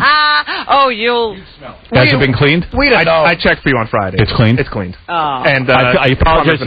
Who cleaned it? I have no idea. Oh, that poor person. They don't pay them enough. Did they fix it, though? I don't know. I'm going to go in. I don't know. I talked to Denise about it. She's supposed to be getting someone to fix it. Yeah, I mean, because the water level is just ridiculously soft in there. I mean, it's got to move. The pressure is not... There's no pressure. It's got to move fecal matter. Jason went up to Richard Christie and said, did anyone describe all of John's job to you? Yeah. You know when you won that Get John's Job contest? Well, one of the things you have to do is clean Howard's toilet. Yeah. We should have presented you with a plunger at that time. We should have done that to him. That would have been a good little practical joke. When we come back, Sacha Baron Cohen. Yeah. Let me say that better. Sacha Baron Cohen. Well, you're still messing up. Right. Sacha Baron Cohen. There you go. A.K.A. Ali G. I look forward to meeting you guys. The Ali G Show. The Ali G Show. We'll be back right after these words. You know the worst thing about niggas? The worst thing about niggas? Niggas love to not know. Nothing make a nigga happier than not knowing the answer to your question. Just ask a nigga a question. Anything. Hey, nigga, what's your capital I am? I don't know that. Keeping it real.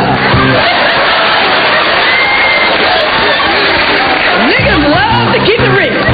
Real dumb. Niggas hate knowledge. So I tell you, niggas will break in your house. You want to save your money? Put it in your books. Because niggas don't read. Just put the money in the book. Books are like kryptonite to a nigga. Here's a book.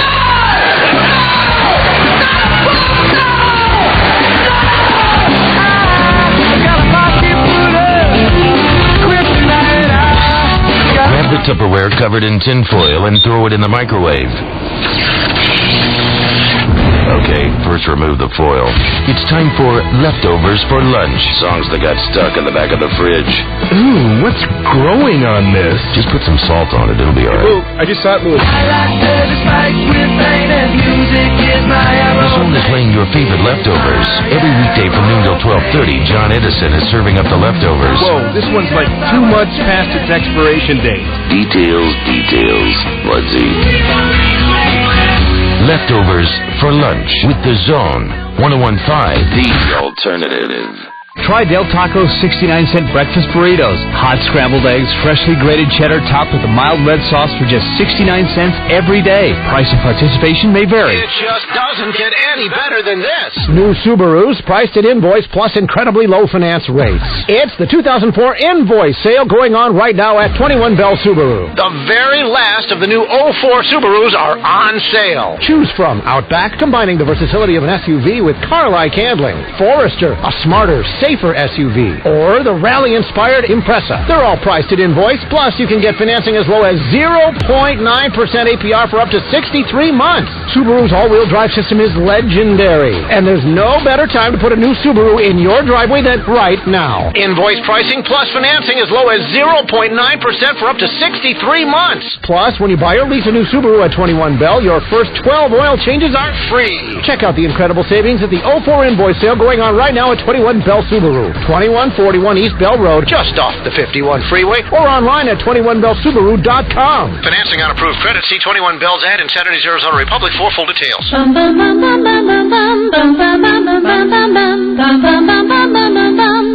Greater laser, make me a dream, make me the smoothest you've ever seen. So tired of wax and using a razor, please can you treat me with your magic laser? We're Greater Laser, offering permanent hair removal. Be silky smooth with our great specials. Women's bikini line or underarm, just $49. Men's upper back, only $89. Greater Laser's professional certified staff eliminates hair from all skin types, including tan skin. Greater Laser with 2 Valley locations. Call 480-777-1002. Please turn on your magic beam.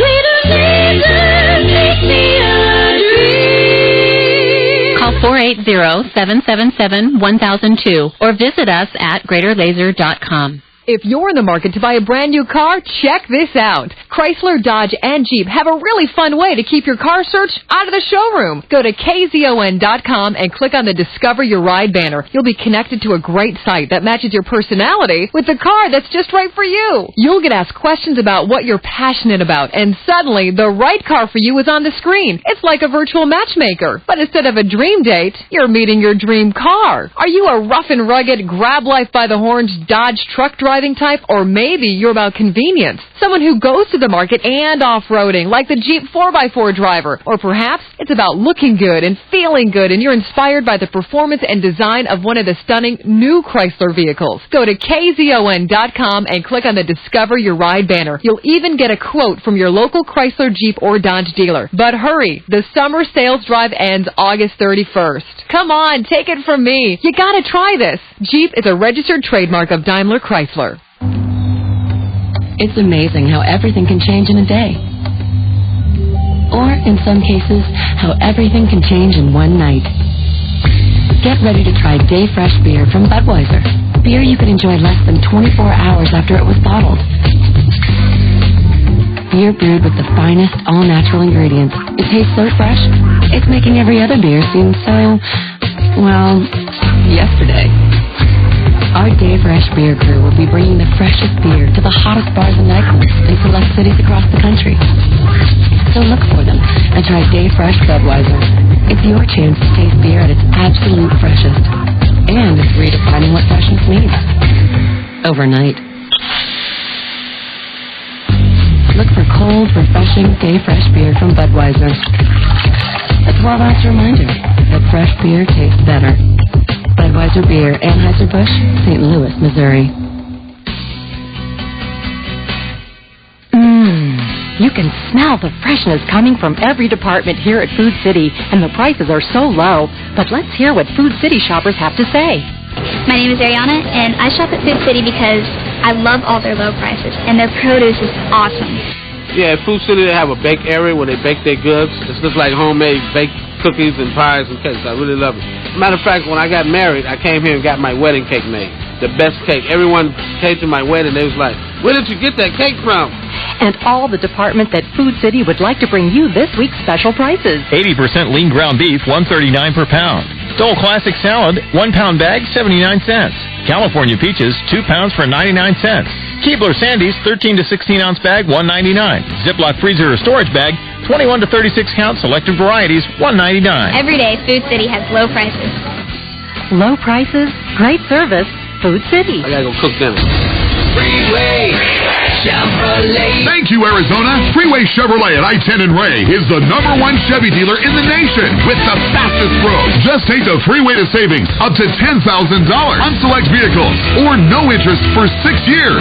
That's right, folks. Not 5 years, but 6 full years of interest-free financing. It doesn't get any better than this. Here's your chance to get out of that high-interest loan, and Freeway will pay off the entire balance on your trade. Listen to these 2004 model year-end specials. 2004 Silverados from only $199 per month. New 2004 Tahoes as low as $399 per month. The popular Cavalier from only $129 per month. Or the all-new redesigned 2004 Malibu for only $159 per month. Don't walk. Run to Freeway Chevrolet and take advantage of these fabulous deals. Freeway Chevrolet at the I-10 and Ray Auto Mall in Chandler. Right on the freeway, right on the price. 84 months with 6.75% APR and down fee of $198.50. $4,000 cash down on through credit. Hey folks, it's baseball season, so slide on into your neighborhood KFC restaurant and register to win exciting Arizona Diamondbacks prizes. Prizes include a road trip for 2 to see the team play in San Diego, a chance to throw out a ceremonial first pitch, and a luxury suite where you and your friends can enjoy the game, a valuable player autograph package, including a Randy Johnson baseball, a Steve Finley bat, and a Matt Cata photo, or a set of 4 tickets to a Diamondbacks game and a bucket of the Colonel's famous secret recipe chicken. While you're at KFC, get something to delight the entire family. A free chocolate cake with the purchase of a 10-piece Mega Meal. The Mega Meal includes 10 pieces of legs and thighs, 3 large sumptuous side dishes, and 6 buttery biscuits, all for just $15.99. You heard right, and we think you'll agree that it's the best meal to ever cross your home plate. Getting hungry? Well, that's okay. You'll be in Chicken Capital USA. Limited time offer. See participating KFC restaurants for official rules. Prices may vary. White meat substitution and tax extra. The Poker Superstars Invitational heats up on FSN. The stakes are raised as the greatest players sit down to determine the world's greatest poker player. Sunday at 8:30, only on FSN Arizona. It's here, the 3rd annual Ford Freedom Sale, which means the biggest savings of the year on Ford's best sellers. Get freedom from interest, get freedom from payments, plus get up to $5,000 customer cash, plus an additional $1,000 to $1,500 in freedom cash. And this year, we're taking savings down a whole new highway. Log on to FordFreedomSale.com for huge cash rebates and register to win an all-new 2005 Ford Mustang GT. No interest, no payments until the end of the year, plus up to $5,000 customer cash, plus an additional $1,000 to $1,500 in freedom cash. The Ford Freedom Sale ends September 6th. Log on to FordFreedomSale.com for great rebates and a chance to win a 2005 Ford Mustang GT. Get to your Arizona Ford dealers today. Not all buyers will qualify. APR customer cash and FMCC Freedom Cash back vary by model. FMCC Freedom Cash and 120-day deferred payment only available with approved financing through Ford Credit. For FMCC Freedom Cash, deferred payment, customer cash, and or APR, take new retail delivery from dealer stock by 9604. See dealer for qualifications and complete details.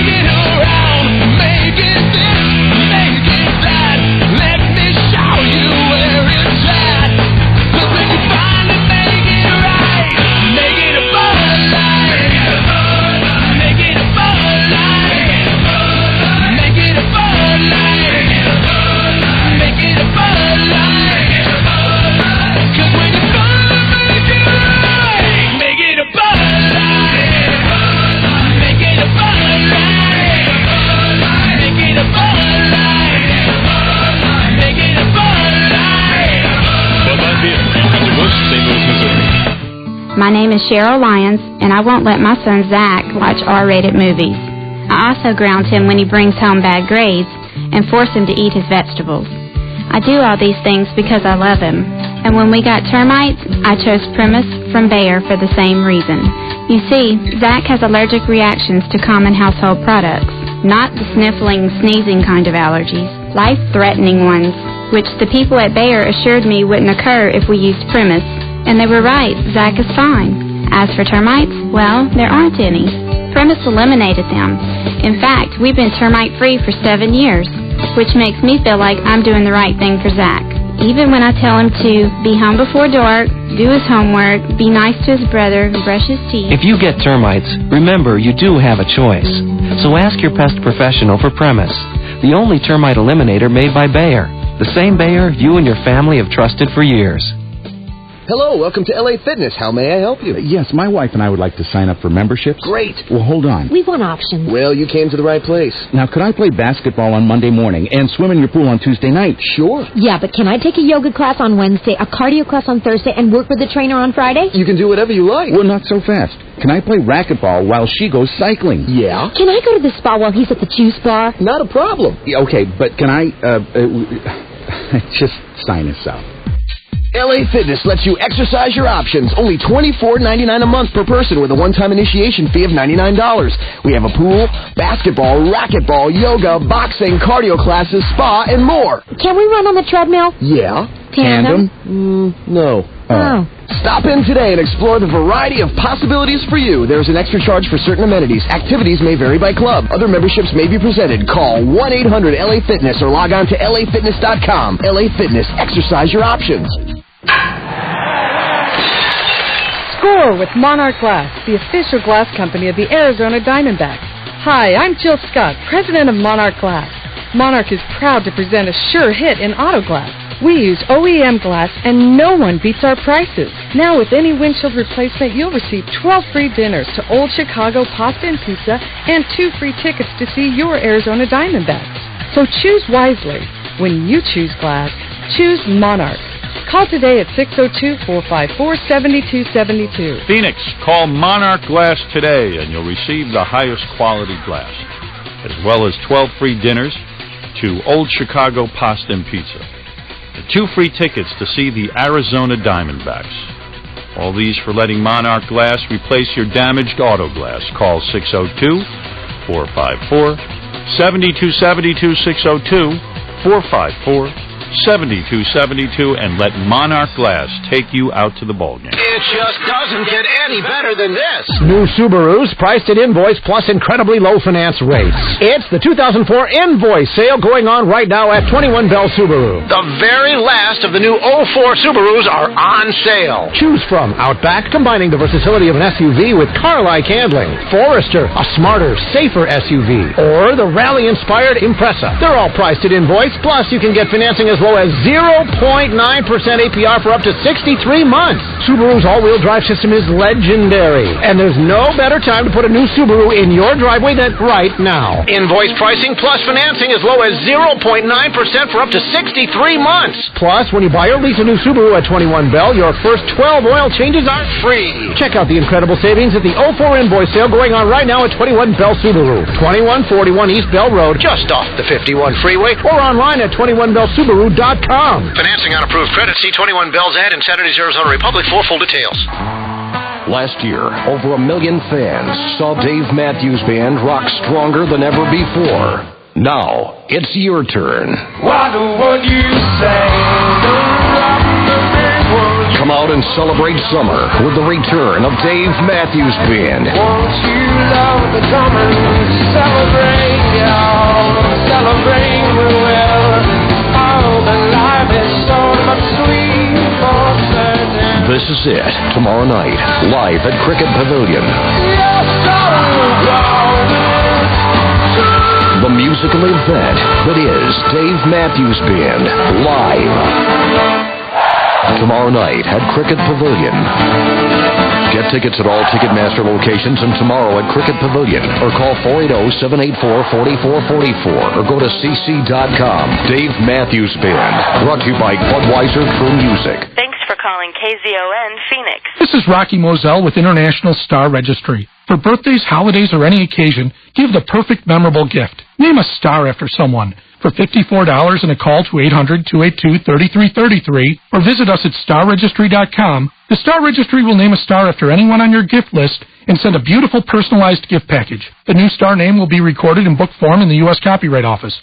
Call the Star Registry at 800-282-3333 or visit starregistry.com for the gift that shines forever. Sting is the new drink. It's all over the streets, man. Look for the yellow jacket all over the green can. It'll pump adrenaline like a giant machine, man. Drink anything else? That's just obscene, man. Need a pickup in your daily routine, man? It'll last like a fire with gasoline, man. Make sure the simple citrus is up in your hand. 10 times the energy of any heavy metal band. Y'all don't know by now? I'm gonna smack your crew. This is YJ Stinger straight from Stacker 2. This YJ Stinger is the energy king. Go on, catch the buzz, feel the sting. Is that good? All right, cool. Treat your family to the savory taste of Owens Country Sausage. Your local Albertsons is featuring a variety of tasty Owens snackwitches and border breakfasts. 2 for $6. Owens, from their family to yours. On the move. Zone traffic. Medicated with a special softening agent to make your traffic experience smooth.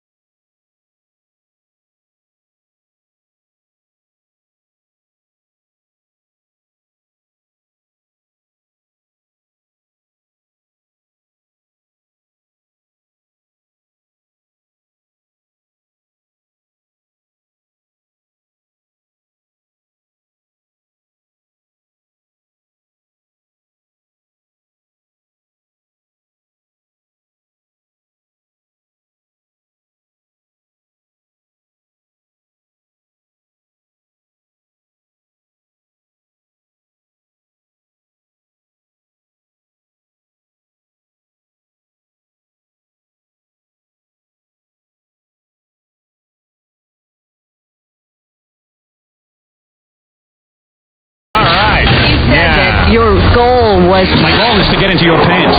You're listening to The Howard Stern Show. The Ollie G.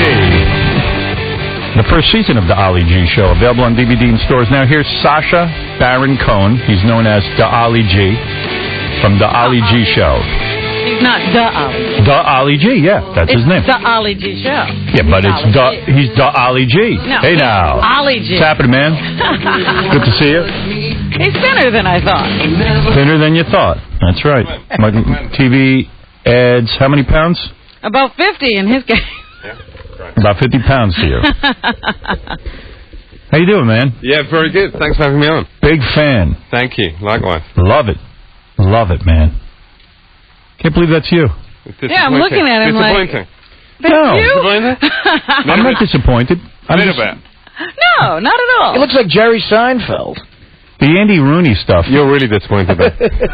The Andy Rooney thing is great. We just played it. Did you hear us playing it? Yeah. Oh, man. So you get him there under the premise that... It's a real interview. Yeah, I can't really go much into how we do it because otherwise I won't be able to do it anymore. Right. That's it. Sorry. Shall I leave? Can you leave now, please? I could easily.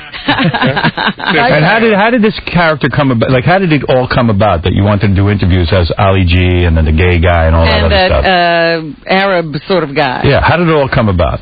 I was on a cable TV show in England and I was doing kind of different characters. Yeah. Like a sketch show or something? Yeah, basically like that. And then I was doing this, it was like an early form of Ali G. Right. And he was like the skateboarder character. And at one point I saw these skateboarders and I just kind of interacted with them. Right. And I thought they'd see through it immediately, and instead they were going, "Oh man, that's rubbish! Look at your skateboarding! That's rubbish, man! Look at him! He's total rubbish at skateboarding!"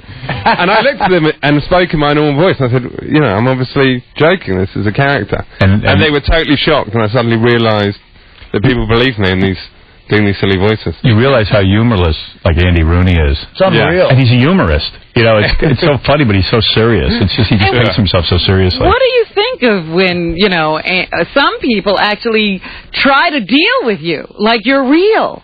They're afraid to call you on it. I think, well, everyone on the show deals with me like I am real. And that's it. When I get into the room, the idea is to make them believe in like 30 seconds that they're with the biggest idiot in the world. Now, there's a big article. Did you see the article in the paper about you today? I had a little peek. All right. So the premise is, and I'm not going to read the whole article, but it was kind of interesting and fascinating to me that people don't understand that you're not anti-Semitic. Yeah. And you're Jewish, about number one. The song, yeah. Yeah. So we play this clip all the time on the show. You got up at a redneck bar. That's right.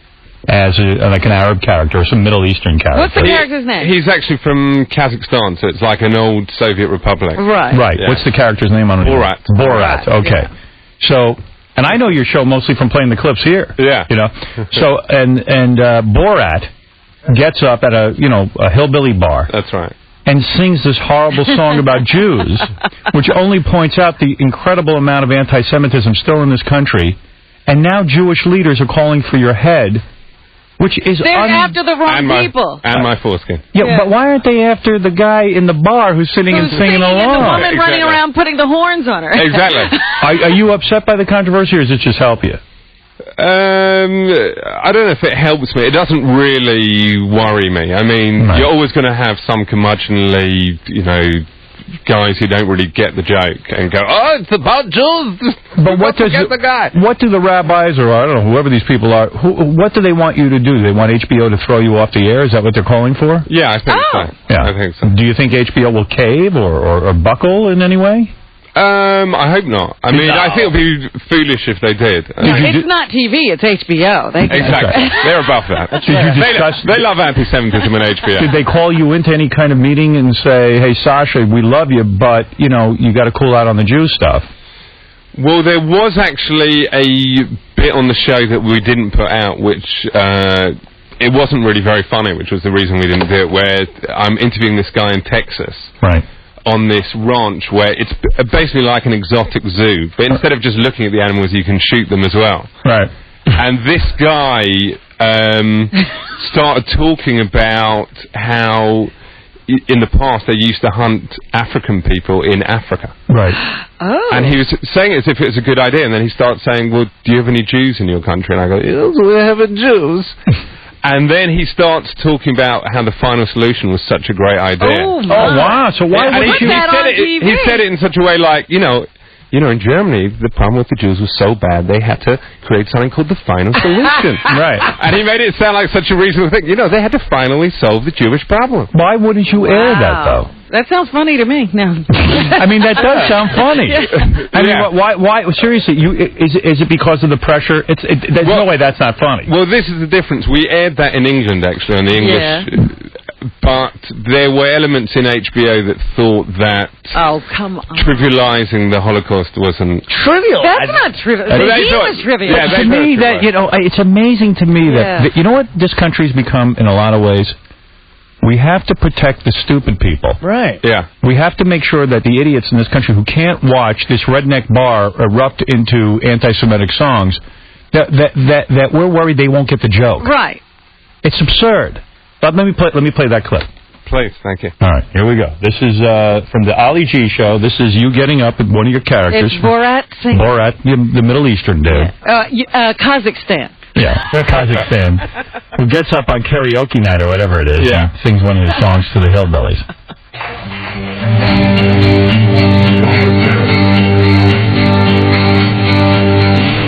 You like the song?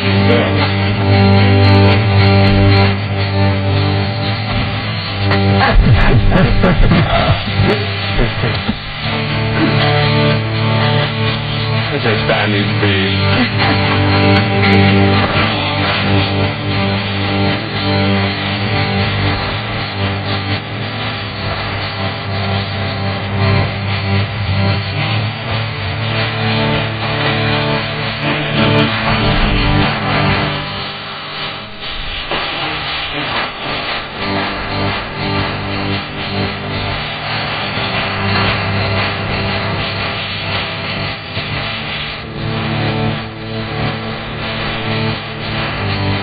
So here you start singing about the Jews, and all of a sudden the hillbillies come to you because they were kind of not into you at first.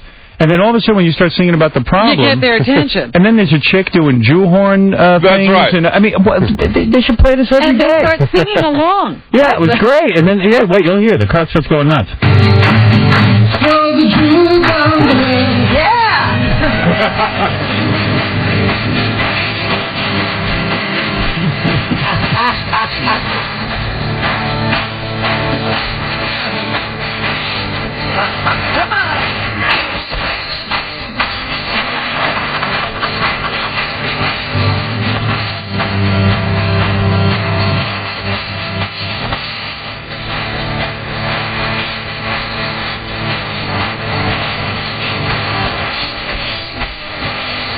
Brilliant. All the broads are up dancing. Oh, yeah, everybody's happy now. We're throwing the Jew down the well. What a great thing. I mean, it's unfriggin' believable. They don't even know what he is, but they're behind him now.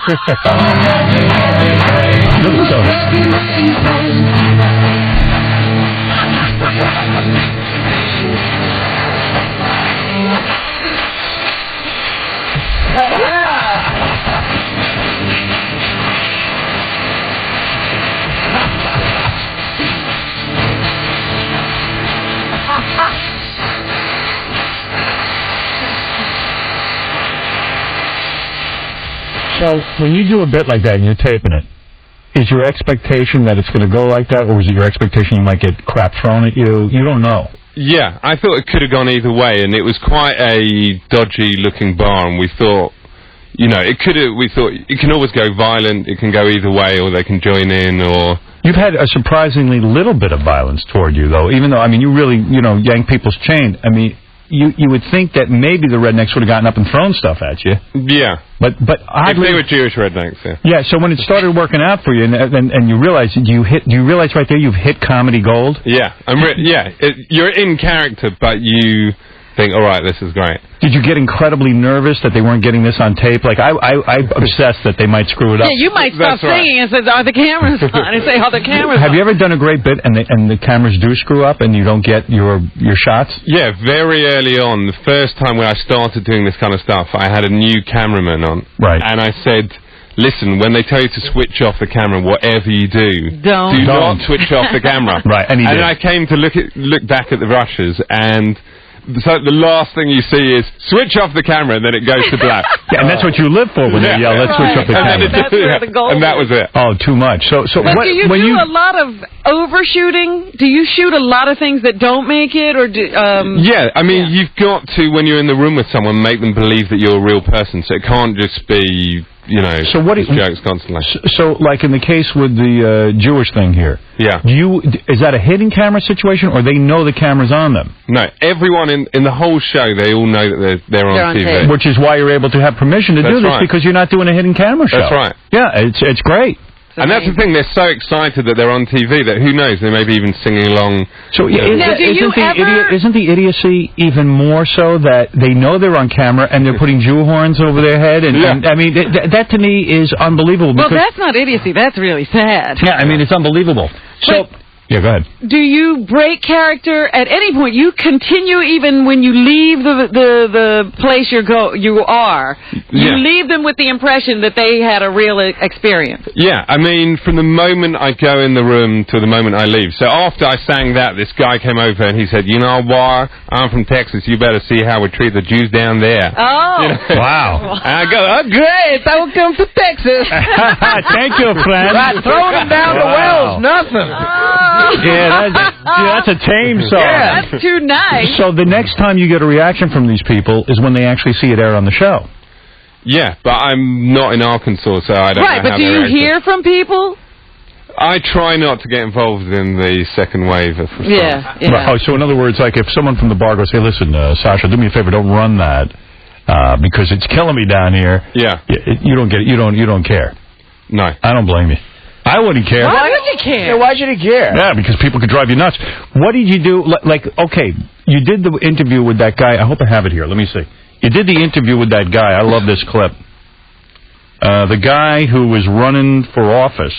Jim Broadwater, yeah. Yeah, and you walk around with him. He's Barat again. Oh, man, I can't find it. Hey, Gary, come in here and help me. That's a great one where he's out canvassing with... That's right. You're canvassing with this guy, and basically he admits that the Jews are going to go to hell. That's right. Yeah. Because they don't believe in Jesus, right? But he's born again, yeah. Right there. Yeah. He's very proud of that. All right, here, let's play that. Now, you've heard from this guy, I take it. HBO have heard from him. And what is he saying? Please remove the clip? Yeah, I think he was upset. He didn't do that well in the election. And he seems to think that he didn't do that well partly because of the HBO segment.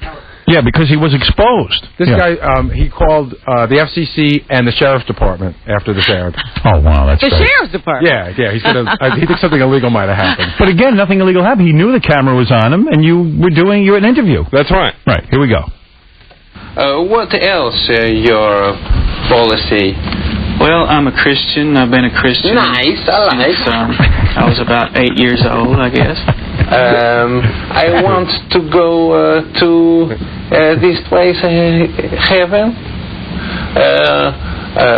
Which religion must I choose to go there? The Christian Bible says that Jesus Christ is the only way to heaven. If people choose the Jews, will they go heaven or hell?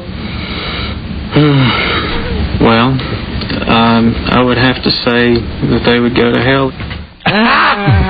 So great. That is just so great. That's unbelievable. Yeah, so the guy's upset. Oh. No. I'm upset. I'm going to hell. Yeah. So, and doing this show, the Ali G show, it's caught on. Is HBO paying you some money, or is it horrible wages? Let's just say... You're working on the original contract? Yeah. Yeah, HBO isn't known. HBO isn't known. They're all right. They're all right. They give you creative freedom, so I can go somewhere else and get a lot more money. But their creative freedom is great, isn't it? Yeah, exactly. Creative freedom always costs you. Exactly. Creative freedom ain't going to get you out of the slum. Now, let me ask you something. You're living in L.A. now? No, basically living in England, yeah. Oh, okay. All right. Now, but I understand... you're about to get married. We're going to get to that in a minute. Let me just. I understand. When I was in England, you almost got me. You almost interviewed me. No, this was it. I was not in character. It was about 7 years ago when I was on that cable show, and you were on the Chris Evans show. Yeah. Now I think I remember meeting you. You came up to me with a camera. Maybe. And you walked up and you. But I was like, I'm not going to talk to you. Yeah. Yeah, I was like, I mean, who the hell wants to stop and do an interview? I just was interviewing. Yeah. I don't think I was going to set you up. It was not in character, so. Yeah. I think you were just looking to interview me. Yeah, that's right. Yeah, I kind of remember that. I don't know why that sticks out in my mind. I remember a guy. Really? I remember walking out of a studio and a guy came up to me with a camera. So what? So what was the show I was on? I don't even know. You were on a show by a guy called Chris Evans. That was that one-on-one thing? Was that a sort of a blonde guy? Yeah. No, he's got ginger hair, red hair. Okay, light hair. I think you said something like you'd met his ex-wife the night before and you wanted to start the interview with her on your lap. I remember not being all that comfortable there. Yeah. I think he came on your show here. Is that possible? He was just annoying. It's been alleged beforehand. You worked for the guy? No, I didn't. You worked for some other show. All right. He was incredibly popular in England, and he's still actually really popular. Is he still on? He isn't on at the moment, but that was the biggest show. I wish you had interviewed me instead, to be honest with you. I would have preferred that. So, so Rob, so now your life's changing. You're getting better known. Were you a stand-up comedian at some point? Yeah, I used to do stand-up. And you did all these characters in stand-up? Yeah, I did characters, and, the problem was that they were a little too realistic. So occasionally people didn't realise that it was a character on stage, and they thought this was a real guy. And are we going to see the Ali G movie or something? Is that going to happen? There was an Ali G movie that I actually did in England that... I don't know if it's going to come out here. But is it like you doing interviews, or is it like a made-up story, like a backstory? It's actually more of a kind of made-up story. It's more for a kind of younger audience, and it's not quite as hard-hitting as the TV stuff. And what else are you working on? You just the Ali G show? You're doing other things? There's some potential for some films, and You seem like a real super talented guy. It seems like he's about to pop, and he's getting married. Yeah, that's a bad mistake. Why are you getting married? What's going on? The chick's super hot. She's an actress, right? Yeah, that's right. Yeah, she's in, what the hell was the movie? She was in Scooby-Doo. She's in the new David A. Russell film as well. Right, Scooby-Doo. Now, which chick is she? I didn't see Scooby. Oh, wait, is it Sarah Michelle? No. Are you marrying Sarah Michelle Gellar? She's already got a husband. Really? Who's that? Freddie Prinze. Oh, that guy. No, but who are you? So what's your girlfriend's name? My girlfriend's called Isla Fisher. Isla Fisher. Yeah. She must be hot if she's in the movies. What's she going to do? You're going to take the plunge. You could be getting a lot of trim with that new Ali G show and the success that's happening. Yeah, you sure? You must be gay. I'd have to walk around with my glasses on and the do-rag, or with a massive moustache. I got to say, when you're actually doing the show, because I grow I sort of get a bit method about it all, and I grow all the facial hair. Yeah. Right. So basically... the fact is, if I'm walking around Hollywood, I'm either walking around with a massive moustache, or I'm looking like an incredibly gay guy. So the idea of me getting a lot of girls doesn't really happen. Do you ever get laid in character? I haven't done that yet. Like, have you ever been doing an interview as the gay guy with a bunch of gay guys around, and a lot of them go, hey, how far do you have to go? No, I have had guys who have said, here's my number afterwards, and, they expect me to come on to them afterwards. So maybe that's the X-rated movie you could put out, where you bang people in character. Like you interview the Olsen twins and you have sex with them or something. I did very early when I was doing Borat. I went to a gay pride... festival in England. Yes. And there was a guy who was a transvestite, and he was obviously a transvestite, and he was a massive guy. Right. But he was dressed in a dress, and the idea was that Borat obviously thought it was a beautiful woman. Right. And I was going, you're beautiful, and he said, well, come with me then, darling, come with me. And he pulled me into a cubicle in a bathroom. And then suddenly he closed the door and the camera was outside. I was going, I need to go, I have a wife. And I was trying to open the door. And I realized the guy was a lot stronger than me. Oh, boy. And I was stuck in this. Man. I was stuck in this bus literally trying to pull for dear life. And eventually I managed to yank my way out. My wife! And then ran out of there. But you stayed in character. Yeah. I go, you're beautiful, but my wife, most beautiful woman. You talk about violence. This is another favorite of mine. And I think this is from your new season.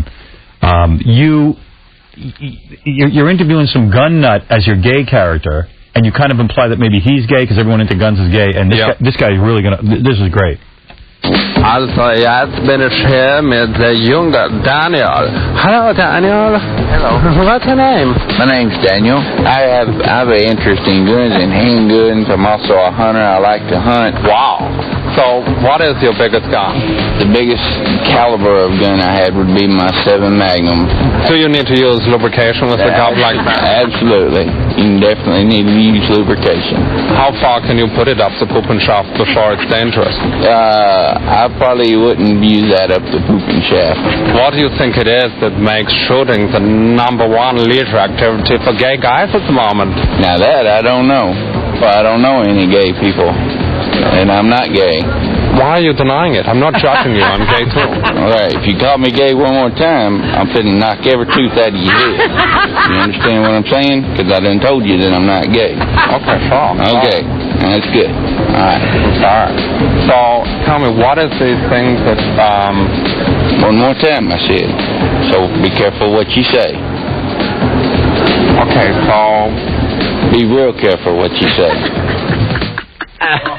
What'd you say? Well, I was wondering in my mind, shall I ask him if he's gay again? And then, you know, when you ask that, you've just got to think, where's the escape route? Right. And the problem was he was standing in between me and the door. Yeah. And so I didn't... He would have pummeled you. I mean, there was another guy, actually, on the DVD that's coming out that... I basically said, you know, so tell me, what is freedom? We're at a very far right-wing expo in the deep south. And I go, so tell me, what is freedom for you? Is it walking down with your boyfriend's hand in yours down to Einsatzstraße? And he goes, no, you know, I don't have a boyfriend, and somebody like that tries to come near my kids, I will kill them. And I go, all right, so tell me, why are you looking me in the face? Because, you know, you're so cute. And, you know, it's going to be just one great night for you, but it's going to be a broken heart for me. And he goes, listen, I'm not gay. And I go, okay, I see, so you're bi. And then the guy totally lost it and said, I'm not gay, I'm not bi. Started screaming at me, and then apparently pulled out a gun. Oh. And got the tape back, and he started running with a couple of his guys after me. And I'm like still in character thinking, how do I run as this kind of Camp Austria guy? And I somehow managed to maintain character, but run incredibly fast. Yeah, drop the goddamn character. I mean, really. There's so many great clips. I mean, this is a classic one, too. And by the way, the first season of the Ali G Show is available on DVD in stores now. I have to get that one. I got to get the new Munsters one that comes out tomorrow. So you got two things to pick up. Yeah, you a Look Munsters at the shopping you have to do. You ever check out the Munsters? It's an old TV show. Yeah. Yeah, they're putting that out on DVD, too. I'm going to actually get your DVD. Yeah, I'm going to give you one. Oh, you are? Yeah. It's good. You'll love it. Yeah, no, I know. I love it already. The Ali G Show re-premieres this Sunday night at 10:30 on HBO. This is just one of my favorites. I'm going to play this one for you. So does vets mainly look after sick animals? This is great. No, we do a lot of preventive medicine, reproductive work, and everything. Why was there so many sick animals in Vietnam? There wasn't that many sick animals in Vietnam. But weren't there like millions of Vietnam vets? You're confusing terminology here. Okay, a veterinarian is a doctor of veterinary medicine. He's a person that treats animals. For Will. So, I'm getting it. So loads of people went to Vietnam and then treated animals there. No. You're confusing the term. Right. I'm a veteran, but I'm also a veterinarian because I served time as a veterinarian in the military. For Will. So why do so many of those people from the military then later on in life want to start working with animals? They don't. They can do anything they want to. There's no relation between a veteran of the military and a veterinarian. Respect. And you is? I'm both. Oh, man, that's so confusing. I don't understand it. So to make this clear to young people out there, people who fights in wars is called veterinarians. No. People who are called veterans. Whatever. Veterans. People who does the animal thing is called veterans. No, veterinarians. Veterinarians. V-E-T-E-R-I-N-A-R. It's veterinarians. When you was a kid, did you know that you wanted to grow up and be a veteran? Poor guy. Yeah. Well, you're still confusing. Just forget the word veteran. All right. Please. You know, forget it. In a sense, you need people to make the whole act work, and if you get much more popular, is it going to be the end of the Ali G Show? Because everyone's going to, there's the Ali G. Once they're in on the joke, it just doesn't work. Yeah, that's true. It really doesn't work if they're in on this Well, joke, that's what I was going to say. I've heard that you're very reclusive. You try to stay.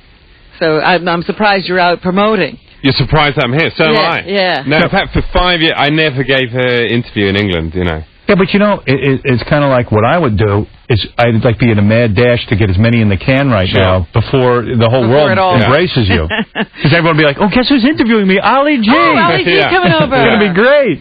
And then you turn into Martin Short. You know? You think it's slightly foolish that I came on the show?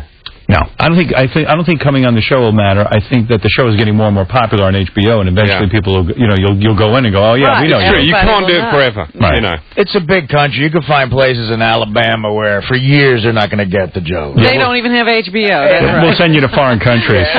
But the thing was, it's strange. You go to places like Alabama, and some of them are actually people are either saying "Get out of here," or they're saying, "Hey, can you sign this autograph?" Yeah, right. Yeah, it's you'd be surprised how far HBO reaches. It's a small world after all.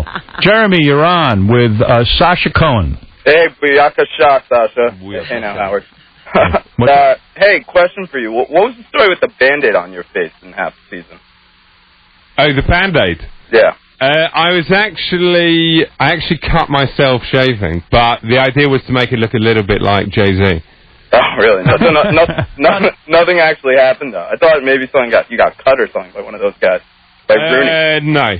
It was part of the character, making him look goofy. No, I shave every morning, and I literally just cut myself shaving, so I had to wear a Band-Aid. Not a great story, I'm sorry. Mike, you're on the air. Hey, what's happening, Howard? Hey, Ali G, I was wondering, man, who influenced you? Like, it's a little bit like Andy Kaufman, you know? Well, I never really watched Taxi growing up, but when I saw the Andy Kaufman film, I was incredibly impressed by this guy. But, I watched a lot of American comedy. You didn't know about all his improv and all that kind of stuff, No, but it was amazing. I mean, seeing Man in the Moon is... Yeah, it probably would have been great if Andy got into something like this. Sometimes you couldn't channel Andy's talents. Andy but he enjoyed just doing it for real and just driving people crazy. That was what he was going for. Yeah, that movie he did with that wrestler dude was really good. Incredible. Breakfast with Blassie. Yeah. Ryan, you're on the air. What's up? Come on, man. God damn it, I hate when people screw me like that. They go hello and then they disappear. All right, let's go to Andrew. Yo, Howard.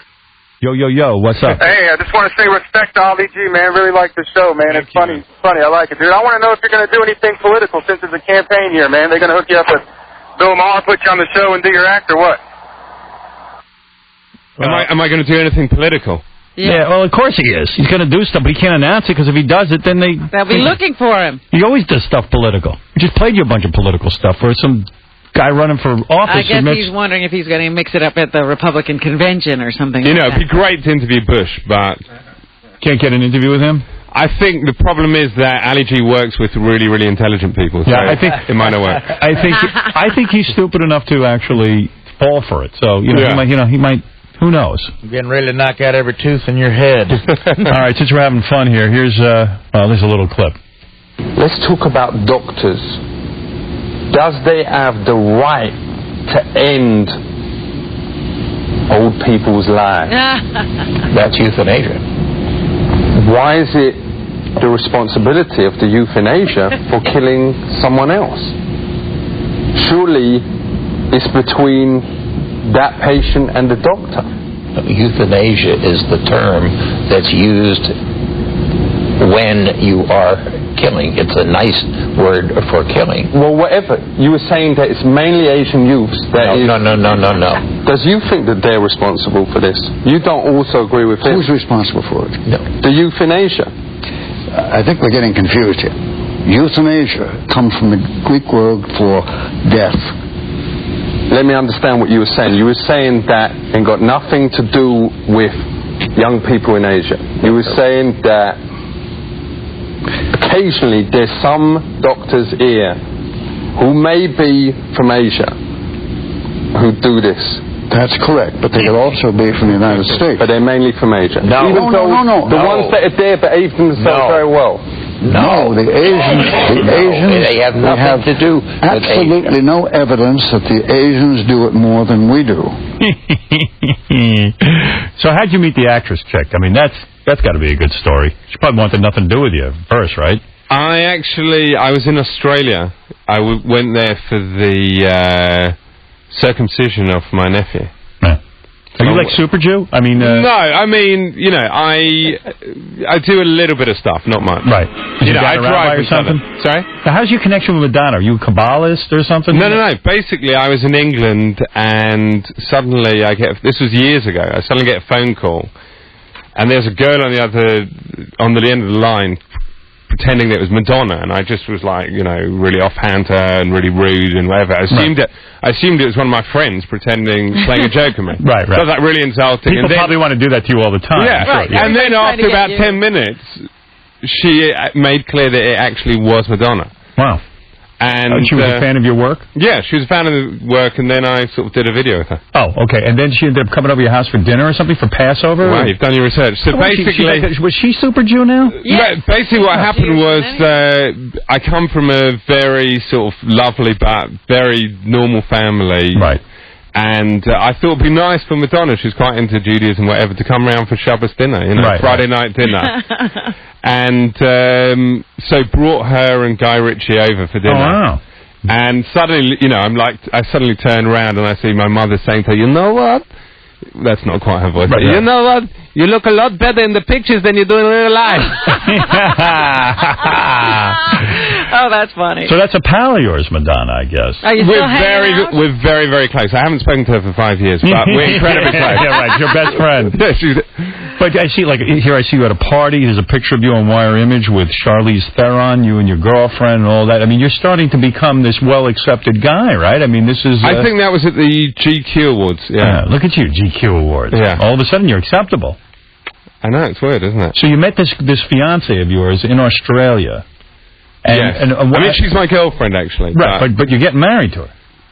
Please God, we'll see. What do you mean, please God? Aren't you engaged? You're not? I'm not actually engaged. I mean, the interesting thing is, and I'm going to say this, is that the British press create a lot of things because I haven't, done that much stuff to them. They're normally great. And that's embarrassing because then she reads in the paper she's engaged, and it's almost like you think you should be engaged. No, we may well get engaged, and, she's a wonderful woman. Oh, so you're not getting married. Oh, that's... No, well, yeah, but he does have a problem now because she's like, everybody thinks it. Tell her that I don't want to explain that I'm not. You got to explain to her. You might be getting No, listen, you could be ruining a surprise. Oh, I see. I see. But I saw it in a magazine. There's a picture of the two of you, and it says Sacha Baron Cohen and his fiancée. Yeah, I saw that. So I just thought you guys... Well, Ali G also has, sometimes they get confused because Ali G has Majuli, who Ali G has sung about a lot, and people get confused about Majuli and Ali G and Borat's wife. But how did you manage to score this very hot chick? I'm looking at the picture of her. She's extremely hot. I mean, how do you get... I mean, come on, you're a comedian. Purely by being famous. Is that it? No. Okay, that's I don't know. I think it was a very dark room that we met, and... You banged her on the first date? I didn't, actually. How long did it take? That's quite a personal question. I bet you're very big in the pants, aren't you? Don't avoid our questions. For a Jew, I'm okay. All right, there you go. Well, listen, it's a pleasure meeting you. I am honored by your appearance. I think your stuff is brilliant. Yeah. And I got to say, it's great, and I wish you luck with the first season of the Ali G Show coming out on DVD. I imagine a whole bunch of people will be buying it. I mean, the show... Yeah, a lot of people probably missed the first season. It's really catching on now. It's good, the first season. Is HBO kissing your ass? Because it seems to me the show's catching on, right? They've been, they ring occasionally. All right, that's good. You know what we're talking about in The Office? He did an interview, Ali G did an interview earlier this season with, one of the top-ranking guys in the FBI. Yeah. And we were all sort of saying, doesn't anybody at the FBI's office know to Google Ali G? Doesn't it scare you that you get right into the FBI? No, they were the ones that let the 9/11 happen. But I mean, did you get any... Wait a second. I don't know that they let it happen. I think they did try to report it to a few people who ignored it in the government. Well, there were some people in the FBI, but the higher up, you didn't notice. Didn't anyone Google 9/11? No, that's right. I did get into the FBI, and I remember, as Ali G, I interviewed the deputy director at the time, who was Thomas Pickard. Mm-hmm. Right. And I remember, it was a few years ago, and I remember we were looking at the most wanted list. I was looking it over with him. And number one was this guy called Osama bin Laden. I go, is he dangerous? He goes, oh, don't worry. Don't worry about it. You got that no, one? he didn't actually. I'm not saying that on the record. What's the best interview you ever did that didn't make it to the air? Was it the one that you told us about earlier? There was another one where I was doing Borat in, where was I? I was in Arizona. Yeah. And it was like Borat's Guide to the New Age. Right. And I was with this hippie guy who was a healer, and he said he was going to heal me if he built this kind of prism. It was basically a bed with a prism around it, and he said that it had been designed by angels. So I got naked and got in this bed with a blanket over me, and all the time he was massaging me while playing me this strange music. Right. And he was saying, "You've got to relax. You've got to relax." And I go, "I tried to relax. I cannot relax." And he said, "Listen, I'm going to leave the room When I come back in the room, I want you to be fully relaxed, otherwise I'm going to be very angry. He leaves the room. When he comes back in, I'm pleasuring myself. But it appears I'm pleasuring myself furiously. Right. And he goes crazy. Suddenly, next thing I know, there are 5 police cars there. And I've got my pants on and whatever, but they call me over, take me to a separate room, and I'm thinking, do I just say, listen, you know what, it's a joke, it's an HBO show. Right. And I thought, what the heck, and I said, hello, there's a problem. I stayed in character. And he said, would you like to tell me what happened? And I go, I did not, he thinks I touched my thumb, but I did not touch my thumb. And he said, so what is a thumb? I go, a thumb, let me show you. And then he goes, no, I understand. Oh, He goes, well, sir, he alleges that you were touching your thumb, and that if that's true, I said, no, it's not true. He goes, even if you're simulating that, I'm afraid we're going to have to imprison you here. The state of Arizona is going to have to imprison you for 2 years. Oh, that's And I'm nice. suddenly thinking, like, when will I break character? Will it be in the prison showers going, no, nothing there, no, nothing there. I see a whole documentary. I don't know. I would have kept going with it. Well, we don't have the to prison. So you did tell them, and that's how you got out. No, I didn't. We didn't tell them. In the end, they took the tapes. I mean, Arizona police have still got the tapes. Oh, so you can play those. Yeah, I can't go back to Arizona. Great. Does the first season have your interview with Neil Armstrong and Boutros Ghali on them? Yeah, that's right. Howard, those are amazing. Yeah, they're great. It's actually not Neil Armstrong, it's Buzz Aldrin. Oh, Buzz Aldrin, yeah. That's Right, good. what was it like being in the spaceship with Louis Armstrong? Good stuff. All right. So thank you very much for having me on. You spend a lot of time thinking this stuff up, or is it just kind of... It takes time, It takes time. Yeah, I was going to say, how long do you spend working on a season of shows? Well, it's... With some things, things come very easy. Like with Borat, you can suddenly be in the room and 10 minutes of stuff will come out very easily. But when you're with Boutros Ghali, you want to go in there and be prepared. Quite prepared, I'm sure you prepare a little bit about the, So it's like a real job, huh? Almost like a real job. Yeah, it's not all fun and games. Sorry to hear that. Yeah. All right, hey, you're great. Thank you very much. Thanks for having me on. And great to finally speak to you. Yeah, really nice. Sacha Baron Cohen, you're on your way to England, I understand. That's right. All right. Say hello to my people over there. I will do. Yes. The first season of The Ali G Show is available on DVD in stores now. Go get it. And The Ali G Show re-premieres this Sunday night at 10:30 on HBO. Don't forget, E! Tonight, #1 porn star in the world, Jenna Jameson. Now, there's an interview. I've interviewed her. How'd that go? I remember it was at Ali G. It was at a porn festival. And I said, does you ever take it up the butty? And she said, no, I'd never do that. And I go, what about someone you love? Because surely you can't show you love someone unless you let them take you up the butty. And she said, yeah, you are right. It is the way to show you love them. It mostly works only when they get pissed. Yeah. Like the Andy Rooney one is just so great. Yeah. Perfect. What happened? Did he like leave the room after that, and then you turn the like how far? He wanted me to leave the room, and they were threatening to. I think suddenly he got scared that I might have become aggressive, even though I never would have, obviously. But they called security. Don't you for the show if you killed Andy Rooney right during the interview? Would have been good publicity. Good publicity. I do regret. You think you'll ever hear from him and he'll go, God damn it, you got me. Do you think he could have a sense of humor about it and say, hey, now I get it? I don't know. We haven't heard from him since. All right, I don't think you will. Not looking for you. All right, great seeing you, Sasha. Thanks for coming by. We'll be back with the news right after these words. What up? It's your boy Jay-Z. No, I'm motherfucker. Ass motherfucker. What up? It's your boy Jay-Z. Had a great time on Howard Stern. Shout out to Robin. How y'all doing? Peace and love. Y'all ain't got to tell me that you're going on vacation together, but I know. Howard Stern Show.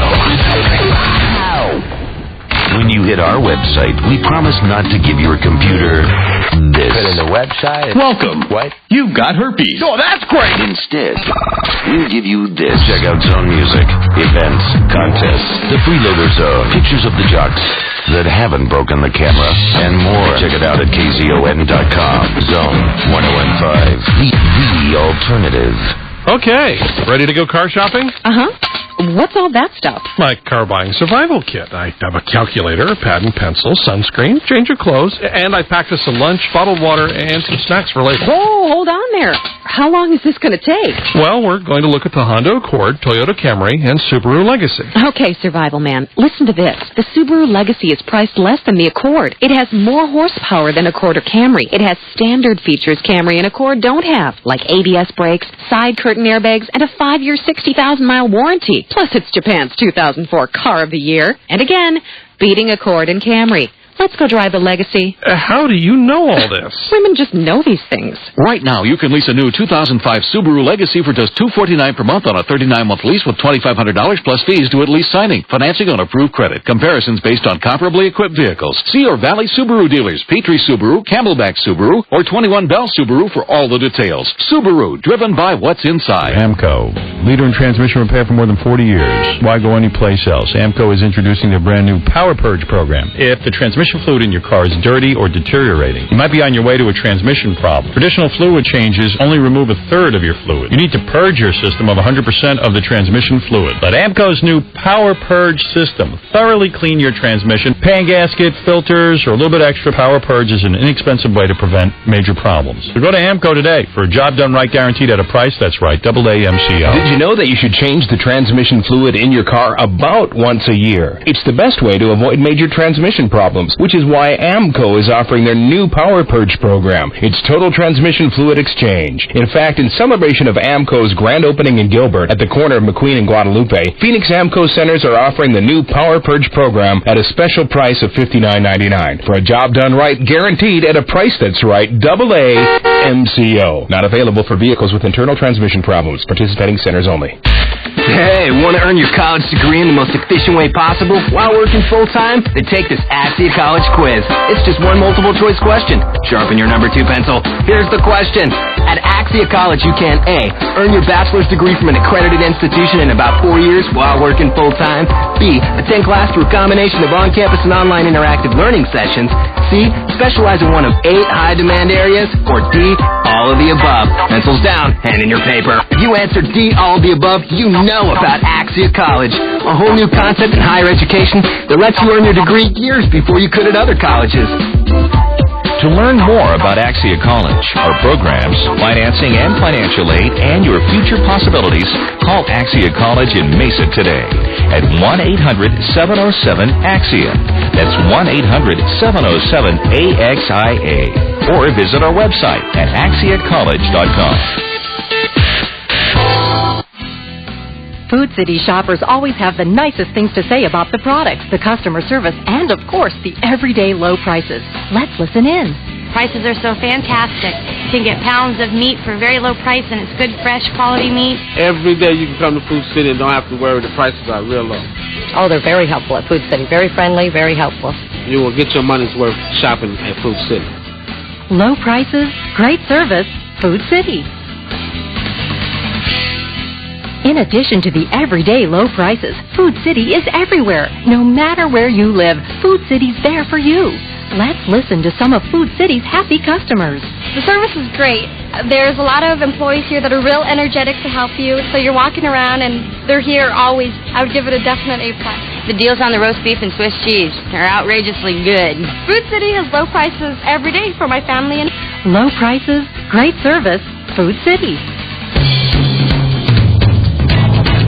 Make it good, make it cool, make it solid, make it true, make it everywhere in between. Make it up, make it down, make it real all around. Make it this, make it that, let me show you where it's at.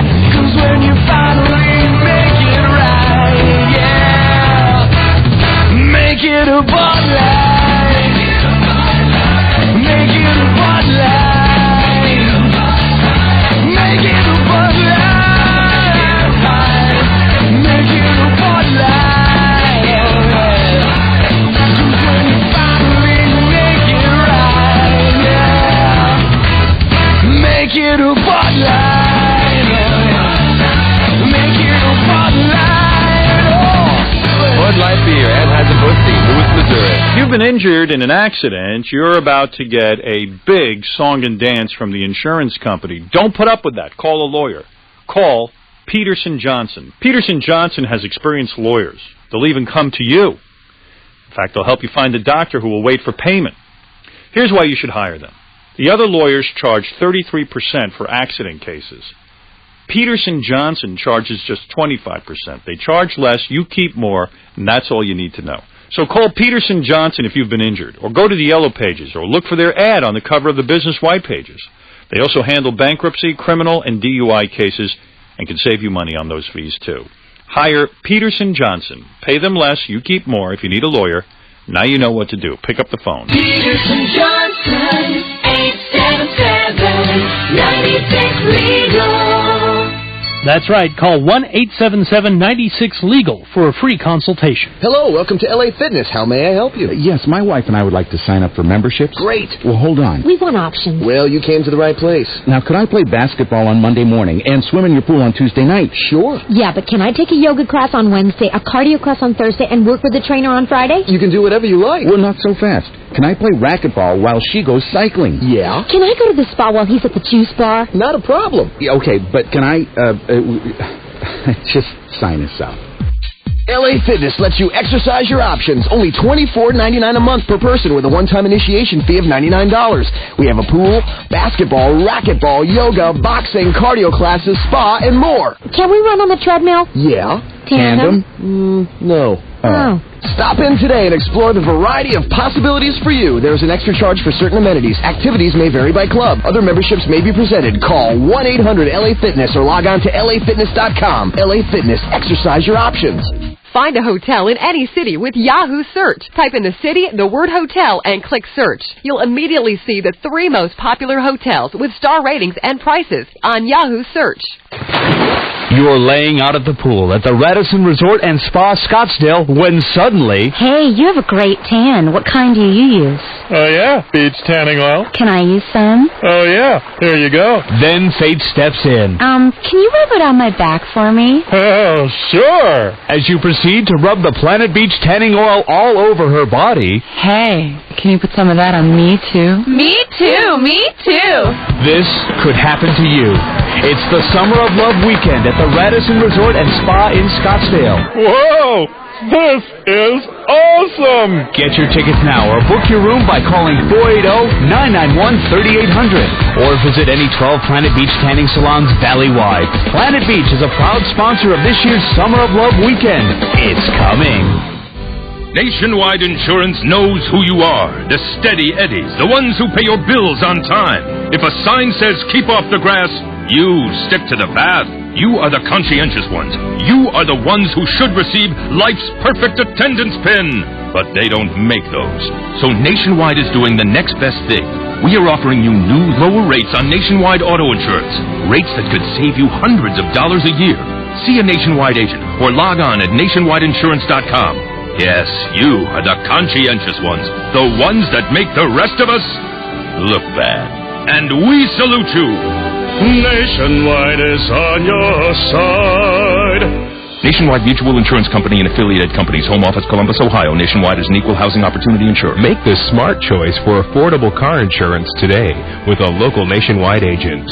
Call Ed Pletnick in Goodyear and TJ Mazer in Glendale. It just doesn't get any better than this. New Subarus priced at invoice plus incredibly low finance rates. It's the 2004 invoice sale going on right now at 21 Bell Subaru. The very last of the new 04 Subarus are on sale. Choose from Outback, combining the versatility of an SUV with car-like handling. Forester, a smarter, safer SUV. Or the rally-inspired Impreza. They're all priced at invoice, plus you can get financing as low as 0.9% APR for up to 63 months. Subaru's all-wheel drive system is legendary, and there's no better time to put a new Subaru in your driveway than right now. Invoice pricing plus financing as low as 0.9% for up to 63 months. Plus, when you buy or lease a new Subaru at 21 Bell, your first 12 oil changes are free. Check out the incredible savings at the 04 invoice sale going on right now at 21 Bell Subaru, 2141 East Bell Road, Just off the 51 freeway. or online at 21bellsubaru.com. Financing on approved credit. See 21 Bell's ad in Saturday's Arizona Republic for full details.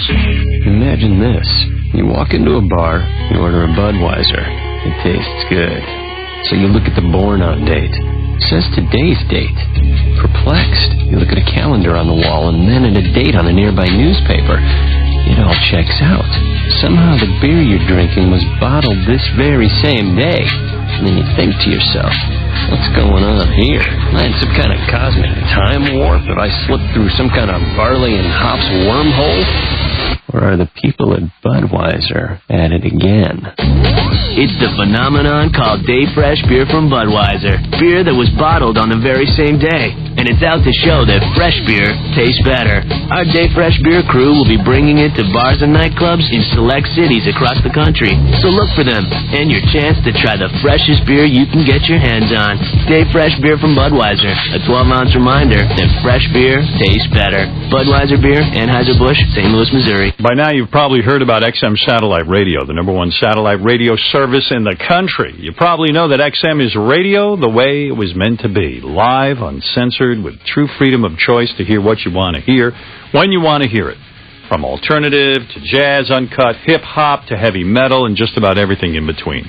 Of course, there's also sports, news, talk, and even unedited comedy. What you might not know is how easy it is to get XM. The new Delphi XM Rode 2 is the smallest, lightest satellite radio on the market. It has a built-in wireless audio adapter so you can easily listen to it through any car or home stereo. No messy wires to deal with. With XM, the song and the artist's name are on the display screen, and you always know what you're listening to. And the Rode 2 even has a scrolling stock ticker you can customize with up to 20 of your favorite stocks. The Delphi XM Rode 2 is less than $130 at electronic stores like Best Buy and Circuit City. To learn more, go to xmradio.com. Beyond AM, beyond FM, XM Satellite Radio. Hardware and required subscriptions sold separately. My name is Cheryl Lyons, and I won't let my son Zach watch R-rated movies. I also ground him when he brings home bad grades and force him to eat his vegetables. I do all these things because I love him. And when we got termites, I chose Primus from Bayer for the same reason. You see, Zach has allergic reactions to common household products, not the sniffling, sneezing kind of allergies, life-threatening ones, which the people at Bayer assured me wouldn't occur if we used Primus. And they were right, Zach is fine. As for termites, well, there aren't any. Primus eliminated them. In fact, we've been termite-free for 7 years, which makes me feel like I'm doing the right thing for Zach. Even when I tell him to be home before dark, do his homework, be nice to his brother, brush his teeth. If you get termites, remember you do have a choice. So ask your pest professional for Primus, the only termite eliminator made by Bayer. The same Bayer you and your family have trusted for years. So, my young disciple, the final test. I'm ready to achieve enlightenment. Then try and snatch this perfectly grilled piece of marinated all-white chicken from my hand. Chicken? Shouldn't it be like a pebble? Silence! Begin! Sneak! Up high! Down low! Too slow! So, what have we learned? The chicken's, hard to grab? No! The true path to good health lies at Samurai Sam's Teriyaki Grill. Fresh vegetables, grilled chicken and steak, and a brand new Samurai Sam salad, the Sesame Garden Toss, with all white meat chicken, fresh cucumbers and snap peas, and delicious yakisoba noodles. It all seems so simple now. Yes, like all Sam's creations, one shall never find a more healthy or delicious exercise in flavor. Now, try to take this Samurai Sam Sesame Garden Toss from my hand. Ha ha ha! Samurai Sam's, walk the healthy path. Thanks for calling KZON Phoenix. Hi, this is Jack, founder of Jack in the Box. Let's talk to Mark Blankenship. Jack, your commercials are funny, man. Thanks, Mark. I was eating your new diner milk combo with your amazing new natural cut fries, and I thought of a commercial for it. You want to hear it? No. Okay, you're sitting in the igloo, and no, wait, your office. Yeah, and you're doing something cool, and your mouth is straight, because it cracks me up. So then this panda bear walks in. No, wait, that girl from that show walks in and says...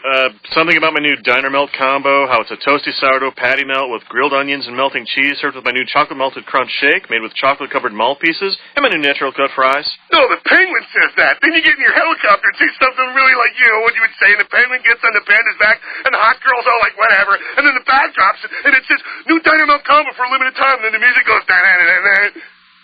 I never would have thought of that. I knew you'd love it.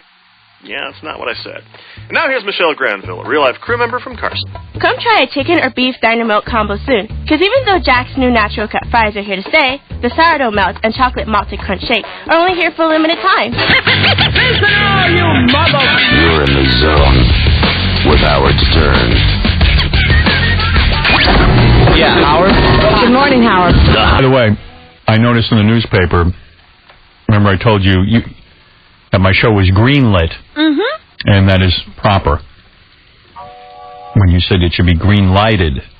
It is green-lit? It's green-lit. Who told you that? I read it in Variety. It says Howard Stern's show was green-lit. Baba Booey. I think that's pretty much their business to know that. I don't know that they know that. You don't say something was lighted, you say it was lit. Yes, but green light is a one word, right? Yeah, but it's green-lit. It's past tense. But if I say the show was green-lit... Never mind. You don't understand the English language. No, you don't. No, you don't.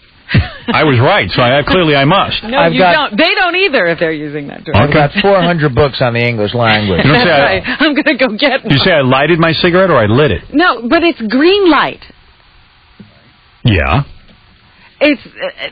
I see what you're saying. You're saying because it's like a light. So if you take a word and say... No, but it's green lighted. It's not a green light like the magic lantern, like the Green Lantern. He doesn't have walk around with a green light. You know what I mean? It's green lit. But I know what you're saying. It's like green light. Well, Yeah. You got a point. I know what you're saying. I really do. I do. If something has a green light, is it green lighted or green lit? But right. evidently... See, if you're going to do that, then that's crazy. My point is, what's crazy is, I don't know why all of a sudden that became a big story. My show's been green lit. Maybe they're putting out a press release and everybody's picking up on it to remind people that it's coming. No, I think what happened was, I don't know what happened, but it's showing up in all the. It was definitely a press release kind of thing. What happened is I handed in 2 scripts that were, in my opinion, very good. Yeah, but the press doesn't know that. No, well, I'm telling you. And I think they read them and said, oh, wow, this is actually getting serious because the guy wrote some scripts. So they must have gotten excited because, and I know they said, let's remind people that it's coming. Yeah, it's too much pressure for me. Let's wait till I'm done with these scripts. I had some whacked out ideas for some scripts, but Jeremiah thought they were a little too whacked out, but I don't know, man. But I'm working on them. Okay. And then, then we got to start the drawings and all that stuff. There's so much to do, but I think they're hopeful that this cartoon will be out by next summer. Oh yeah. And I'm thinking, I'm the guy writing the thing. It's not going to be, I'm doing it with Jeremiah. I go, it's not. That's a lot of work. We don't even have our writing team together, and we just figured we'd write a couple of scripts together just to get the process going. Right. So I figured by fall we could have it on. Don't forget, you got to send these cartoons out to be drawn. I just worked on one which got canceled pretty quick, but I saw the work that those guys went through. My God. Well, see, that's what happens when you green-lit something. Yeah. Green light. Green-lighted. I don't know. Many would say that Howard Stern is the most animated person on American radio. Now he's really about to get animated. Stern is working on a cartoon series. How do news guys... Don't you hate it when they do that? Why do they always have to, go... He's the most animated, and now he's about to get animated. It sounds so dumb, but they can't help themselves. They do it anyway. Well, it's written for him. Yeah, but you'd think they'd go and say, stop making me sound like an idiot. Yeah, you'd think they'd say, listen, I know I have to read this stuff, but I feel like a douchebag when I read it. You don't have to sound clever. We're going to have the shock jock relive his awkward teen years. The self-described king of all media will serve as executive producer for the Spike TV show, and Howard Stern, The High School Years is the title. The animated series will follow adolescent Stern through everything from puberty to being picked on in high school. Stern hasn't decided if he'll provide the voice for his character. It's expected. He would have to. Who else would do it? No, I don't. In high school, I didn't sound like this. Expected, by the way, to debut. You sound a little mature. Yeah, 50-year-old guy doing a guy in high school. Hi, I'm a high school guy. Are you going to the prom? Would you like to go to the prom with me? Maybe he's afraid that his voice is going to sound too low to be his adolescent self. Right. Sound too mature now. Yeah. He voiced it now. Yeah, true. Part of the process also is that, part of the show will focus on Howard going through puberty. So, he's a few years past that stage, so that might be the problem. All right. I'm not hiring them to work on the show, though. Boy, that's some entertaining banter. Who is those people? Where was that from? That's CNN. Headline News. Oh, okay. Yeah. Yeah. Wasn't people who have to worry about ratings. No. Doesn't sound like they're worrying about anything. But, well, that is true. I might do some voiceover in it. I don't know what I'm going to do. I might even play my parents, actually, is what I was thinking. I might do my mother and father. I'm actually going to play both of them. Sit down! Howard, come here. Hey, Ben. I told you not to be stupid, you moron. I could probably play my mother. You know? Yes. I mean, you're my representative. I send you out into the world, and you reflect me and the whole family. Hello? And you should dress every day like you're meeting the governor. Dad, I want to be a millionaire. What? I told you not to be stupid, you moron.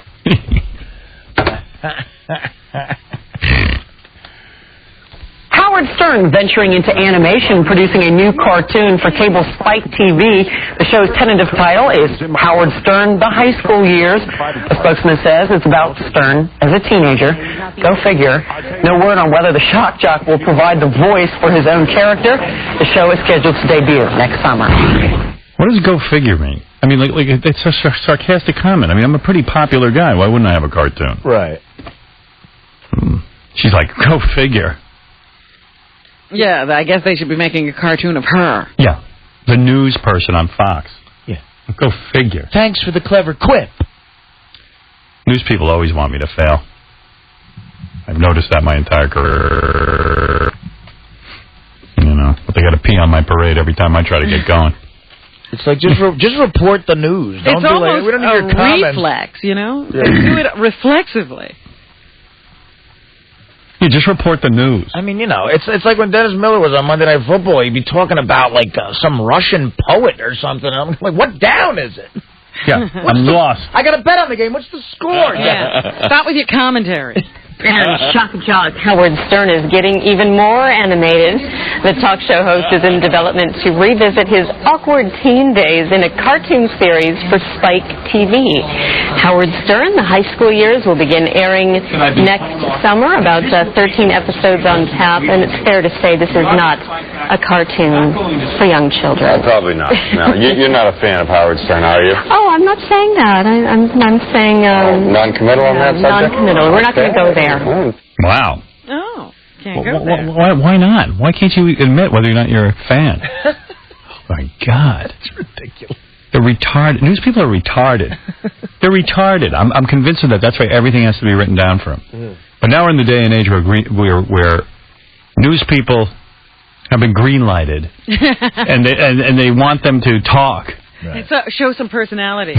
Something they don't really have. Show your bad personality, will you?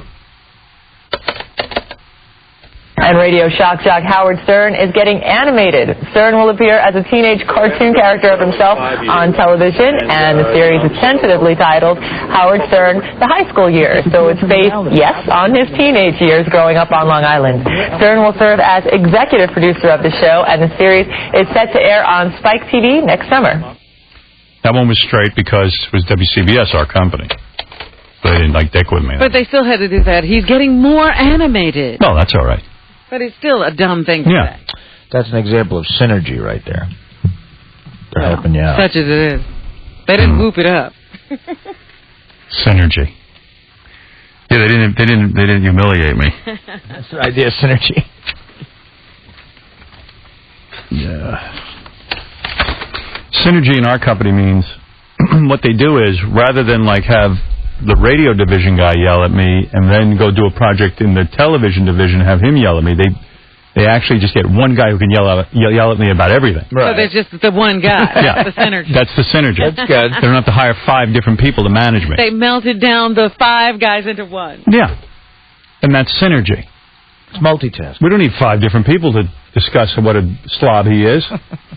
One guy can do that. One guy can do that. #1 porn star Jenna Jameson. On E! Tonight, we loaded up with tons of clips from the masseuse.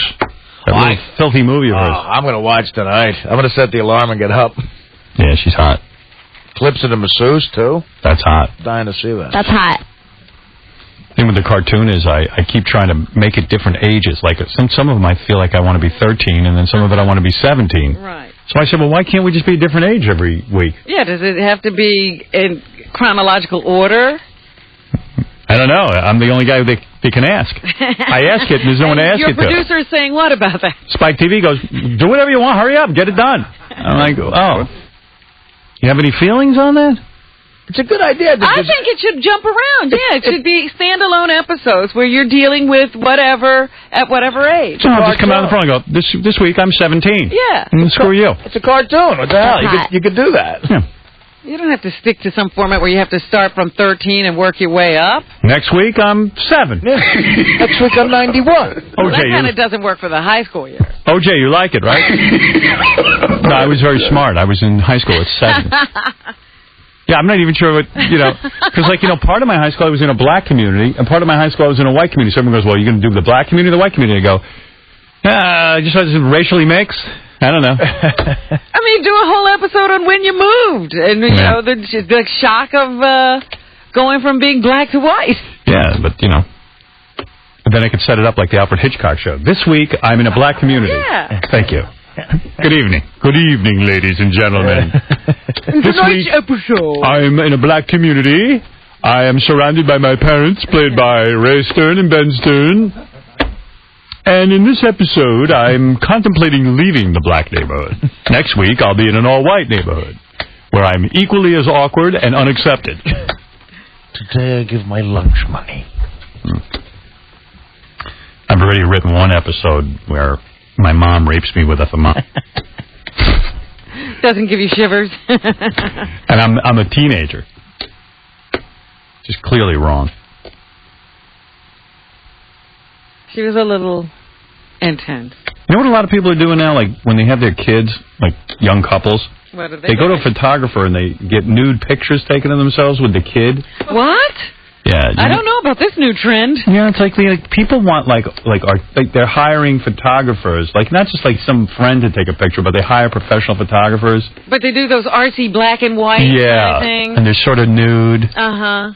And all curled around the baby or something. Yeah, it's kind of creepy, actually. I don't like it. The kid will love it when he's a teenager. Be naked. Look, I got to look at my naked mom to see my baby picture. I should do that with my parents now. Yeah, let's all get naked and curl around me. Ow. Howard, we're getting naked. Ow. It's time to shoot our naked picture. You might want to shave down for that, Mom. It's time for the naked family portrait. Nobody wants to see all that gray. Man, that's mental abuse. Yeah. What's in the news, Robin? Well, there was another amusement park ride accident this weekend. Yeah, I don't go on those, man. This time, something as simple as the Ferris wheel turned into a nightmare. That doesn't look that simple to me. I still don't understand how a circle goes round and round and you're upside down. I don't like it. Well, you don't go upside down in the Ferris wheel because it has that little thing. You keep being upright. On some of them you do. So, the new ones, you can be upside down in one of them. Well, these are the ones I really am scared about. This is like one of those ones that's on the back of a truck. Oh! Have you ever seen those? You mean where they set up the amusement park over the weekend? Yeah. Yeah. The ones that they forget maybe to bolt down the Ferris wheel? Oops. Yeah, this was one of those. I would never go to... I see those, like, they have them at schools sometimes. Oh, forget Right. Yeah. And, yesterday there was an empty lot. Today, it's an amusement park. Yeah. Well, this one, a cable snapped. And they said it was spinning around like a roulette wheel. Oh, I just would have died. I would have just been a mess. You don't want to see me doing that. Oh, goodness. The cars moved backward, then forward, and continued to pick up speed, according to one report. It was really scary. It looked like a roulette wheel when you just spin it. And they're surprised that nobody was thrown off. Luckily, nobody was. Whoa. The wheel slowed slightly when two empty seats struck the landing ramp, and almost 24 firefighters then leaped onto the wheel to bring it to a stop. So that's how they got it under control. A lot of arguing in the email about the interim beauty contest. We posted some pictures on howardstern.com of the interns last week, and some people were arguing over who should have won. I thought that was funny. What? Did they see pictures and they were arguing from that standpoint? Yeah, I like all that. And I know I keep forgetting to play Artie's Intervention. I'm even getting requests for it.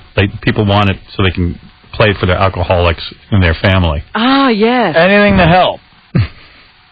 So Artie gave me permission to play it. So. Artie was just playing a part of a guy with a problem. Right. I've been doing it for 30 years. Hey, he does a very good job. And by the way, that guy who won the Restless contest, Kevin? Yeah. Or Kenny, or whatever his name was? He was great. It was Kevin, wasn't it? He was good. I could not get that song out of my head all weekend. Really good. I should have played that today. That's impressive, what he did. Yeah, the guy with the band. All right, tomorrow I'll play Restless, and also Artie's Intervention. Now, did one of the judges approach Kevin seriously about doing something? Yeah. By the way, we never got to hear Casey's stories of Beetlejuice on the road, so from last week. So we'll do that tomorrow. Tomorrow will be the time for that. All right. Also in the news, in Chinatown here in New York, you know, they have these little herb shops where people go to get cures or remedies for things. You go to that stuff. I would never go. Robin's always with the Chinaman. I'll try anything. Yeah, like they know something. Doctors. Guy with a live chicken in the window. Like the herbs. I don't know if I trust that. Yeah. They say that there's a lot of exotic animals in those little boxes they have. Many of the products are ancient remedies believed to heal rheumatism, increase sexual performance, or fight fevers. Many are also made from animals in danger of disappearing from the planet. They have everything from tiger bones to bear bile to sea lion penises. You need sea lion penis. Oh, what are you going to grind that up? No. You need one to sleep with, honey. Which is in your... I thought it was nasty. You need it. Yeah, give me 2 of the feline penises, please. To go. I'll do my own mashing at home. So, yeah, you're getting... You might not know what you're getting when you go to one of those Chinese healers. Mm-hmm. Be careful. You could be sucking on sea lion penis. Eat bear duty. Meanwhile, at a diner here in Manhattan, a woman has filed a $3 million lawsuit against a Midtown restaurant after she ordered a salad that was, well, I'm not going to read the little pun they have here. What she did was she ordered a salad and she chewed on something that was very crunchy. And when she looked to see what it was a human fingertip. In China, that's a cure for cancer. Yeah, you'd pay extra for that. So, the restaurant's lawyer hasn't returned calls. The suit says the nail-biting incident happened on August 19th of last year when this woman and her fiancé got some takeout from the restaurant.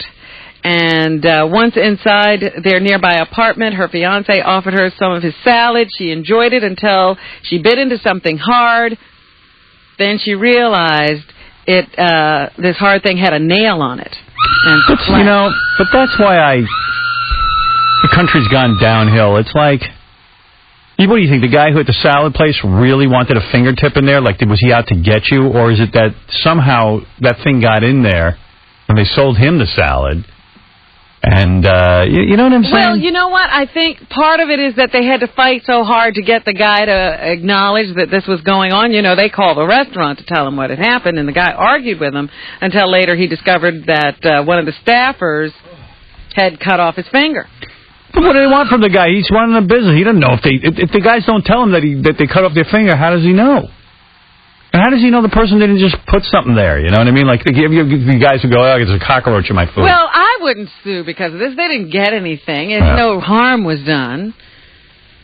Actually, the guy who cut off his finger, he's the one that's really hurt. He should get $3 million. He's got no finger. Somebody ate it. Yeah. They certainly can't put it back on now. I'm suing you for eating my finger. Artie, if you got a salad with a finger in it, you throw the finger out and eat. Exactly. You'd eat around it. Sometimes you got to do what you got to do. It says in the paper today that Michael Jackson, somewhere in the paper, it says Michael Jackson is tired of being called Wacko Jacko. How about if we just call him Schmuckhead? Maybe he should stop acting like a wacko. Well, basically he wouldn't like that either. He's tired of being vilified and taunted. If you want to not be called wacko, that would mean you'd have to change your behavior. Right. And I don't know if he's willing to do that. It ain't our fault. Right. He says it's unfortunate that for years we have been targets of completely inaccurate and false portrayals. We have watched as we have been vilified and humiliated. I personally have suffered through many hurtful lies and references to me as Wacko Jacko. Run for governor of New Jersey. Joe Piscopo's thinking about a run. Yeah, that'll help clean up your image. Now, McGreevy was caught in a gay sex scandal. What, didn't Piscopo marry his babysitter? Right. Yes. Yeah. He's got a fine record to run on. They won't have too much fun with him. Is he really? He ain't doing anything. No. He's going to think that through and realize that he can't stand that kind of publicity. You know how Wacko Jacko really is? He put most of those stories into the Inquirer himself about how wacky he was because he thought it would, be good for his, image. That's how wacko he is. And now he's upset about the image he created. I was reading the letters to the editor in the Daily News, and they do have to do with the McGreevy story. Yes. From Long Island City, there's a stupid woman born every day, but Mrs. Jim McGreevy beats them all. She had no idea. Has anyone told her she'd better see a doctor to check herself for HIV? Oh. Wake up, lady. Oh, that's nice. You know what? I know tons of women who are clearly married to gay men. Yeah. There is absolutely no doubt about it. I mean, I can name two of them, but I'm not going to because they'll sue my ass because these guys still think... I think these guys think they're straight on some level. They haven't come to terms with it? No. I mean, I see these guys every single day. Really? They're married, and everyone always goes... No one ever says anything, and you go, hey, isn't so-and-so gay? And they go, whoa, I can't believe you're saying that. And what do you mean you can't believe I'm saying I think the same exact thing. I said, of course you do. The guy's flouncing around. Right. He's gay. He is so gay. He's effing gay squared. Now, let me ask you something. They get married. But you don't think all sort of effeminate men are gay? No, not all effeminate men are gay, but there are guys I know who are gay. And they've even and the women are like, the women who marry them go, I used to be married to a gay guy. I got divorced and go, God damn, what do you do it every time? I mean, what are you, that stupid? It's like they're lonely and they don't know. I guess they don't realize. They think the guy's just metrosexual or something, or whatever. And these guys have kids and everything, but you can tell they're gay. They're very gay. And the husbands, by the way, make sure they're busy all the time so they don't have to even be alone or sleep with the women.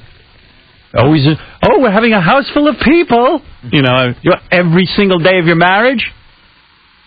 Come on. There's a lot of gay dudes get married. Sure. But it's sad. It's sad. It's sad for the women. It's sad for them. Why scream at the woman and call her stupid? Yeah, what are you bumming her out for? So goddamn irresponsible. That's the problem. And the next one says, and this is from Ridgewood, New Jersey. Hey, wait a second. If that woman's so smart who wrote the letter, the guy was governor. How come you didn't pick up on that he was gay? Yeah, how come you didn't write her a note and let her know? Yeah. Everyone's an expert now. From Ridgewood, New Jersey. They should change the nickname of New Jersey from the Garden State to the Fruit State. That's hot. Well, a lot of gay bashing going on.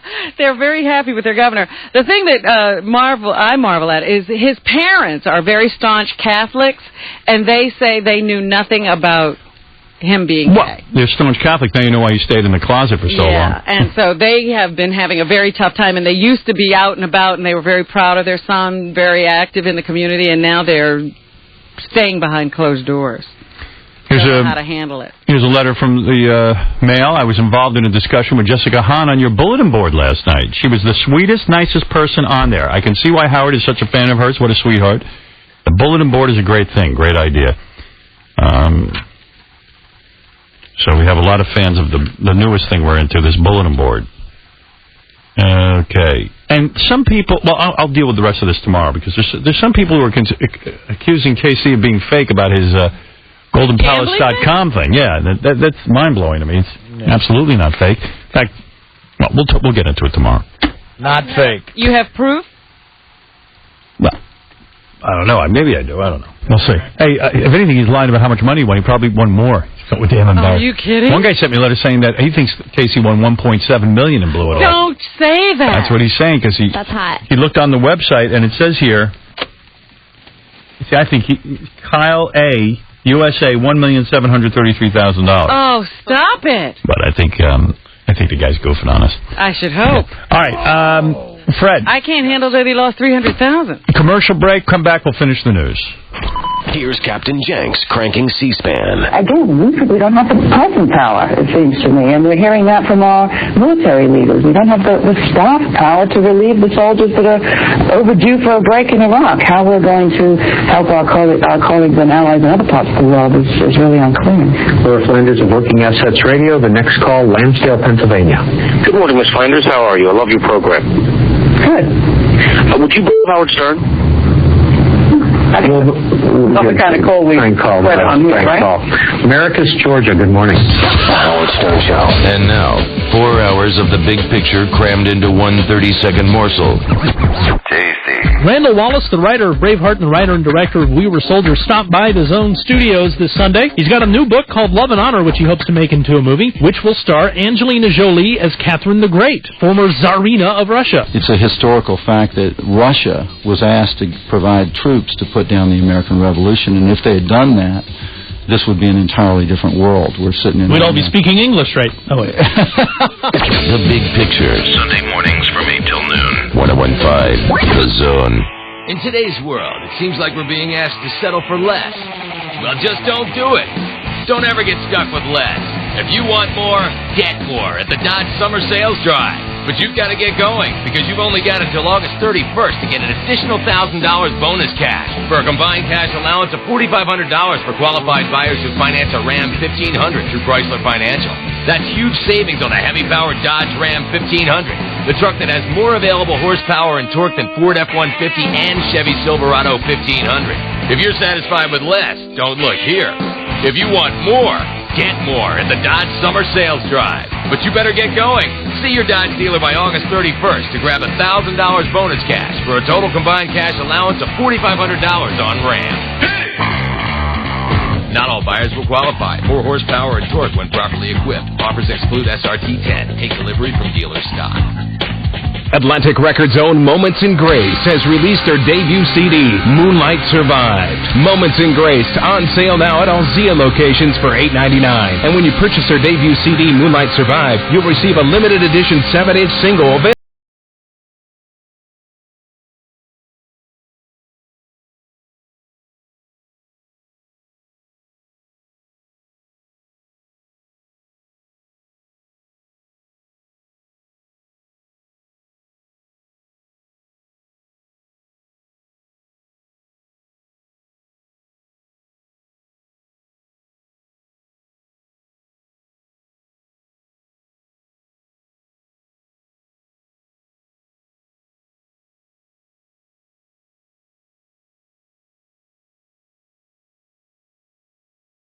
Debut CD, Moonlight Survived. Moonlight Survived, available at all Zia locations today.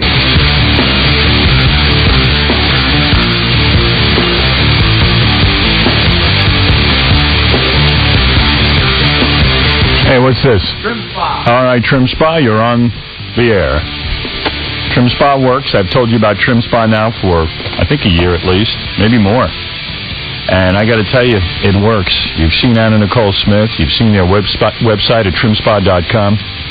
You've seen Gary Delabuti. Over 12 weeks, lost 39 pounds using Trim Spa Formula X32, the Dream Body Diet Pill. When the campaign started, Gary weighed in at more than 216 pounds, and Baba Booey admits it's the heaviest he'd ever been. And now, along with all the weight he lost, Gary shed more than 11% of his body fat. Now, that's awesome, man. No more cravings, no more fat. If you need to lose weight like Gary, just call 1-800-TRIM-SPA. Go to trimspa.com, 1-800-TRIMSPA, or trimspa.com. Trim Spa Formula X32, available at Walmart, Eckerd's, and GNC. Bud Light presents Real Men of Genius. Real men of genius. Today we salute you, Mr. Over-the-Top Carb Counter. Mr. Over-the-Top Carb Counter. Brushing aside such follies as work and family, you wisely adopted carbo counting as your primary pastime. I'm crazy for carbos. From breakfast through dinner, you tirelessly record every precious carb, hoping it might all add up to your target number, 0. Hold on to your dream now. Was that artichoke you ate 13.5 carbs or 13.6? Better look it up while you help yourself to another package of bacon. I like it crispy. So crack open an ice-cold Bud Light, oh Count of Monte Carlo, because the only thing better than meat and potatoes is meat and meat. Bud Light Beer, Anheuser-Busch, St. Louis, Missouri. You can smell the freshness coming from every department here at Food City, and the prices are so low. But let's hear what Food City shoppers have to say. My name is Ariana, and I shop at Food City because I love all their low prices, and their produce is awesome. Yeah, at Food City they have a bake area where they bake their goods. It's just like homemade baked cookies and pies and cakes. I really love it. Matter of fact, when I got married, I came here and got my wedding cake made. The best cake. Everyone came to my wedding. They was like, "Where did you get that cake from?" And all the departments at Food City would like to bring you this week's special prices. 80% lean ground beef, $1.39 per pound. Dole Classic Salad, 1 pound bag, 79 cents. California peaches, 2 pounds for 99 cents. Keebler Sandies, 13 to 16 ounce bag, $1.99. Ziploc freezer or storage bag, 21 to 36 count, selected varieties, $1.99. Every day, Food City has low prices. Low prices, great service, Food City. I gotta go cook dinner. My name is Cheryl Lyons, and I won't let my son Zach watch R-rated movies. I also ground him when he brings home bad grades and force him to eat his vegetables. I do all these things because I love him. And when we got termites, I chose Primus from Bayer for the same reason. You see, Zach has allergic reactions to common household products, not the sniffling, sneezing kind of allergies, life-threatening ones, which the people at Bayer assured me wouldn't occur if we used Primus. And they were right, Zach is fine. As for termites, well, there aren't any. Primus eliminated them. In fact, we've been termite-free for 7 years, which makes me feel like I'm doing the right thing for Zach. Even when I tell him to be home before dark, do his homework, be nice to his brother, brush his teeth. If you get termites, remember you do have a choice. So ask your pest professional for Primus, the only termite eliminator made by Bayer. The same Bayer you and your family have trusted for years. Thank you, Arizona. Freeway Chevrolet at I-10 and Ray is the #1 Chevy dealer in the nation with the fastest growth. Just take the freeway to savings up to $10,000 on select vehicles or no interest for 6 years. That's right, folks. Not 5 years, but 6 full years of interest-free financing. It doesn't get any better than this. Here's your chance to get out of that high-interest loan, and Freeway will pay off the entire balance on your trade. Listen to these 2004 model year-end specials. 2004 Silverados from only $199 per month. New 2004 Tahoes as low as $399 per month. The popular Cavalier from only $129 per month. Or the all-new redesigned 2004 Malibu for only $159 per month. Don't walk. Run to Freeway Chevrolet and take advantage of these fabulous deals. Freeway Chevrolet at the I-10 and Ray Auto Mall in Chandler. Right on the freeway, right on the price. 84 months with 6.75% APR. And down payment $198.54 cash down on approved credit. You're laying out at your pool in your backyard by yourself on Labor Day weekend, putting on your Planet Beach tanning oil, when suddenly... Hi, I'm the sexy 60s Summer of Love Genie. What 3 wishes can I grant for you this weekend? I want to meet the woman of my dreams, and I want to be popular, and I want to go to the coolest party ever. Okay, hop on my magic carpet and we can take a ride to your destiny. She takes you to the Planet Beach Summer of Love weekend at the Radisson Resort and Spa in Scottsdale, where all of your wishes come true. Hi. Oh my goodness, all of my wishes have come true. Summer of Love weekend, sponsored by Planet Beach Tanning Salons at planetbeach.com. The Summer of Love is coming. Get your tickets now or book your room by calling 480-991-3800 or go online to summerofloveaz.com. Summer of Love weekend, sponsored by Planet Beach Tanning Salons at planetbeach.com. The Summer of Love is coming. Hello, welcome to LA Fitness. How may I help you? Yes, my wife and I would like to sign up for memberships. Great. Well, hold on. We want options. Well, you came to the right place. Now, could I play basketball on Monday morning and swim in your pool on Tuesday night? Sure. Yeah, but can I take a yoga class on Wednesday, a cardio class on Thursday, and work with the trainer on Friday? You can do whatever you like. Well, not so fast. Can I play racquetball while she goes cycling? Yeah. Can I go to the spa while he's at the juice bar? Not a problem. Yeah, okay, but can I, just sign us up. LA Fitness lets you exercise your options. Only $24.99 a month per person with a one-time initiation fee of $99. We have a pool, basketball, racquetball, yoga, boxing, cardio classes, spa, and more. Can we run on the treadmill? Yeah. Tandem? No. Oh.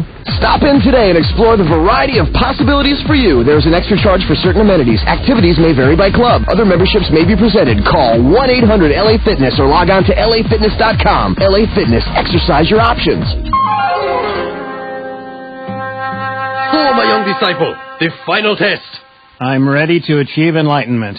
Then try and snatch this perfectly grilled piece of marinated all-white chicken from my hand. Chicken? Shouldn't it be like a pebble?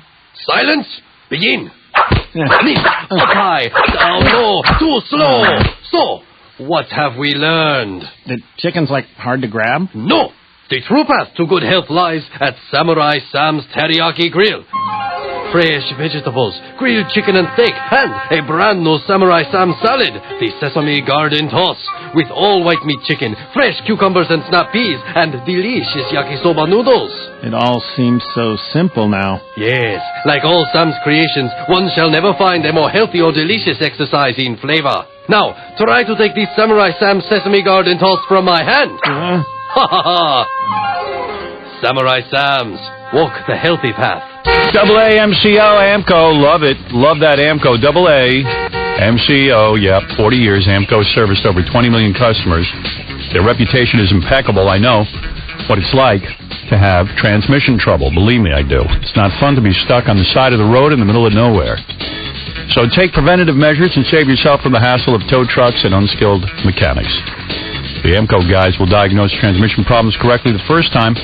Trust AMCO because they've been doing quality work for generations. Did you know that you should change the transmission fluid in your car about once a year? It's the best way to avoid major transmission problems, which is why AMCO is offering their new Power Purge program. It's Total Transmission Fluid Exchange. In fact, in celebration of AMCO's grand opening in Gilbert at the corner of McQueen and Guadalupe, Phoenix AMCO centers are offering the new Power Purge program at a special price of $59.99. For a job done right, guaranteed at a price that's right, AA MCO. Not available for vehicles with internal transmission problems. Participating centers only. At Budweiser, we've been brewing beer for over 100 years. And for just as long, we've been finding new ways to get it to you at its absolute freshest. Because fresh beer tastes better. And now we're taking freshness to the next level.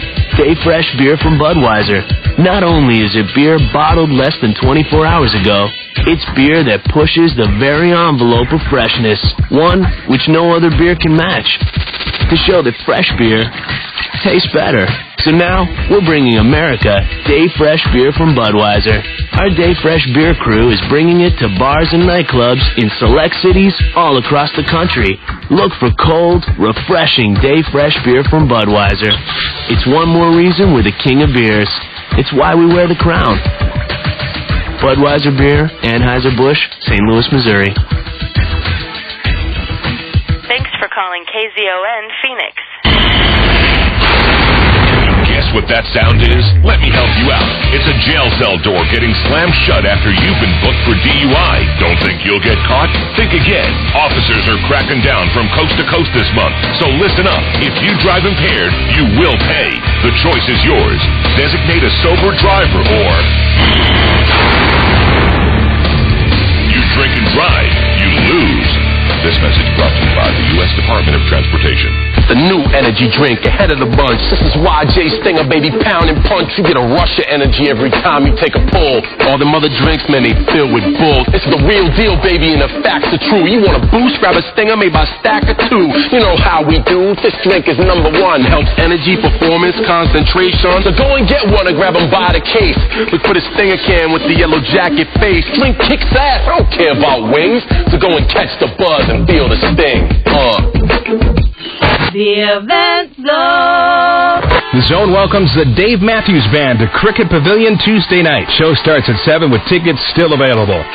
Hey, and listen to the Zone's Artist of the Week this week to win dinner for two from Panda Express. Panda Express, it's Chinese for yummy. Howard's in the Zone. 101.5. The Zone. Look at you. Look at you. The Howard Stern Show. Look at you. La la la la la la la la. Look for the world's biggest hemorrhoid contest coming soon, sponsored by Hemorrhoid. The cool way to relieve hemorrhoid pain. That's hot. Robin, what else is in the news? That Manhattan journalist who was being held hostage in Iraq has been freed and is now on a military base there and is safe. So his family is very happy to hear that, and I understand that his sister made a personal plea to Muqtada al-Sadr, and he intervened on her brother's behalf. Yeah. He's going to get to come home. Sounds like those maniacs are getting soft. I don't know. They're still fighting with the Americans, but they didn't. Why did they release that guy? I mean, it's great.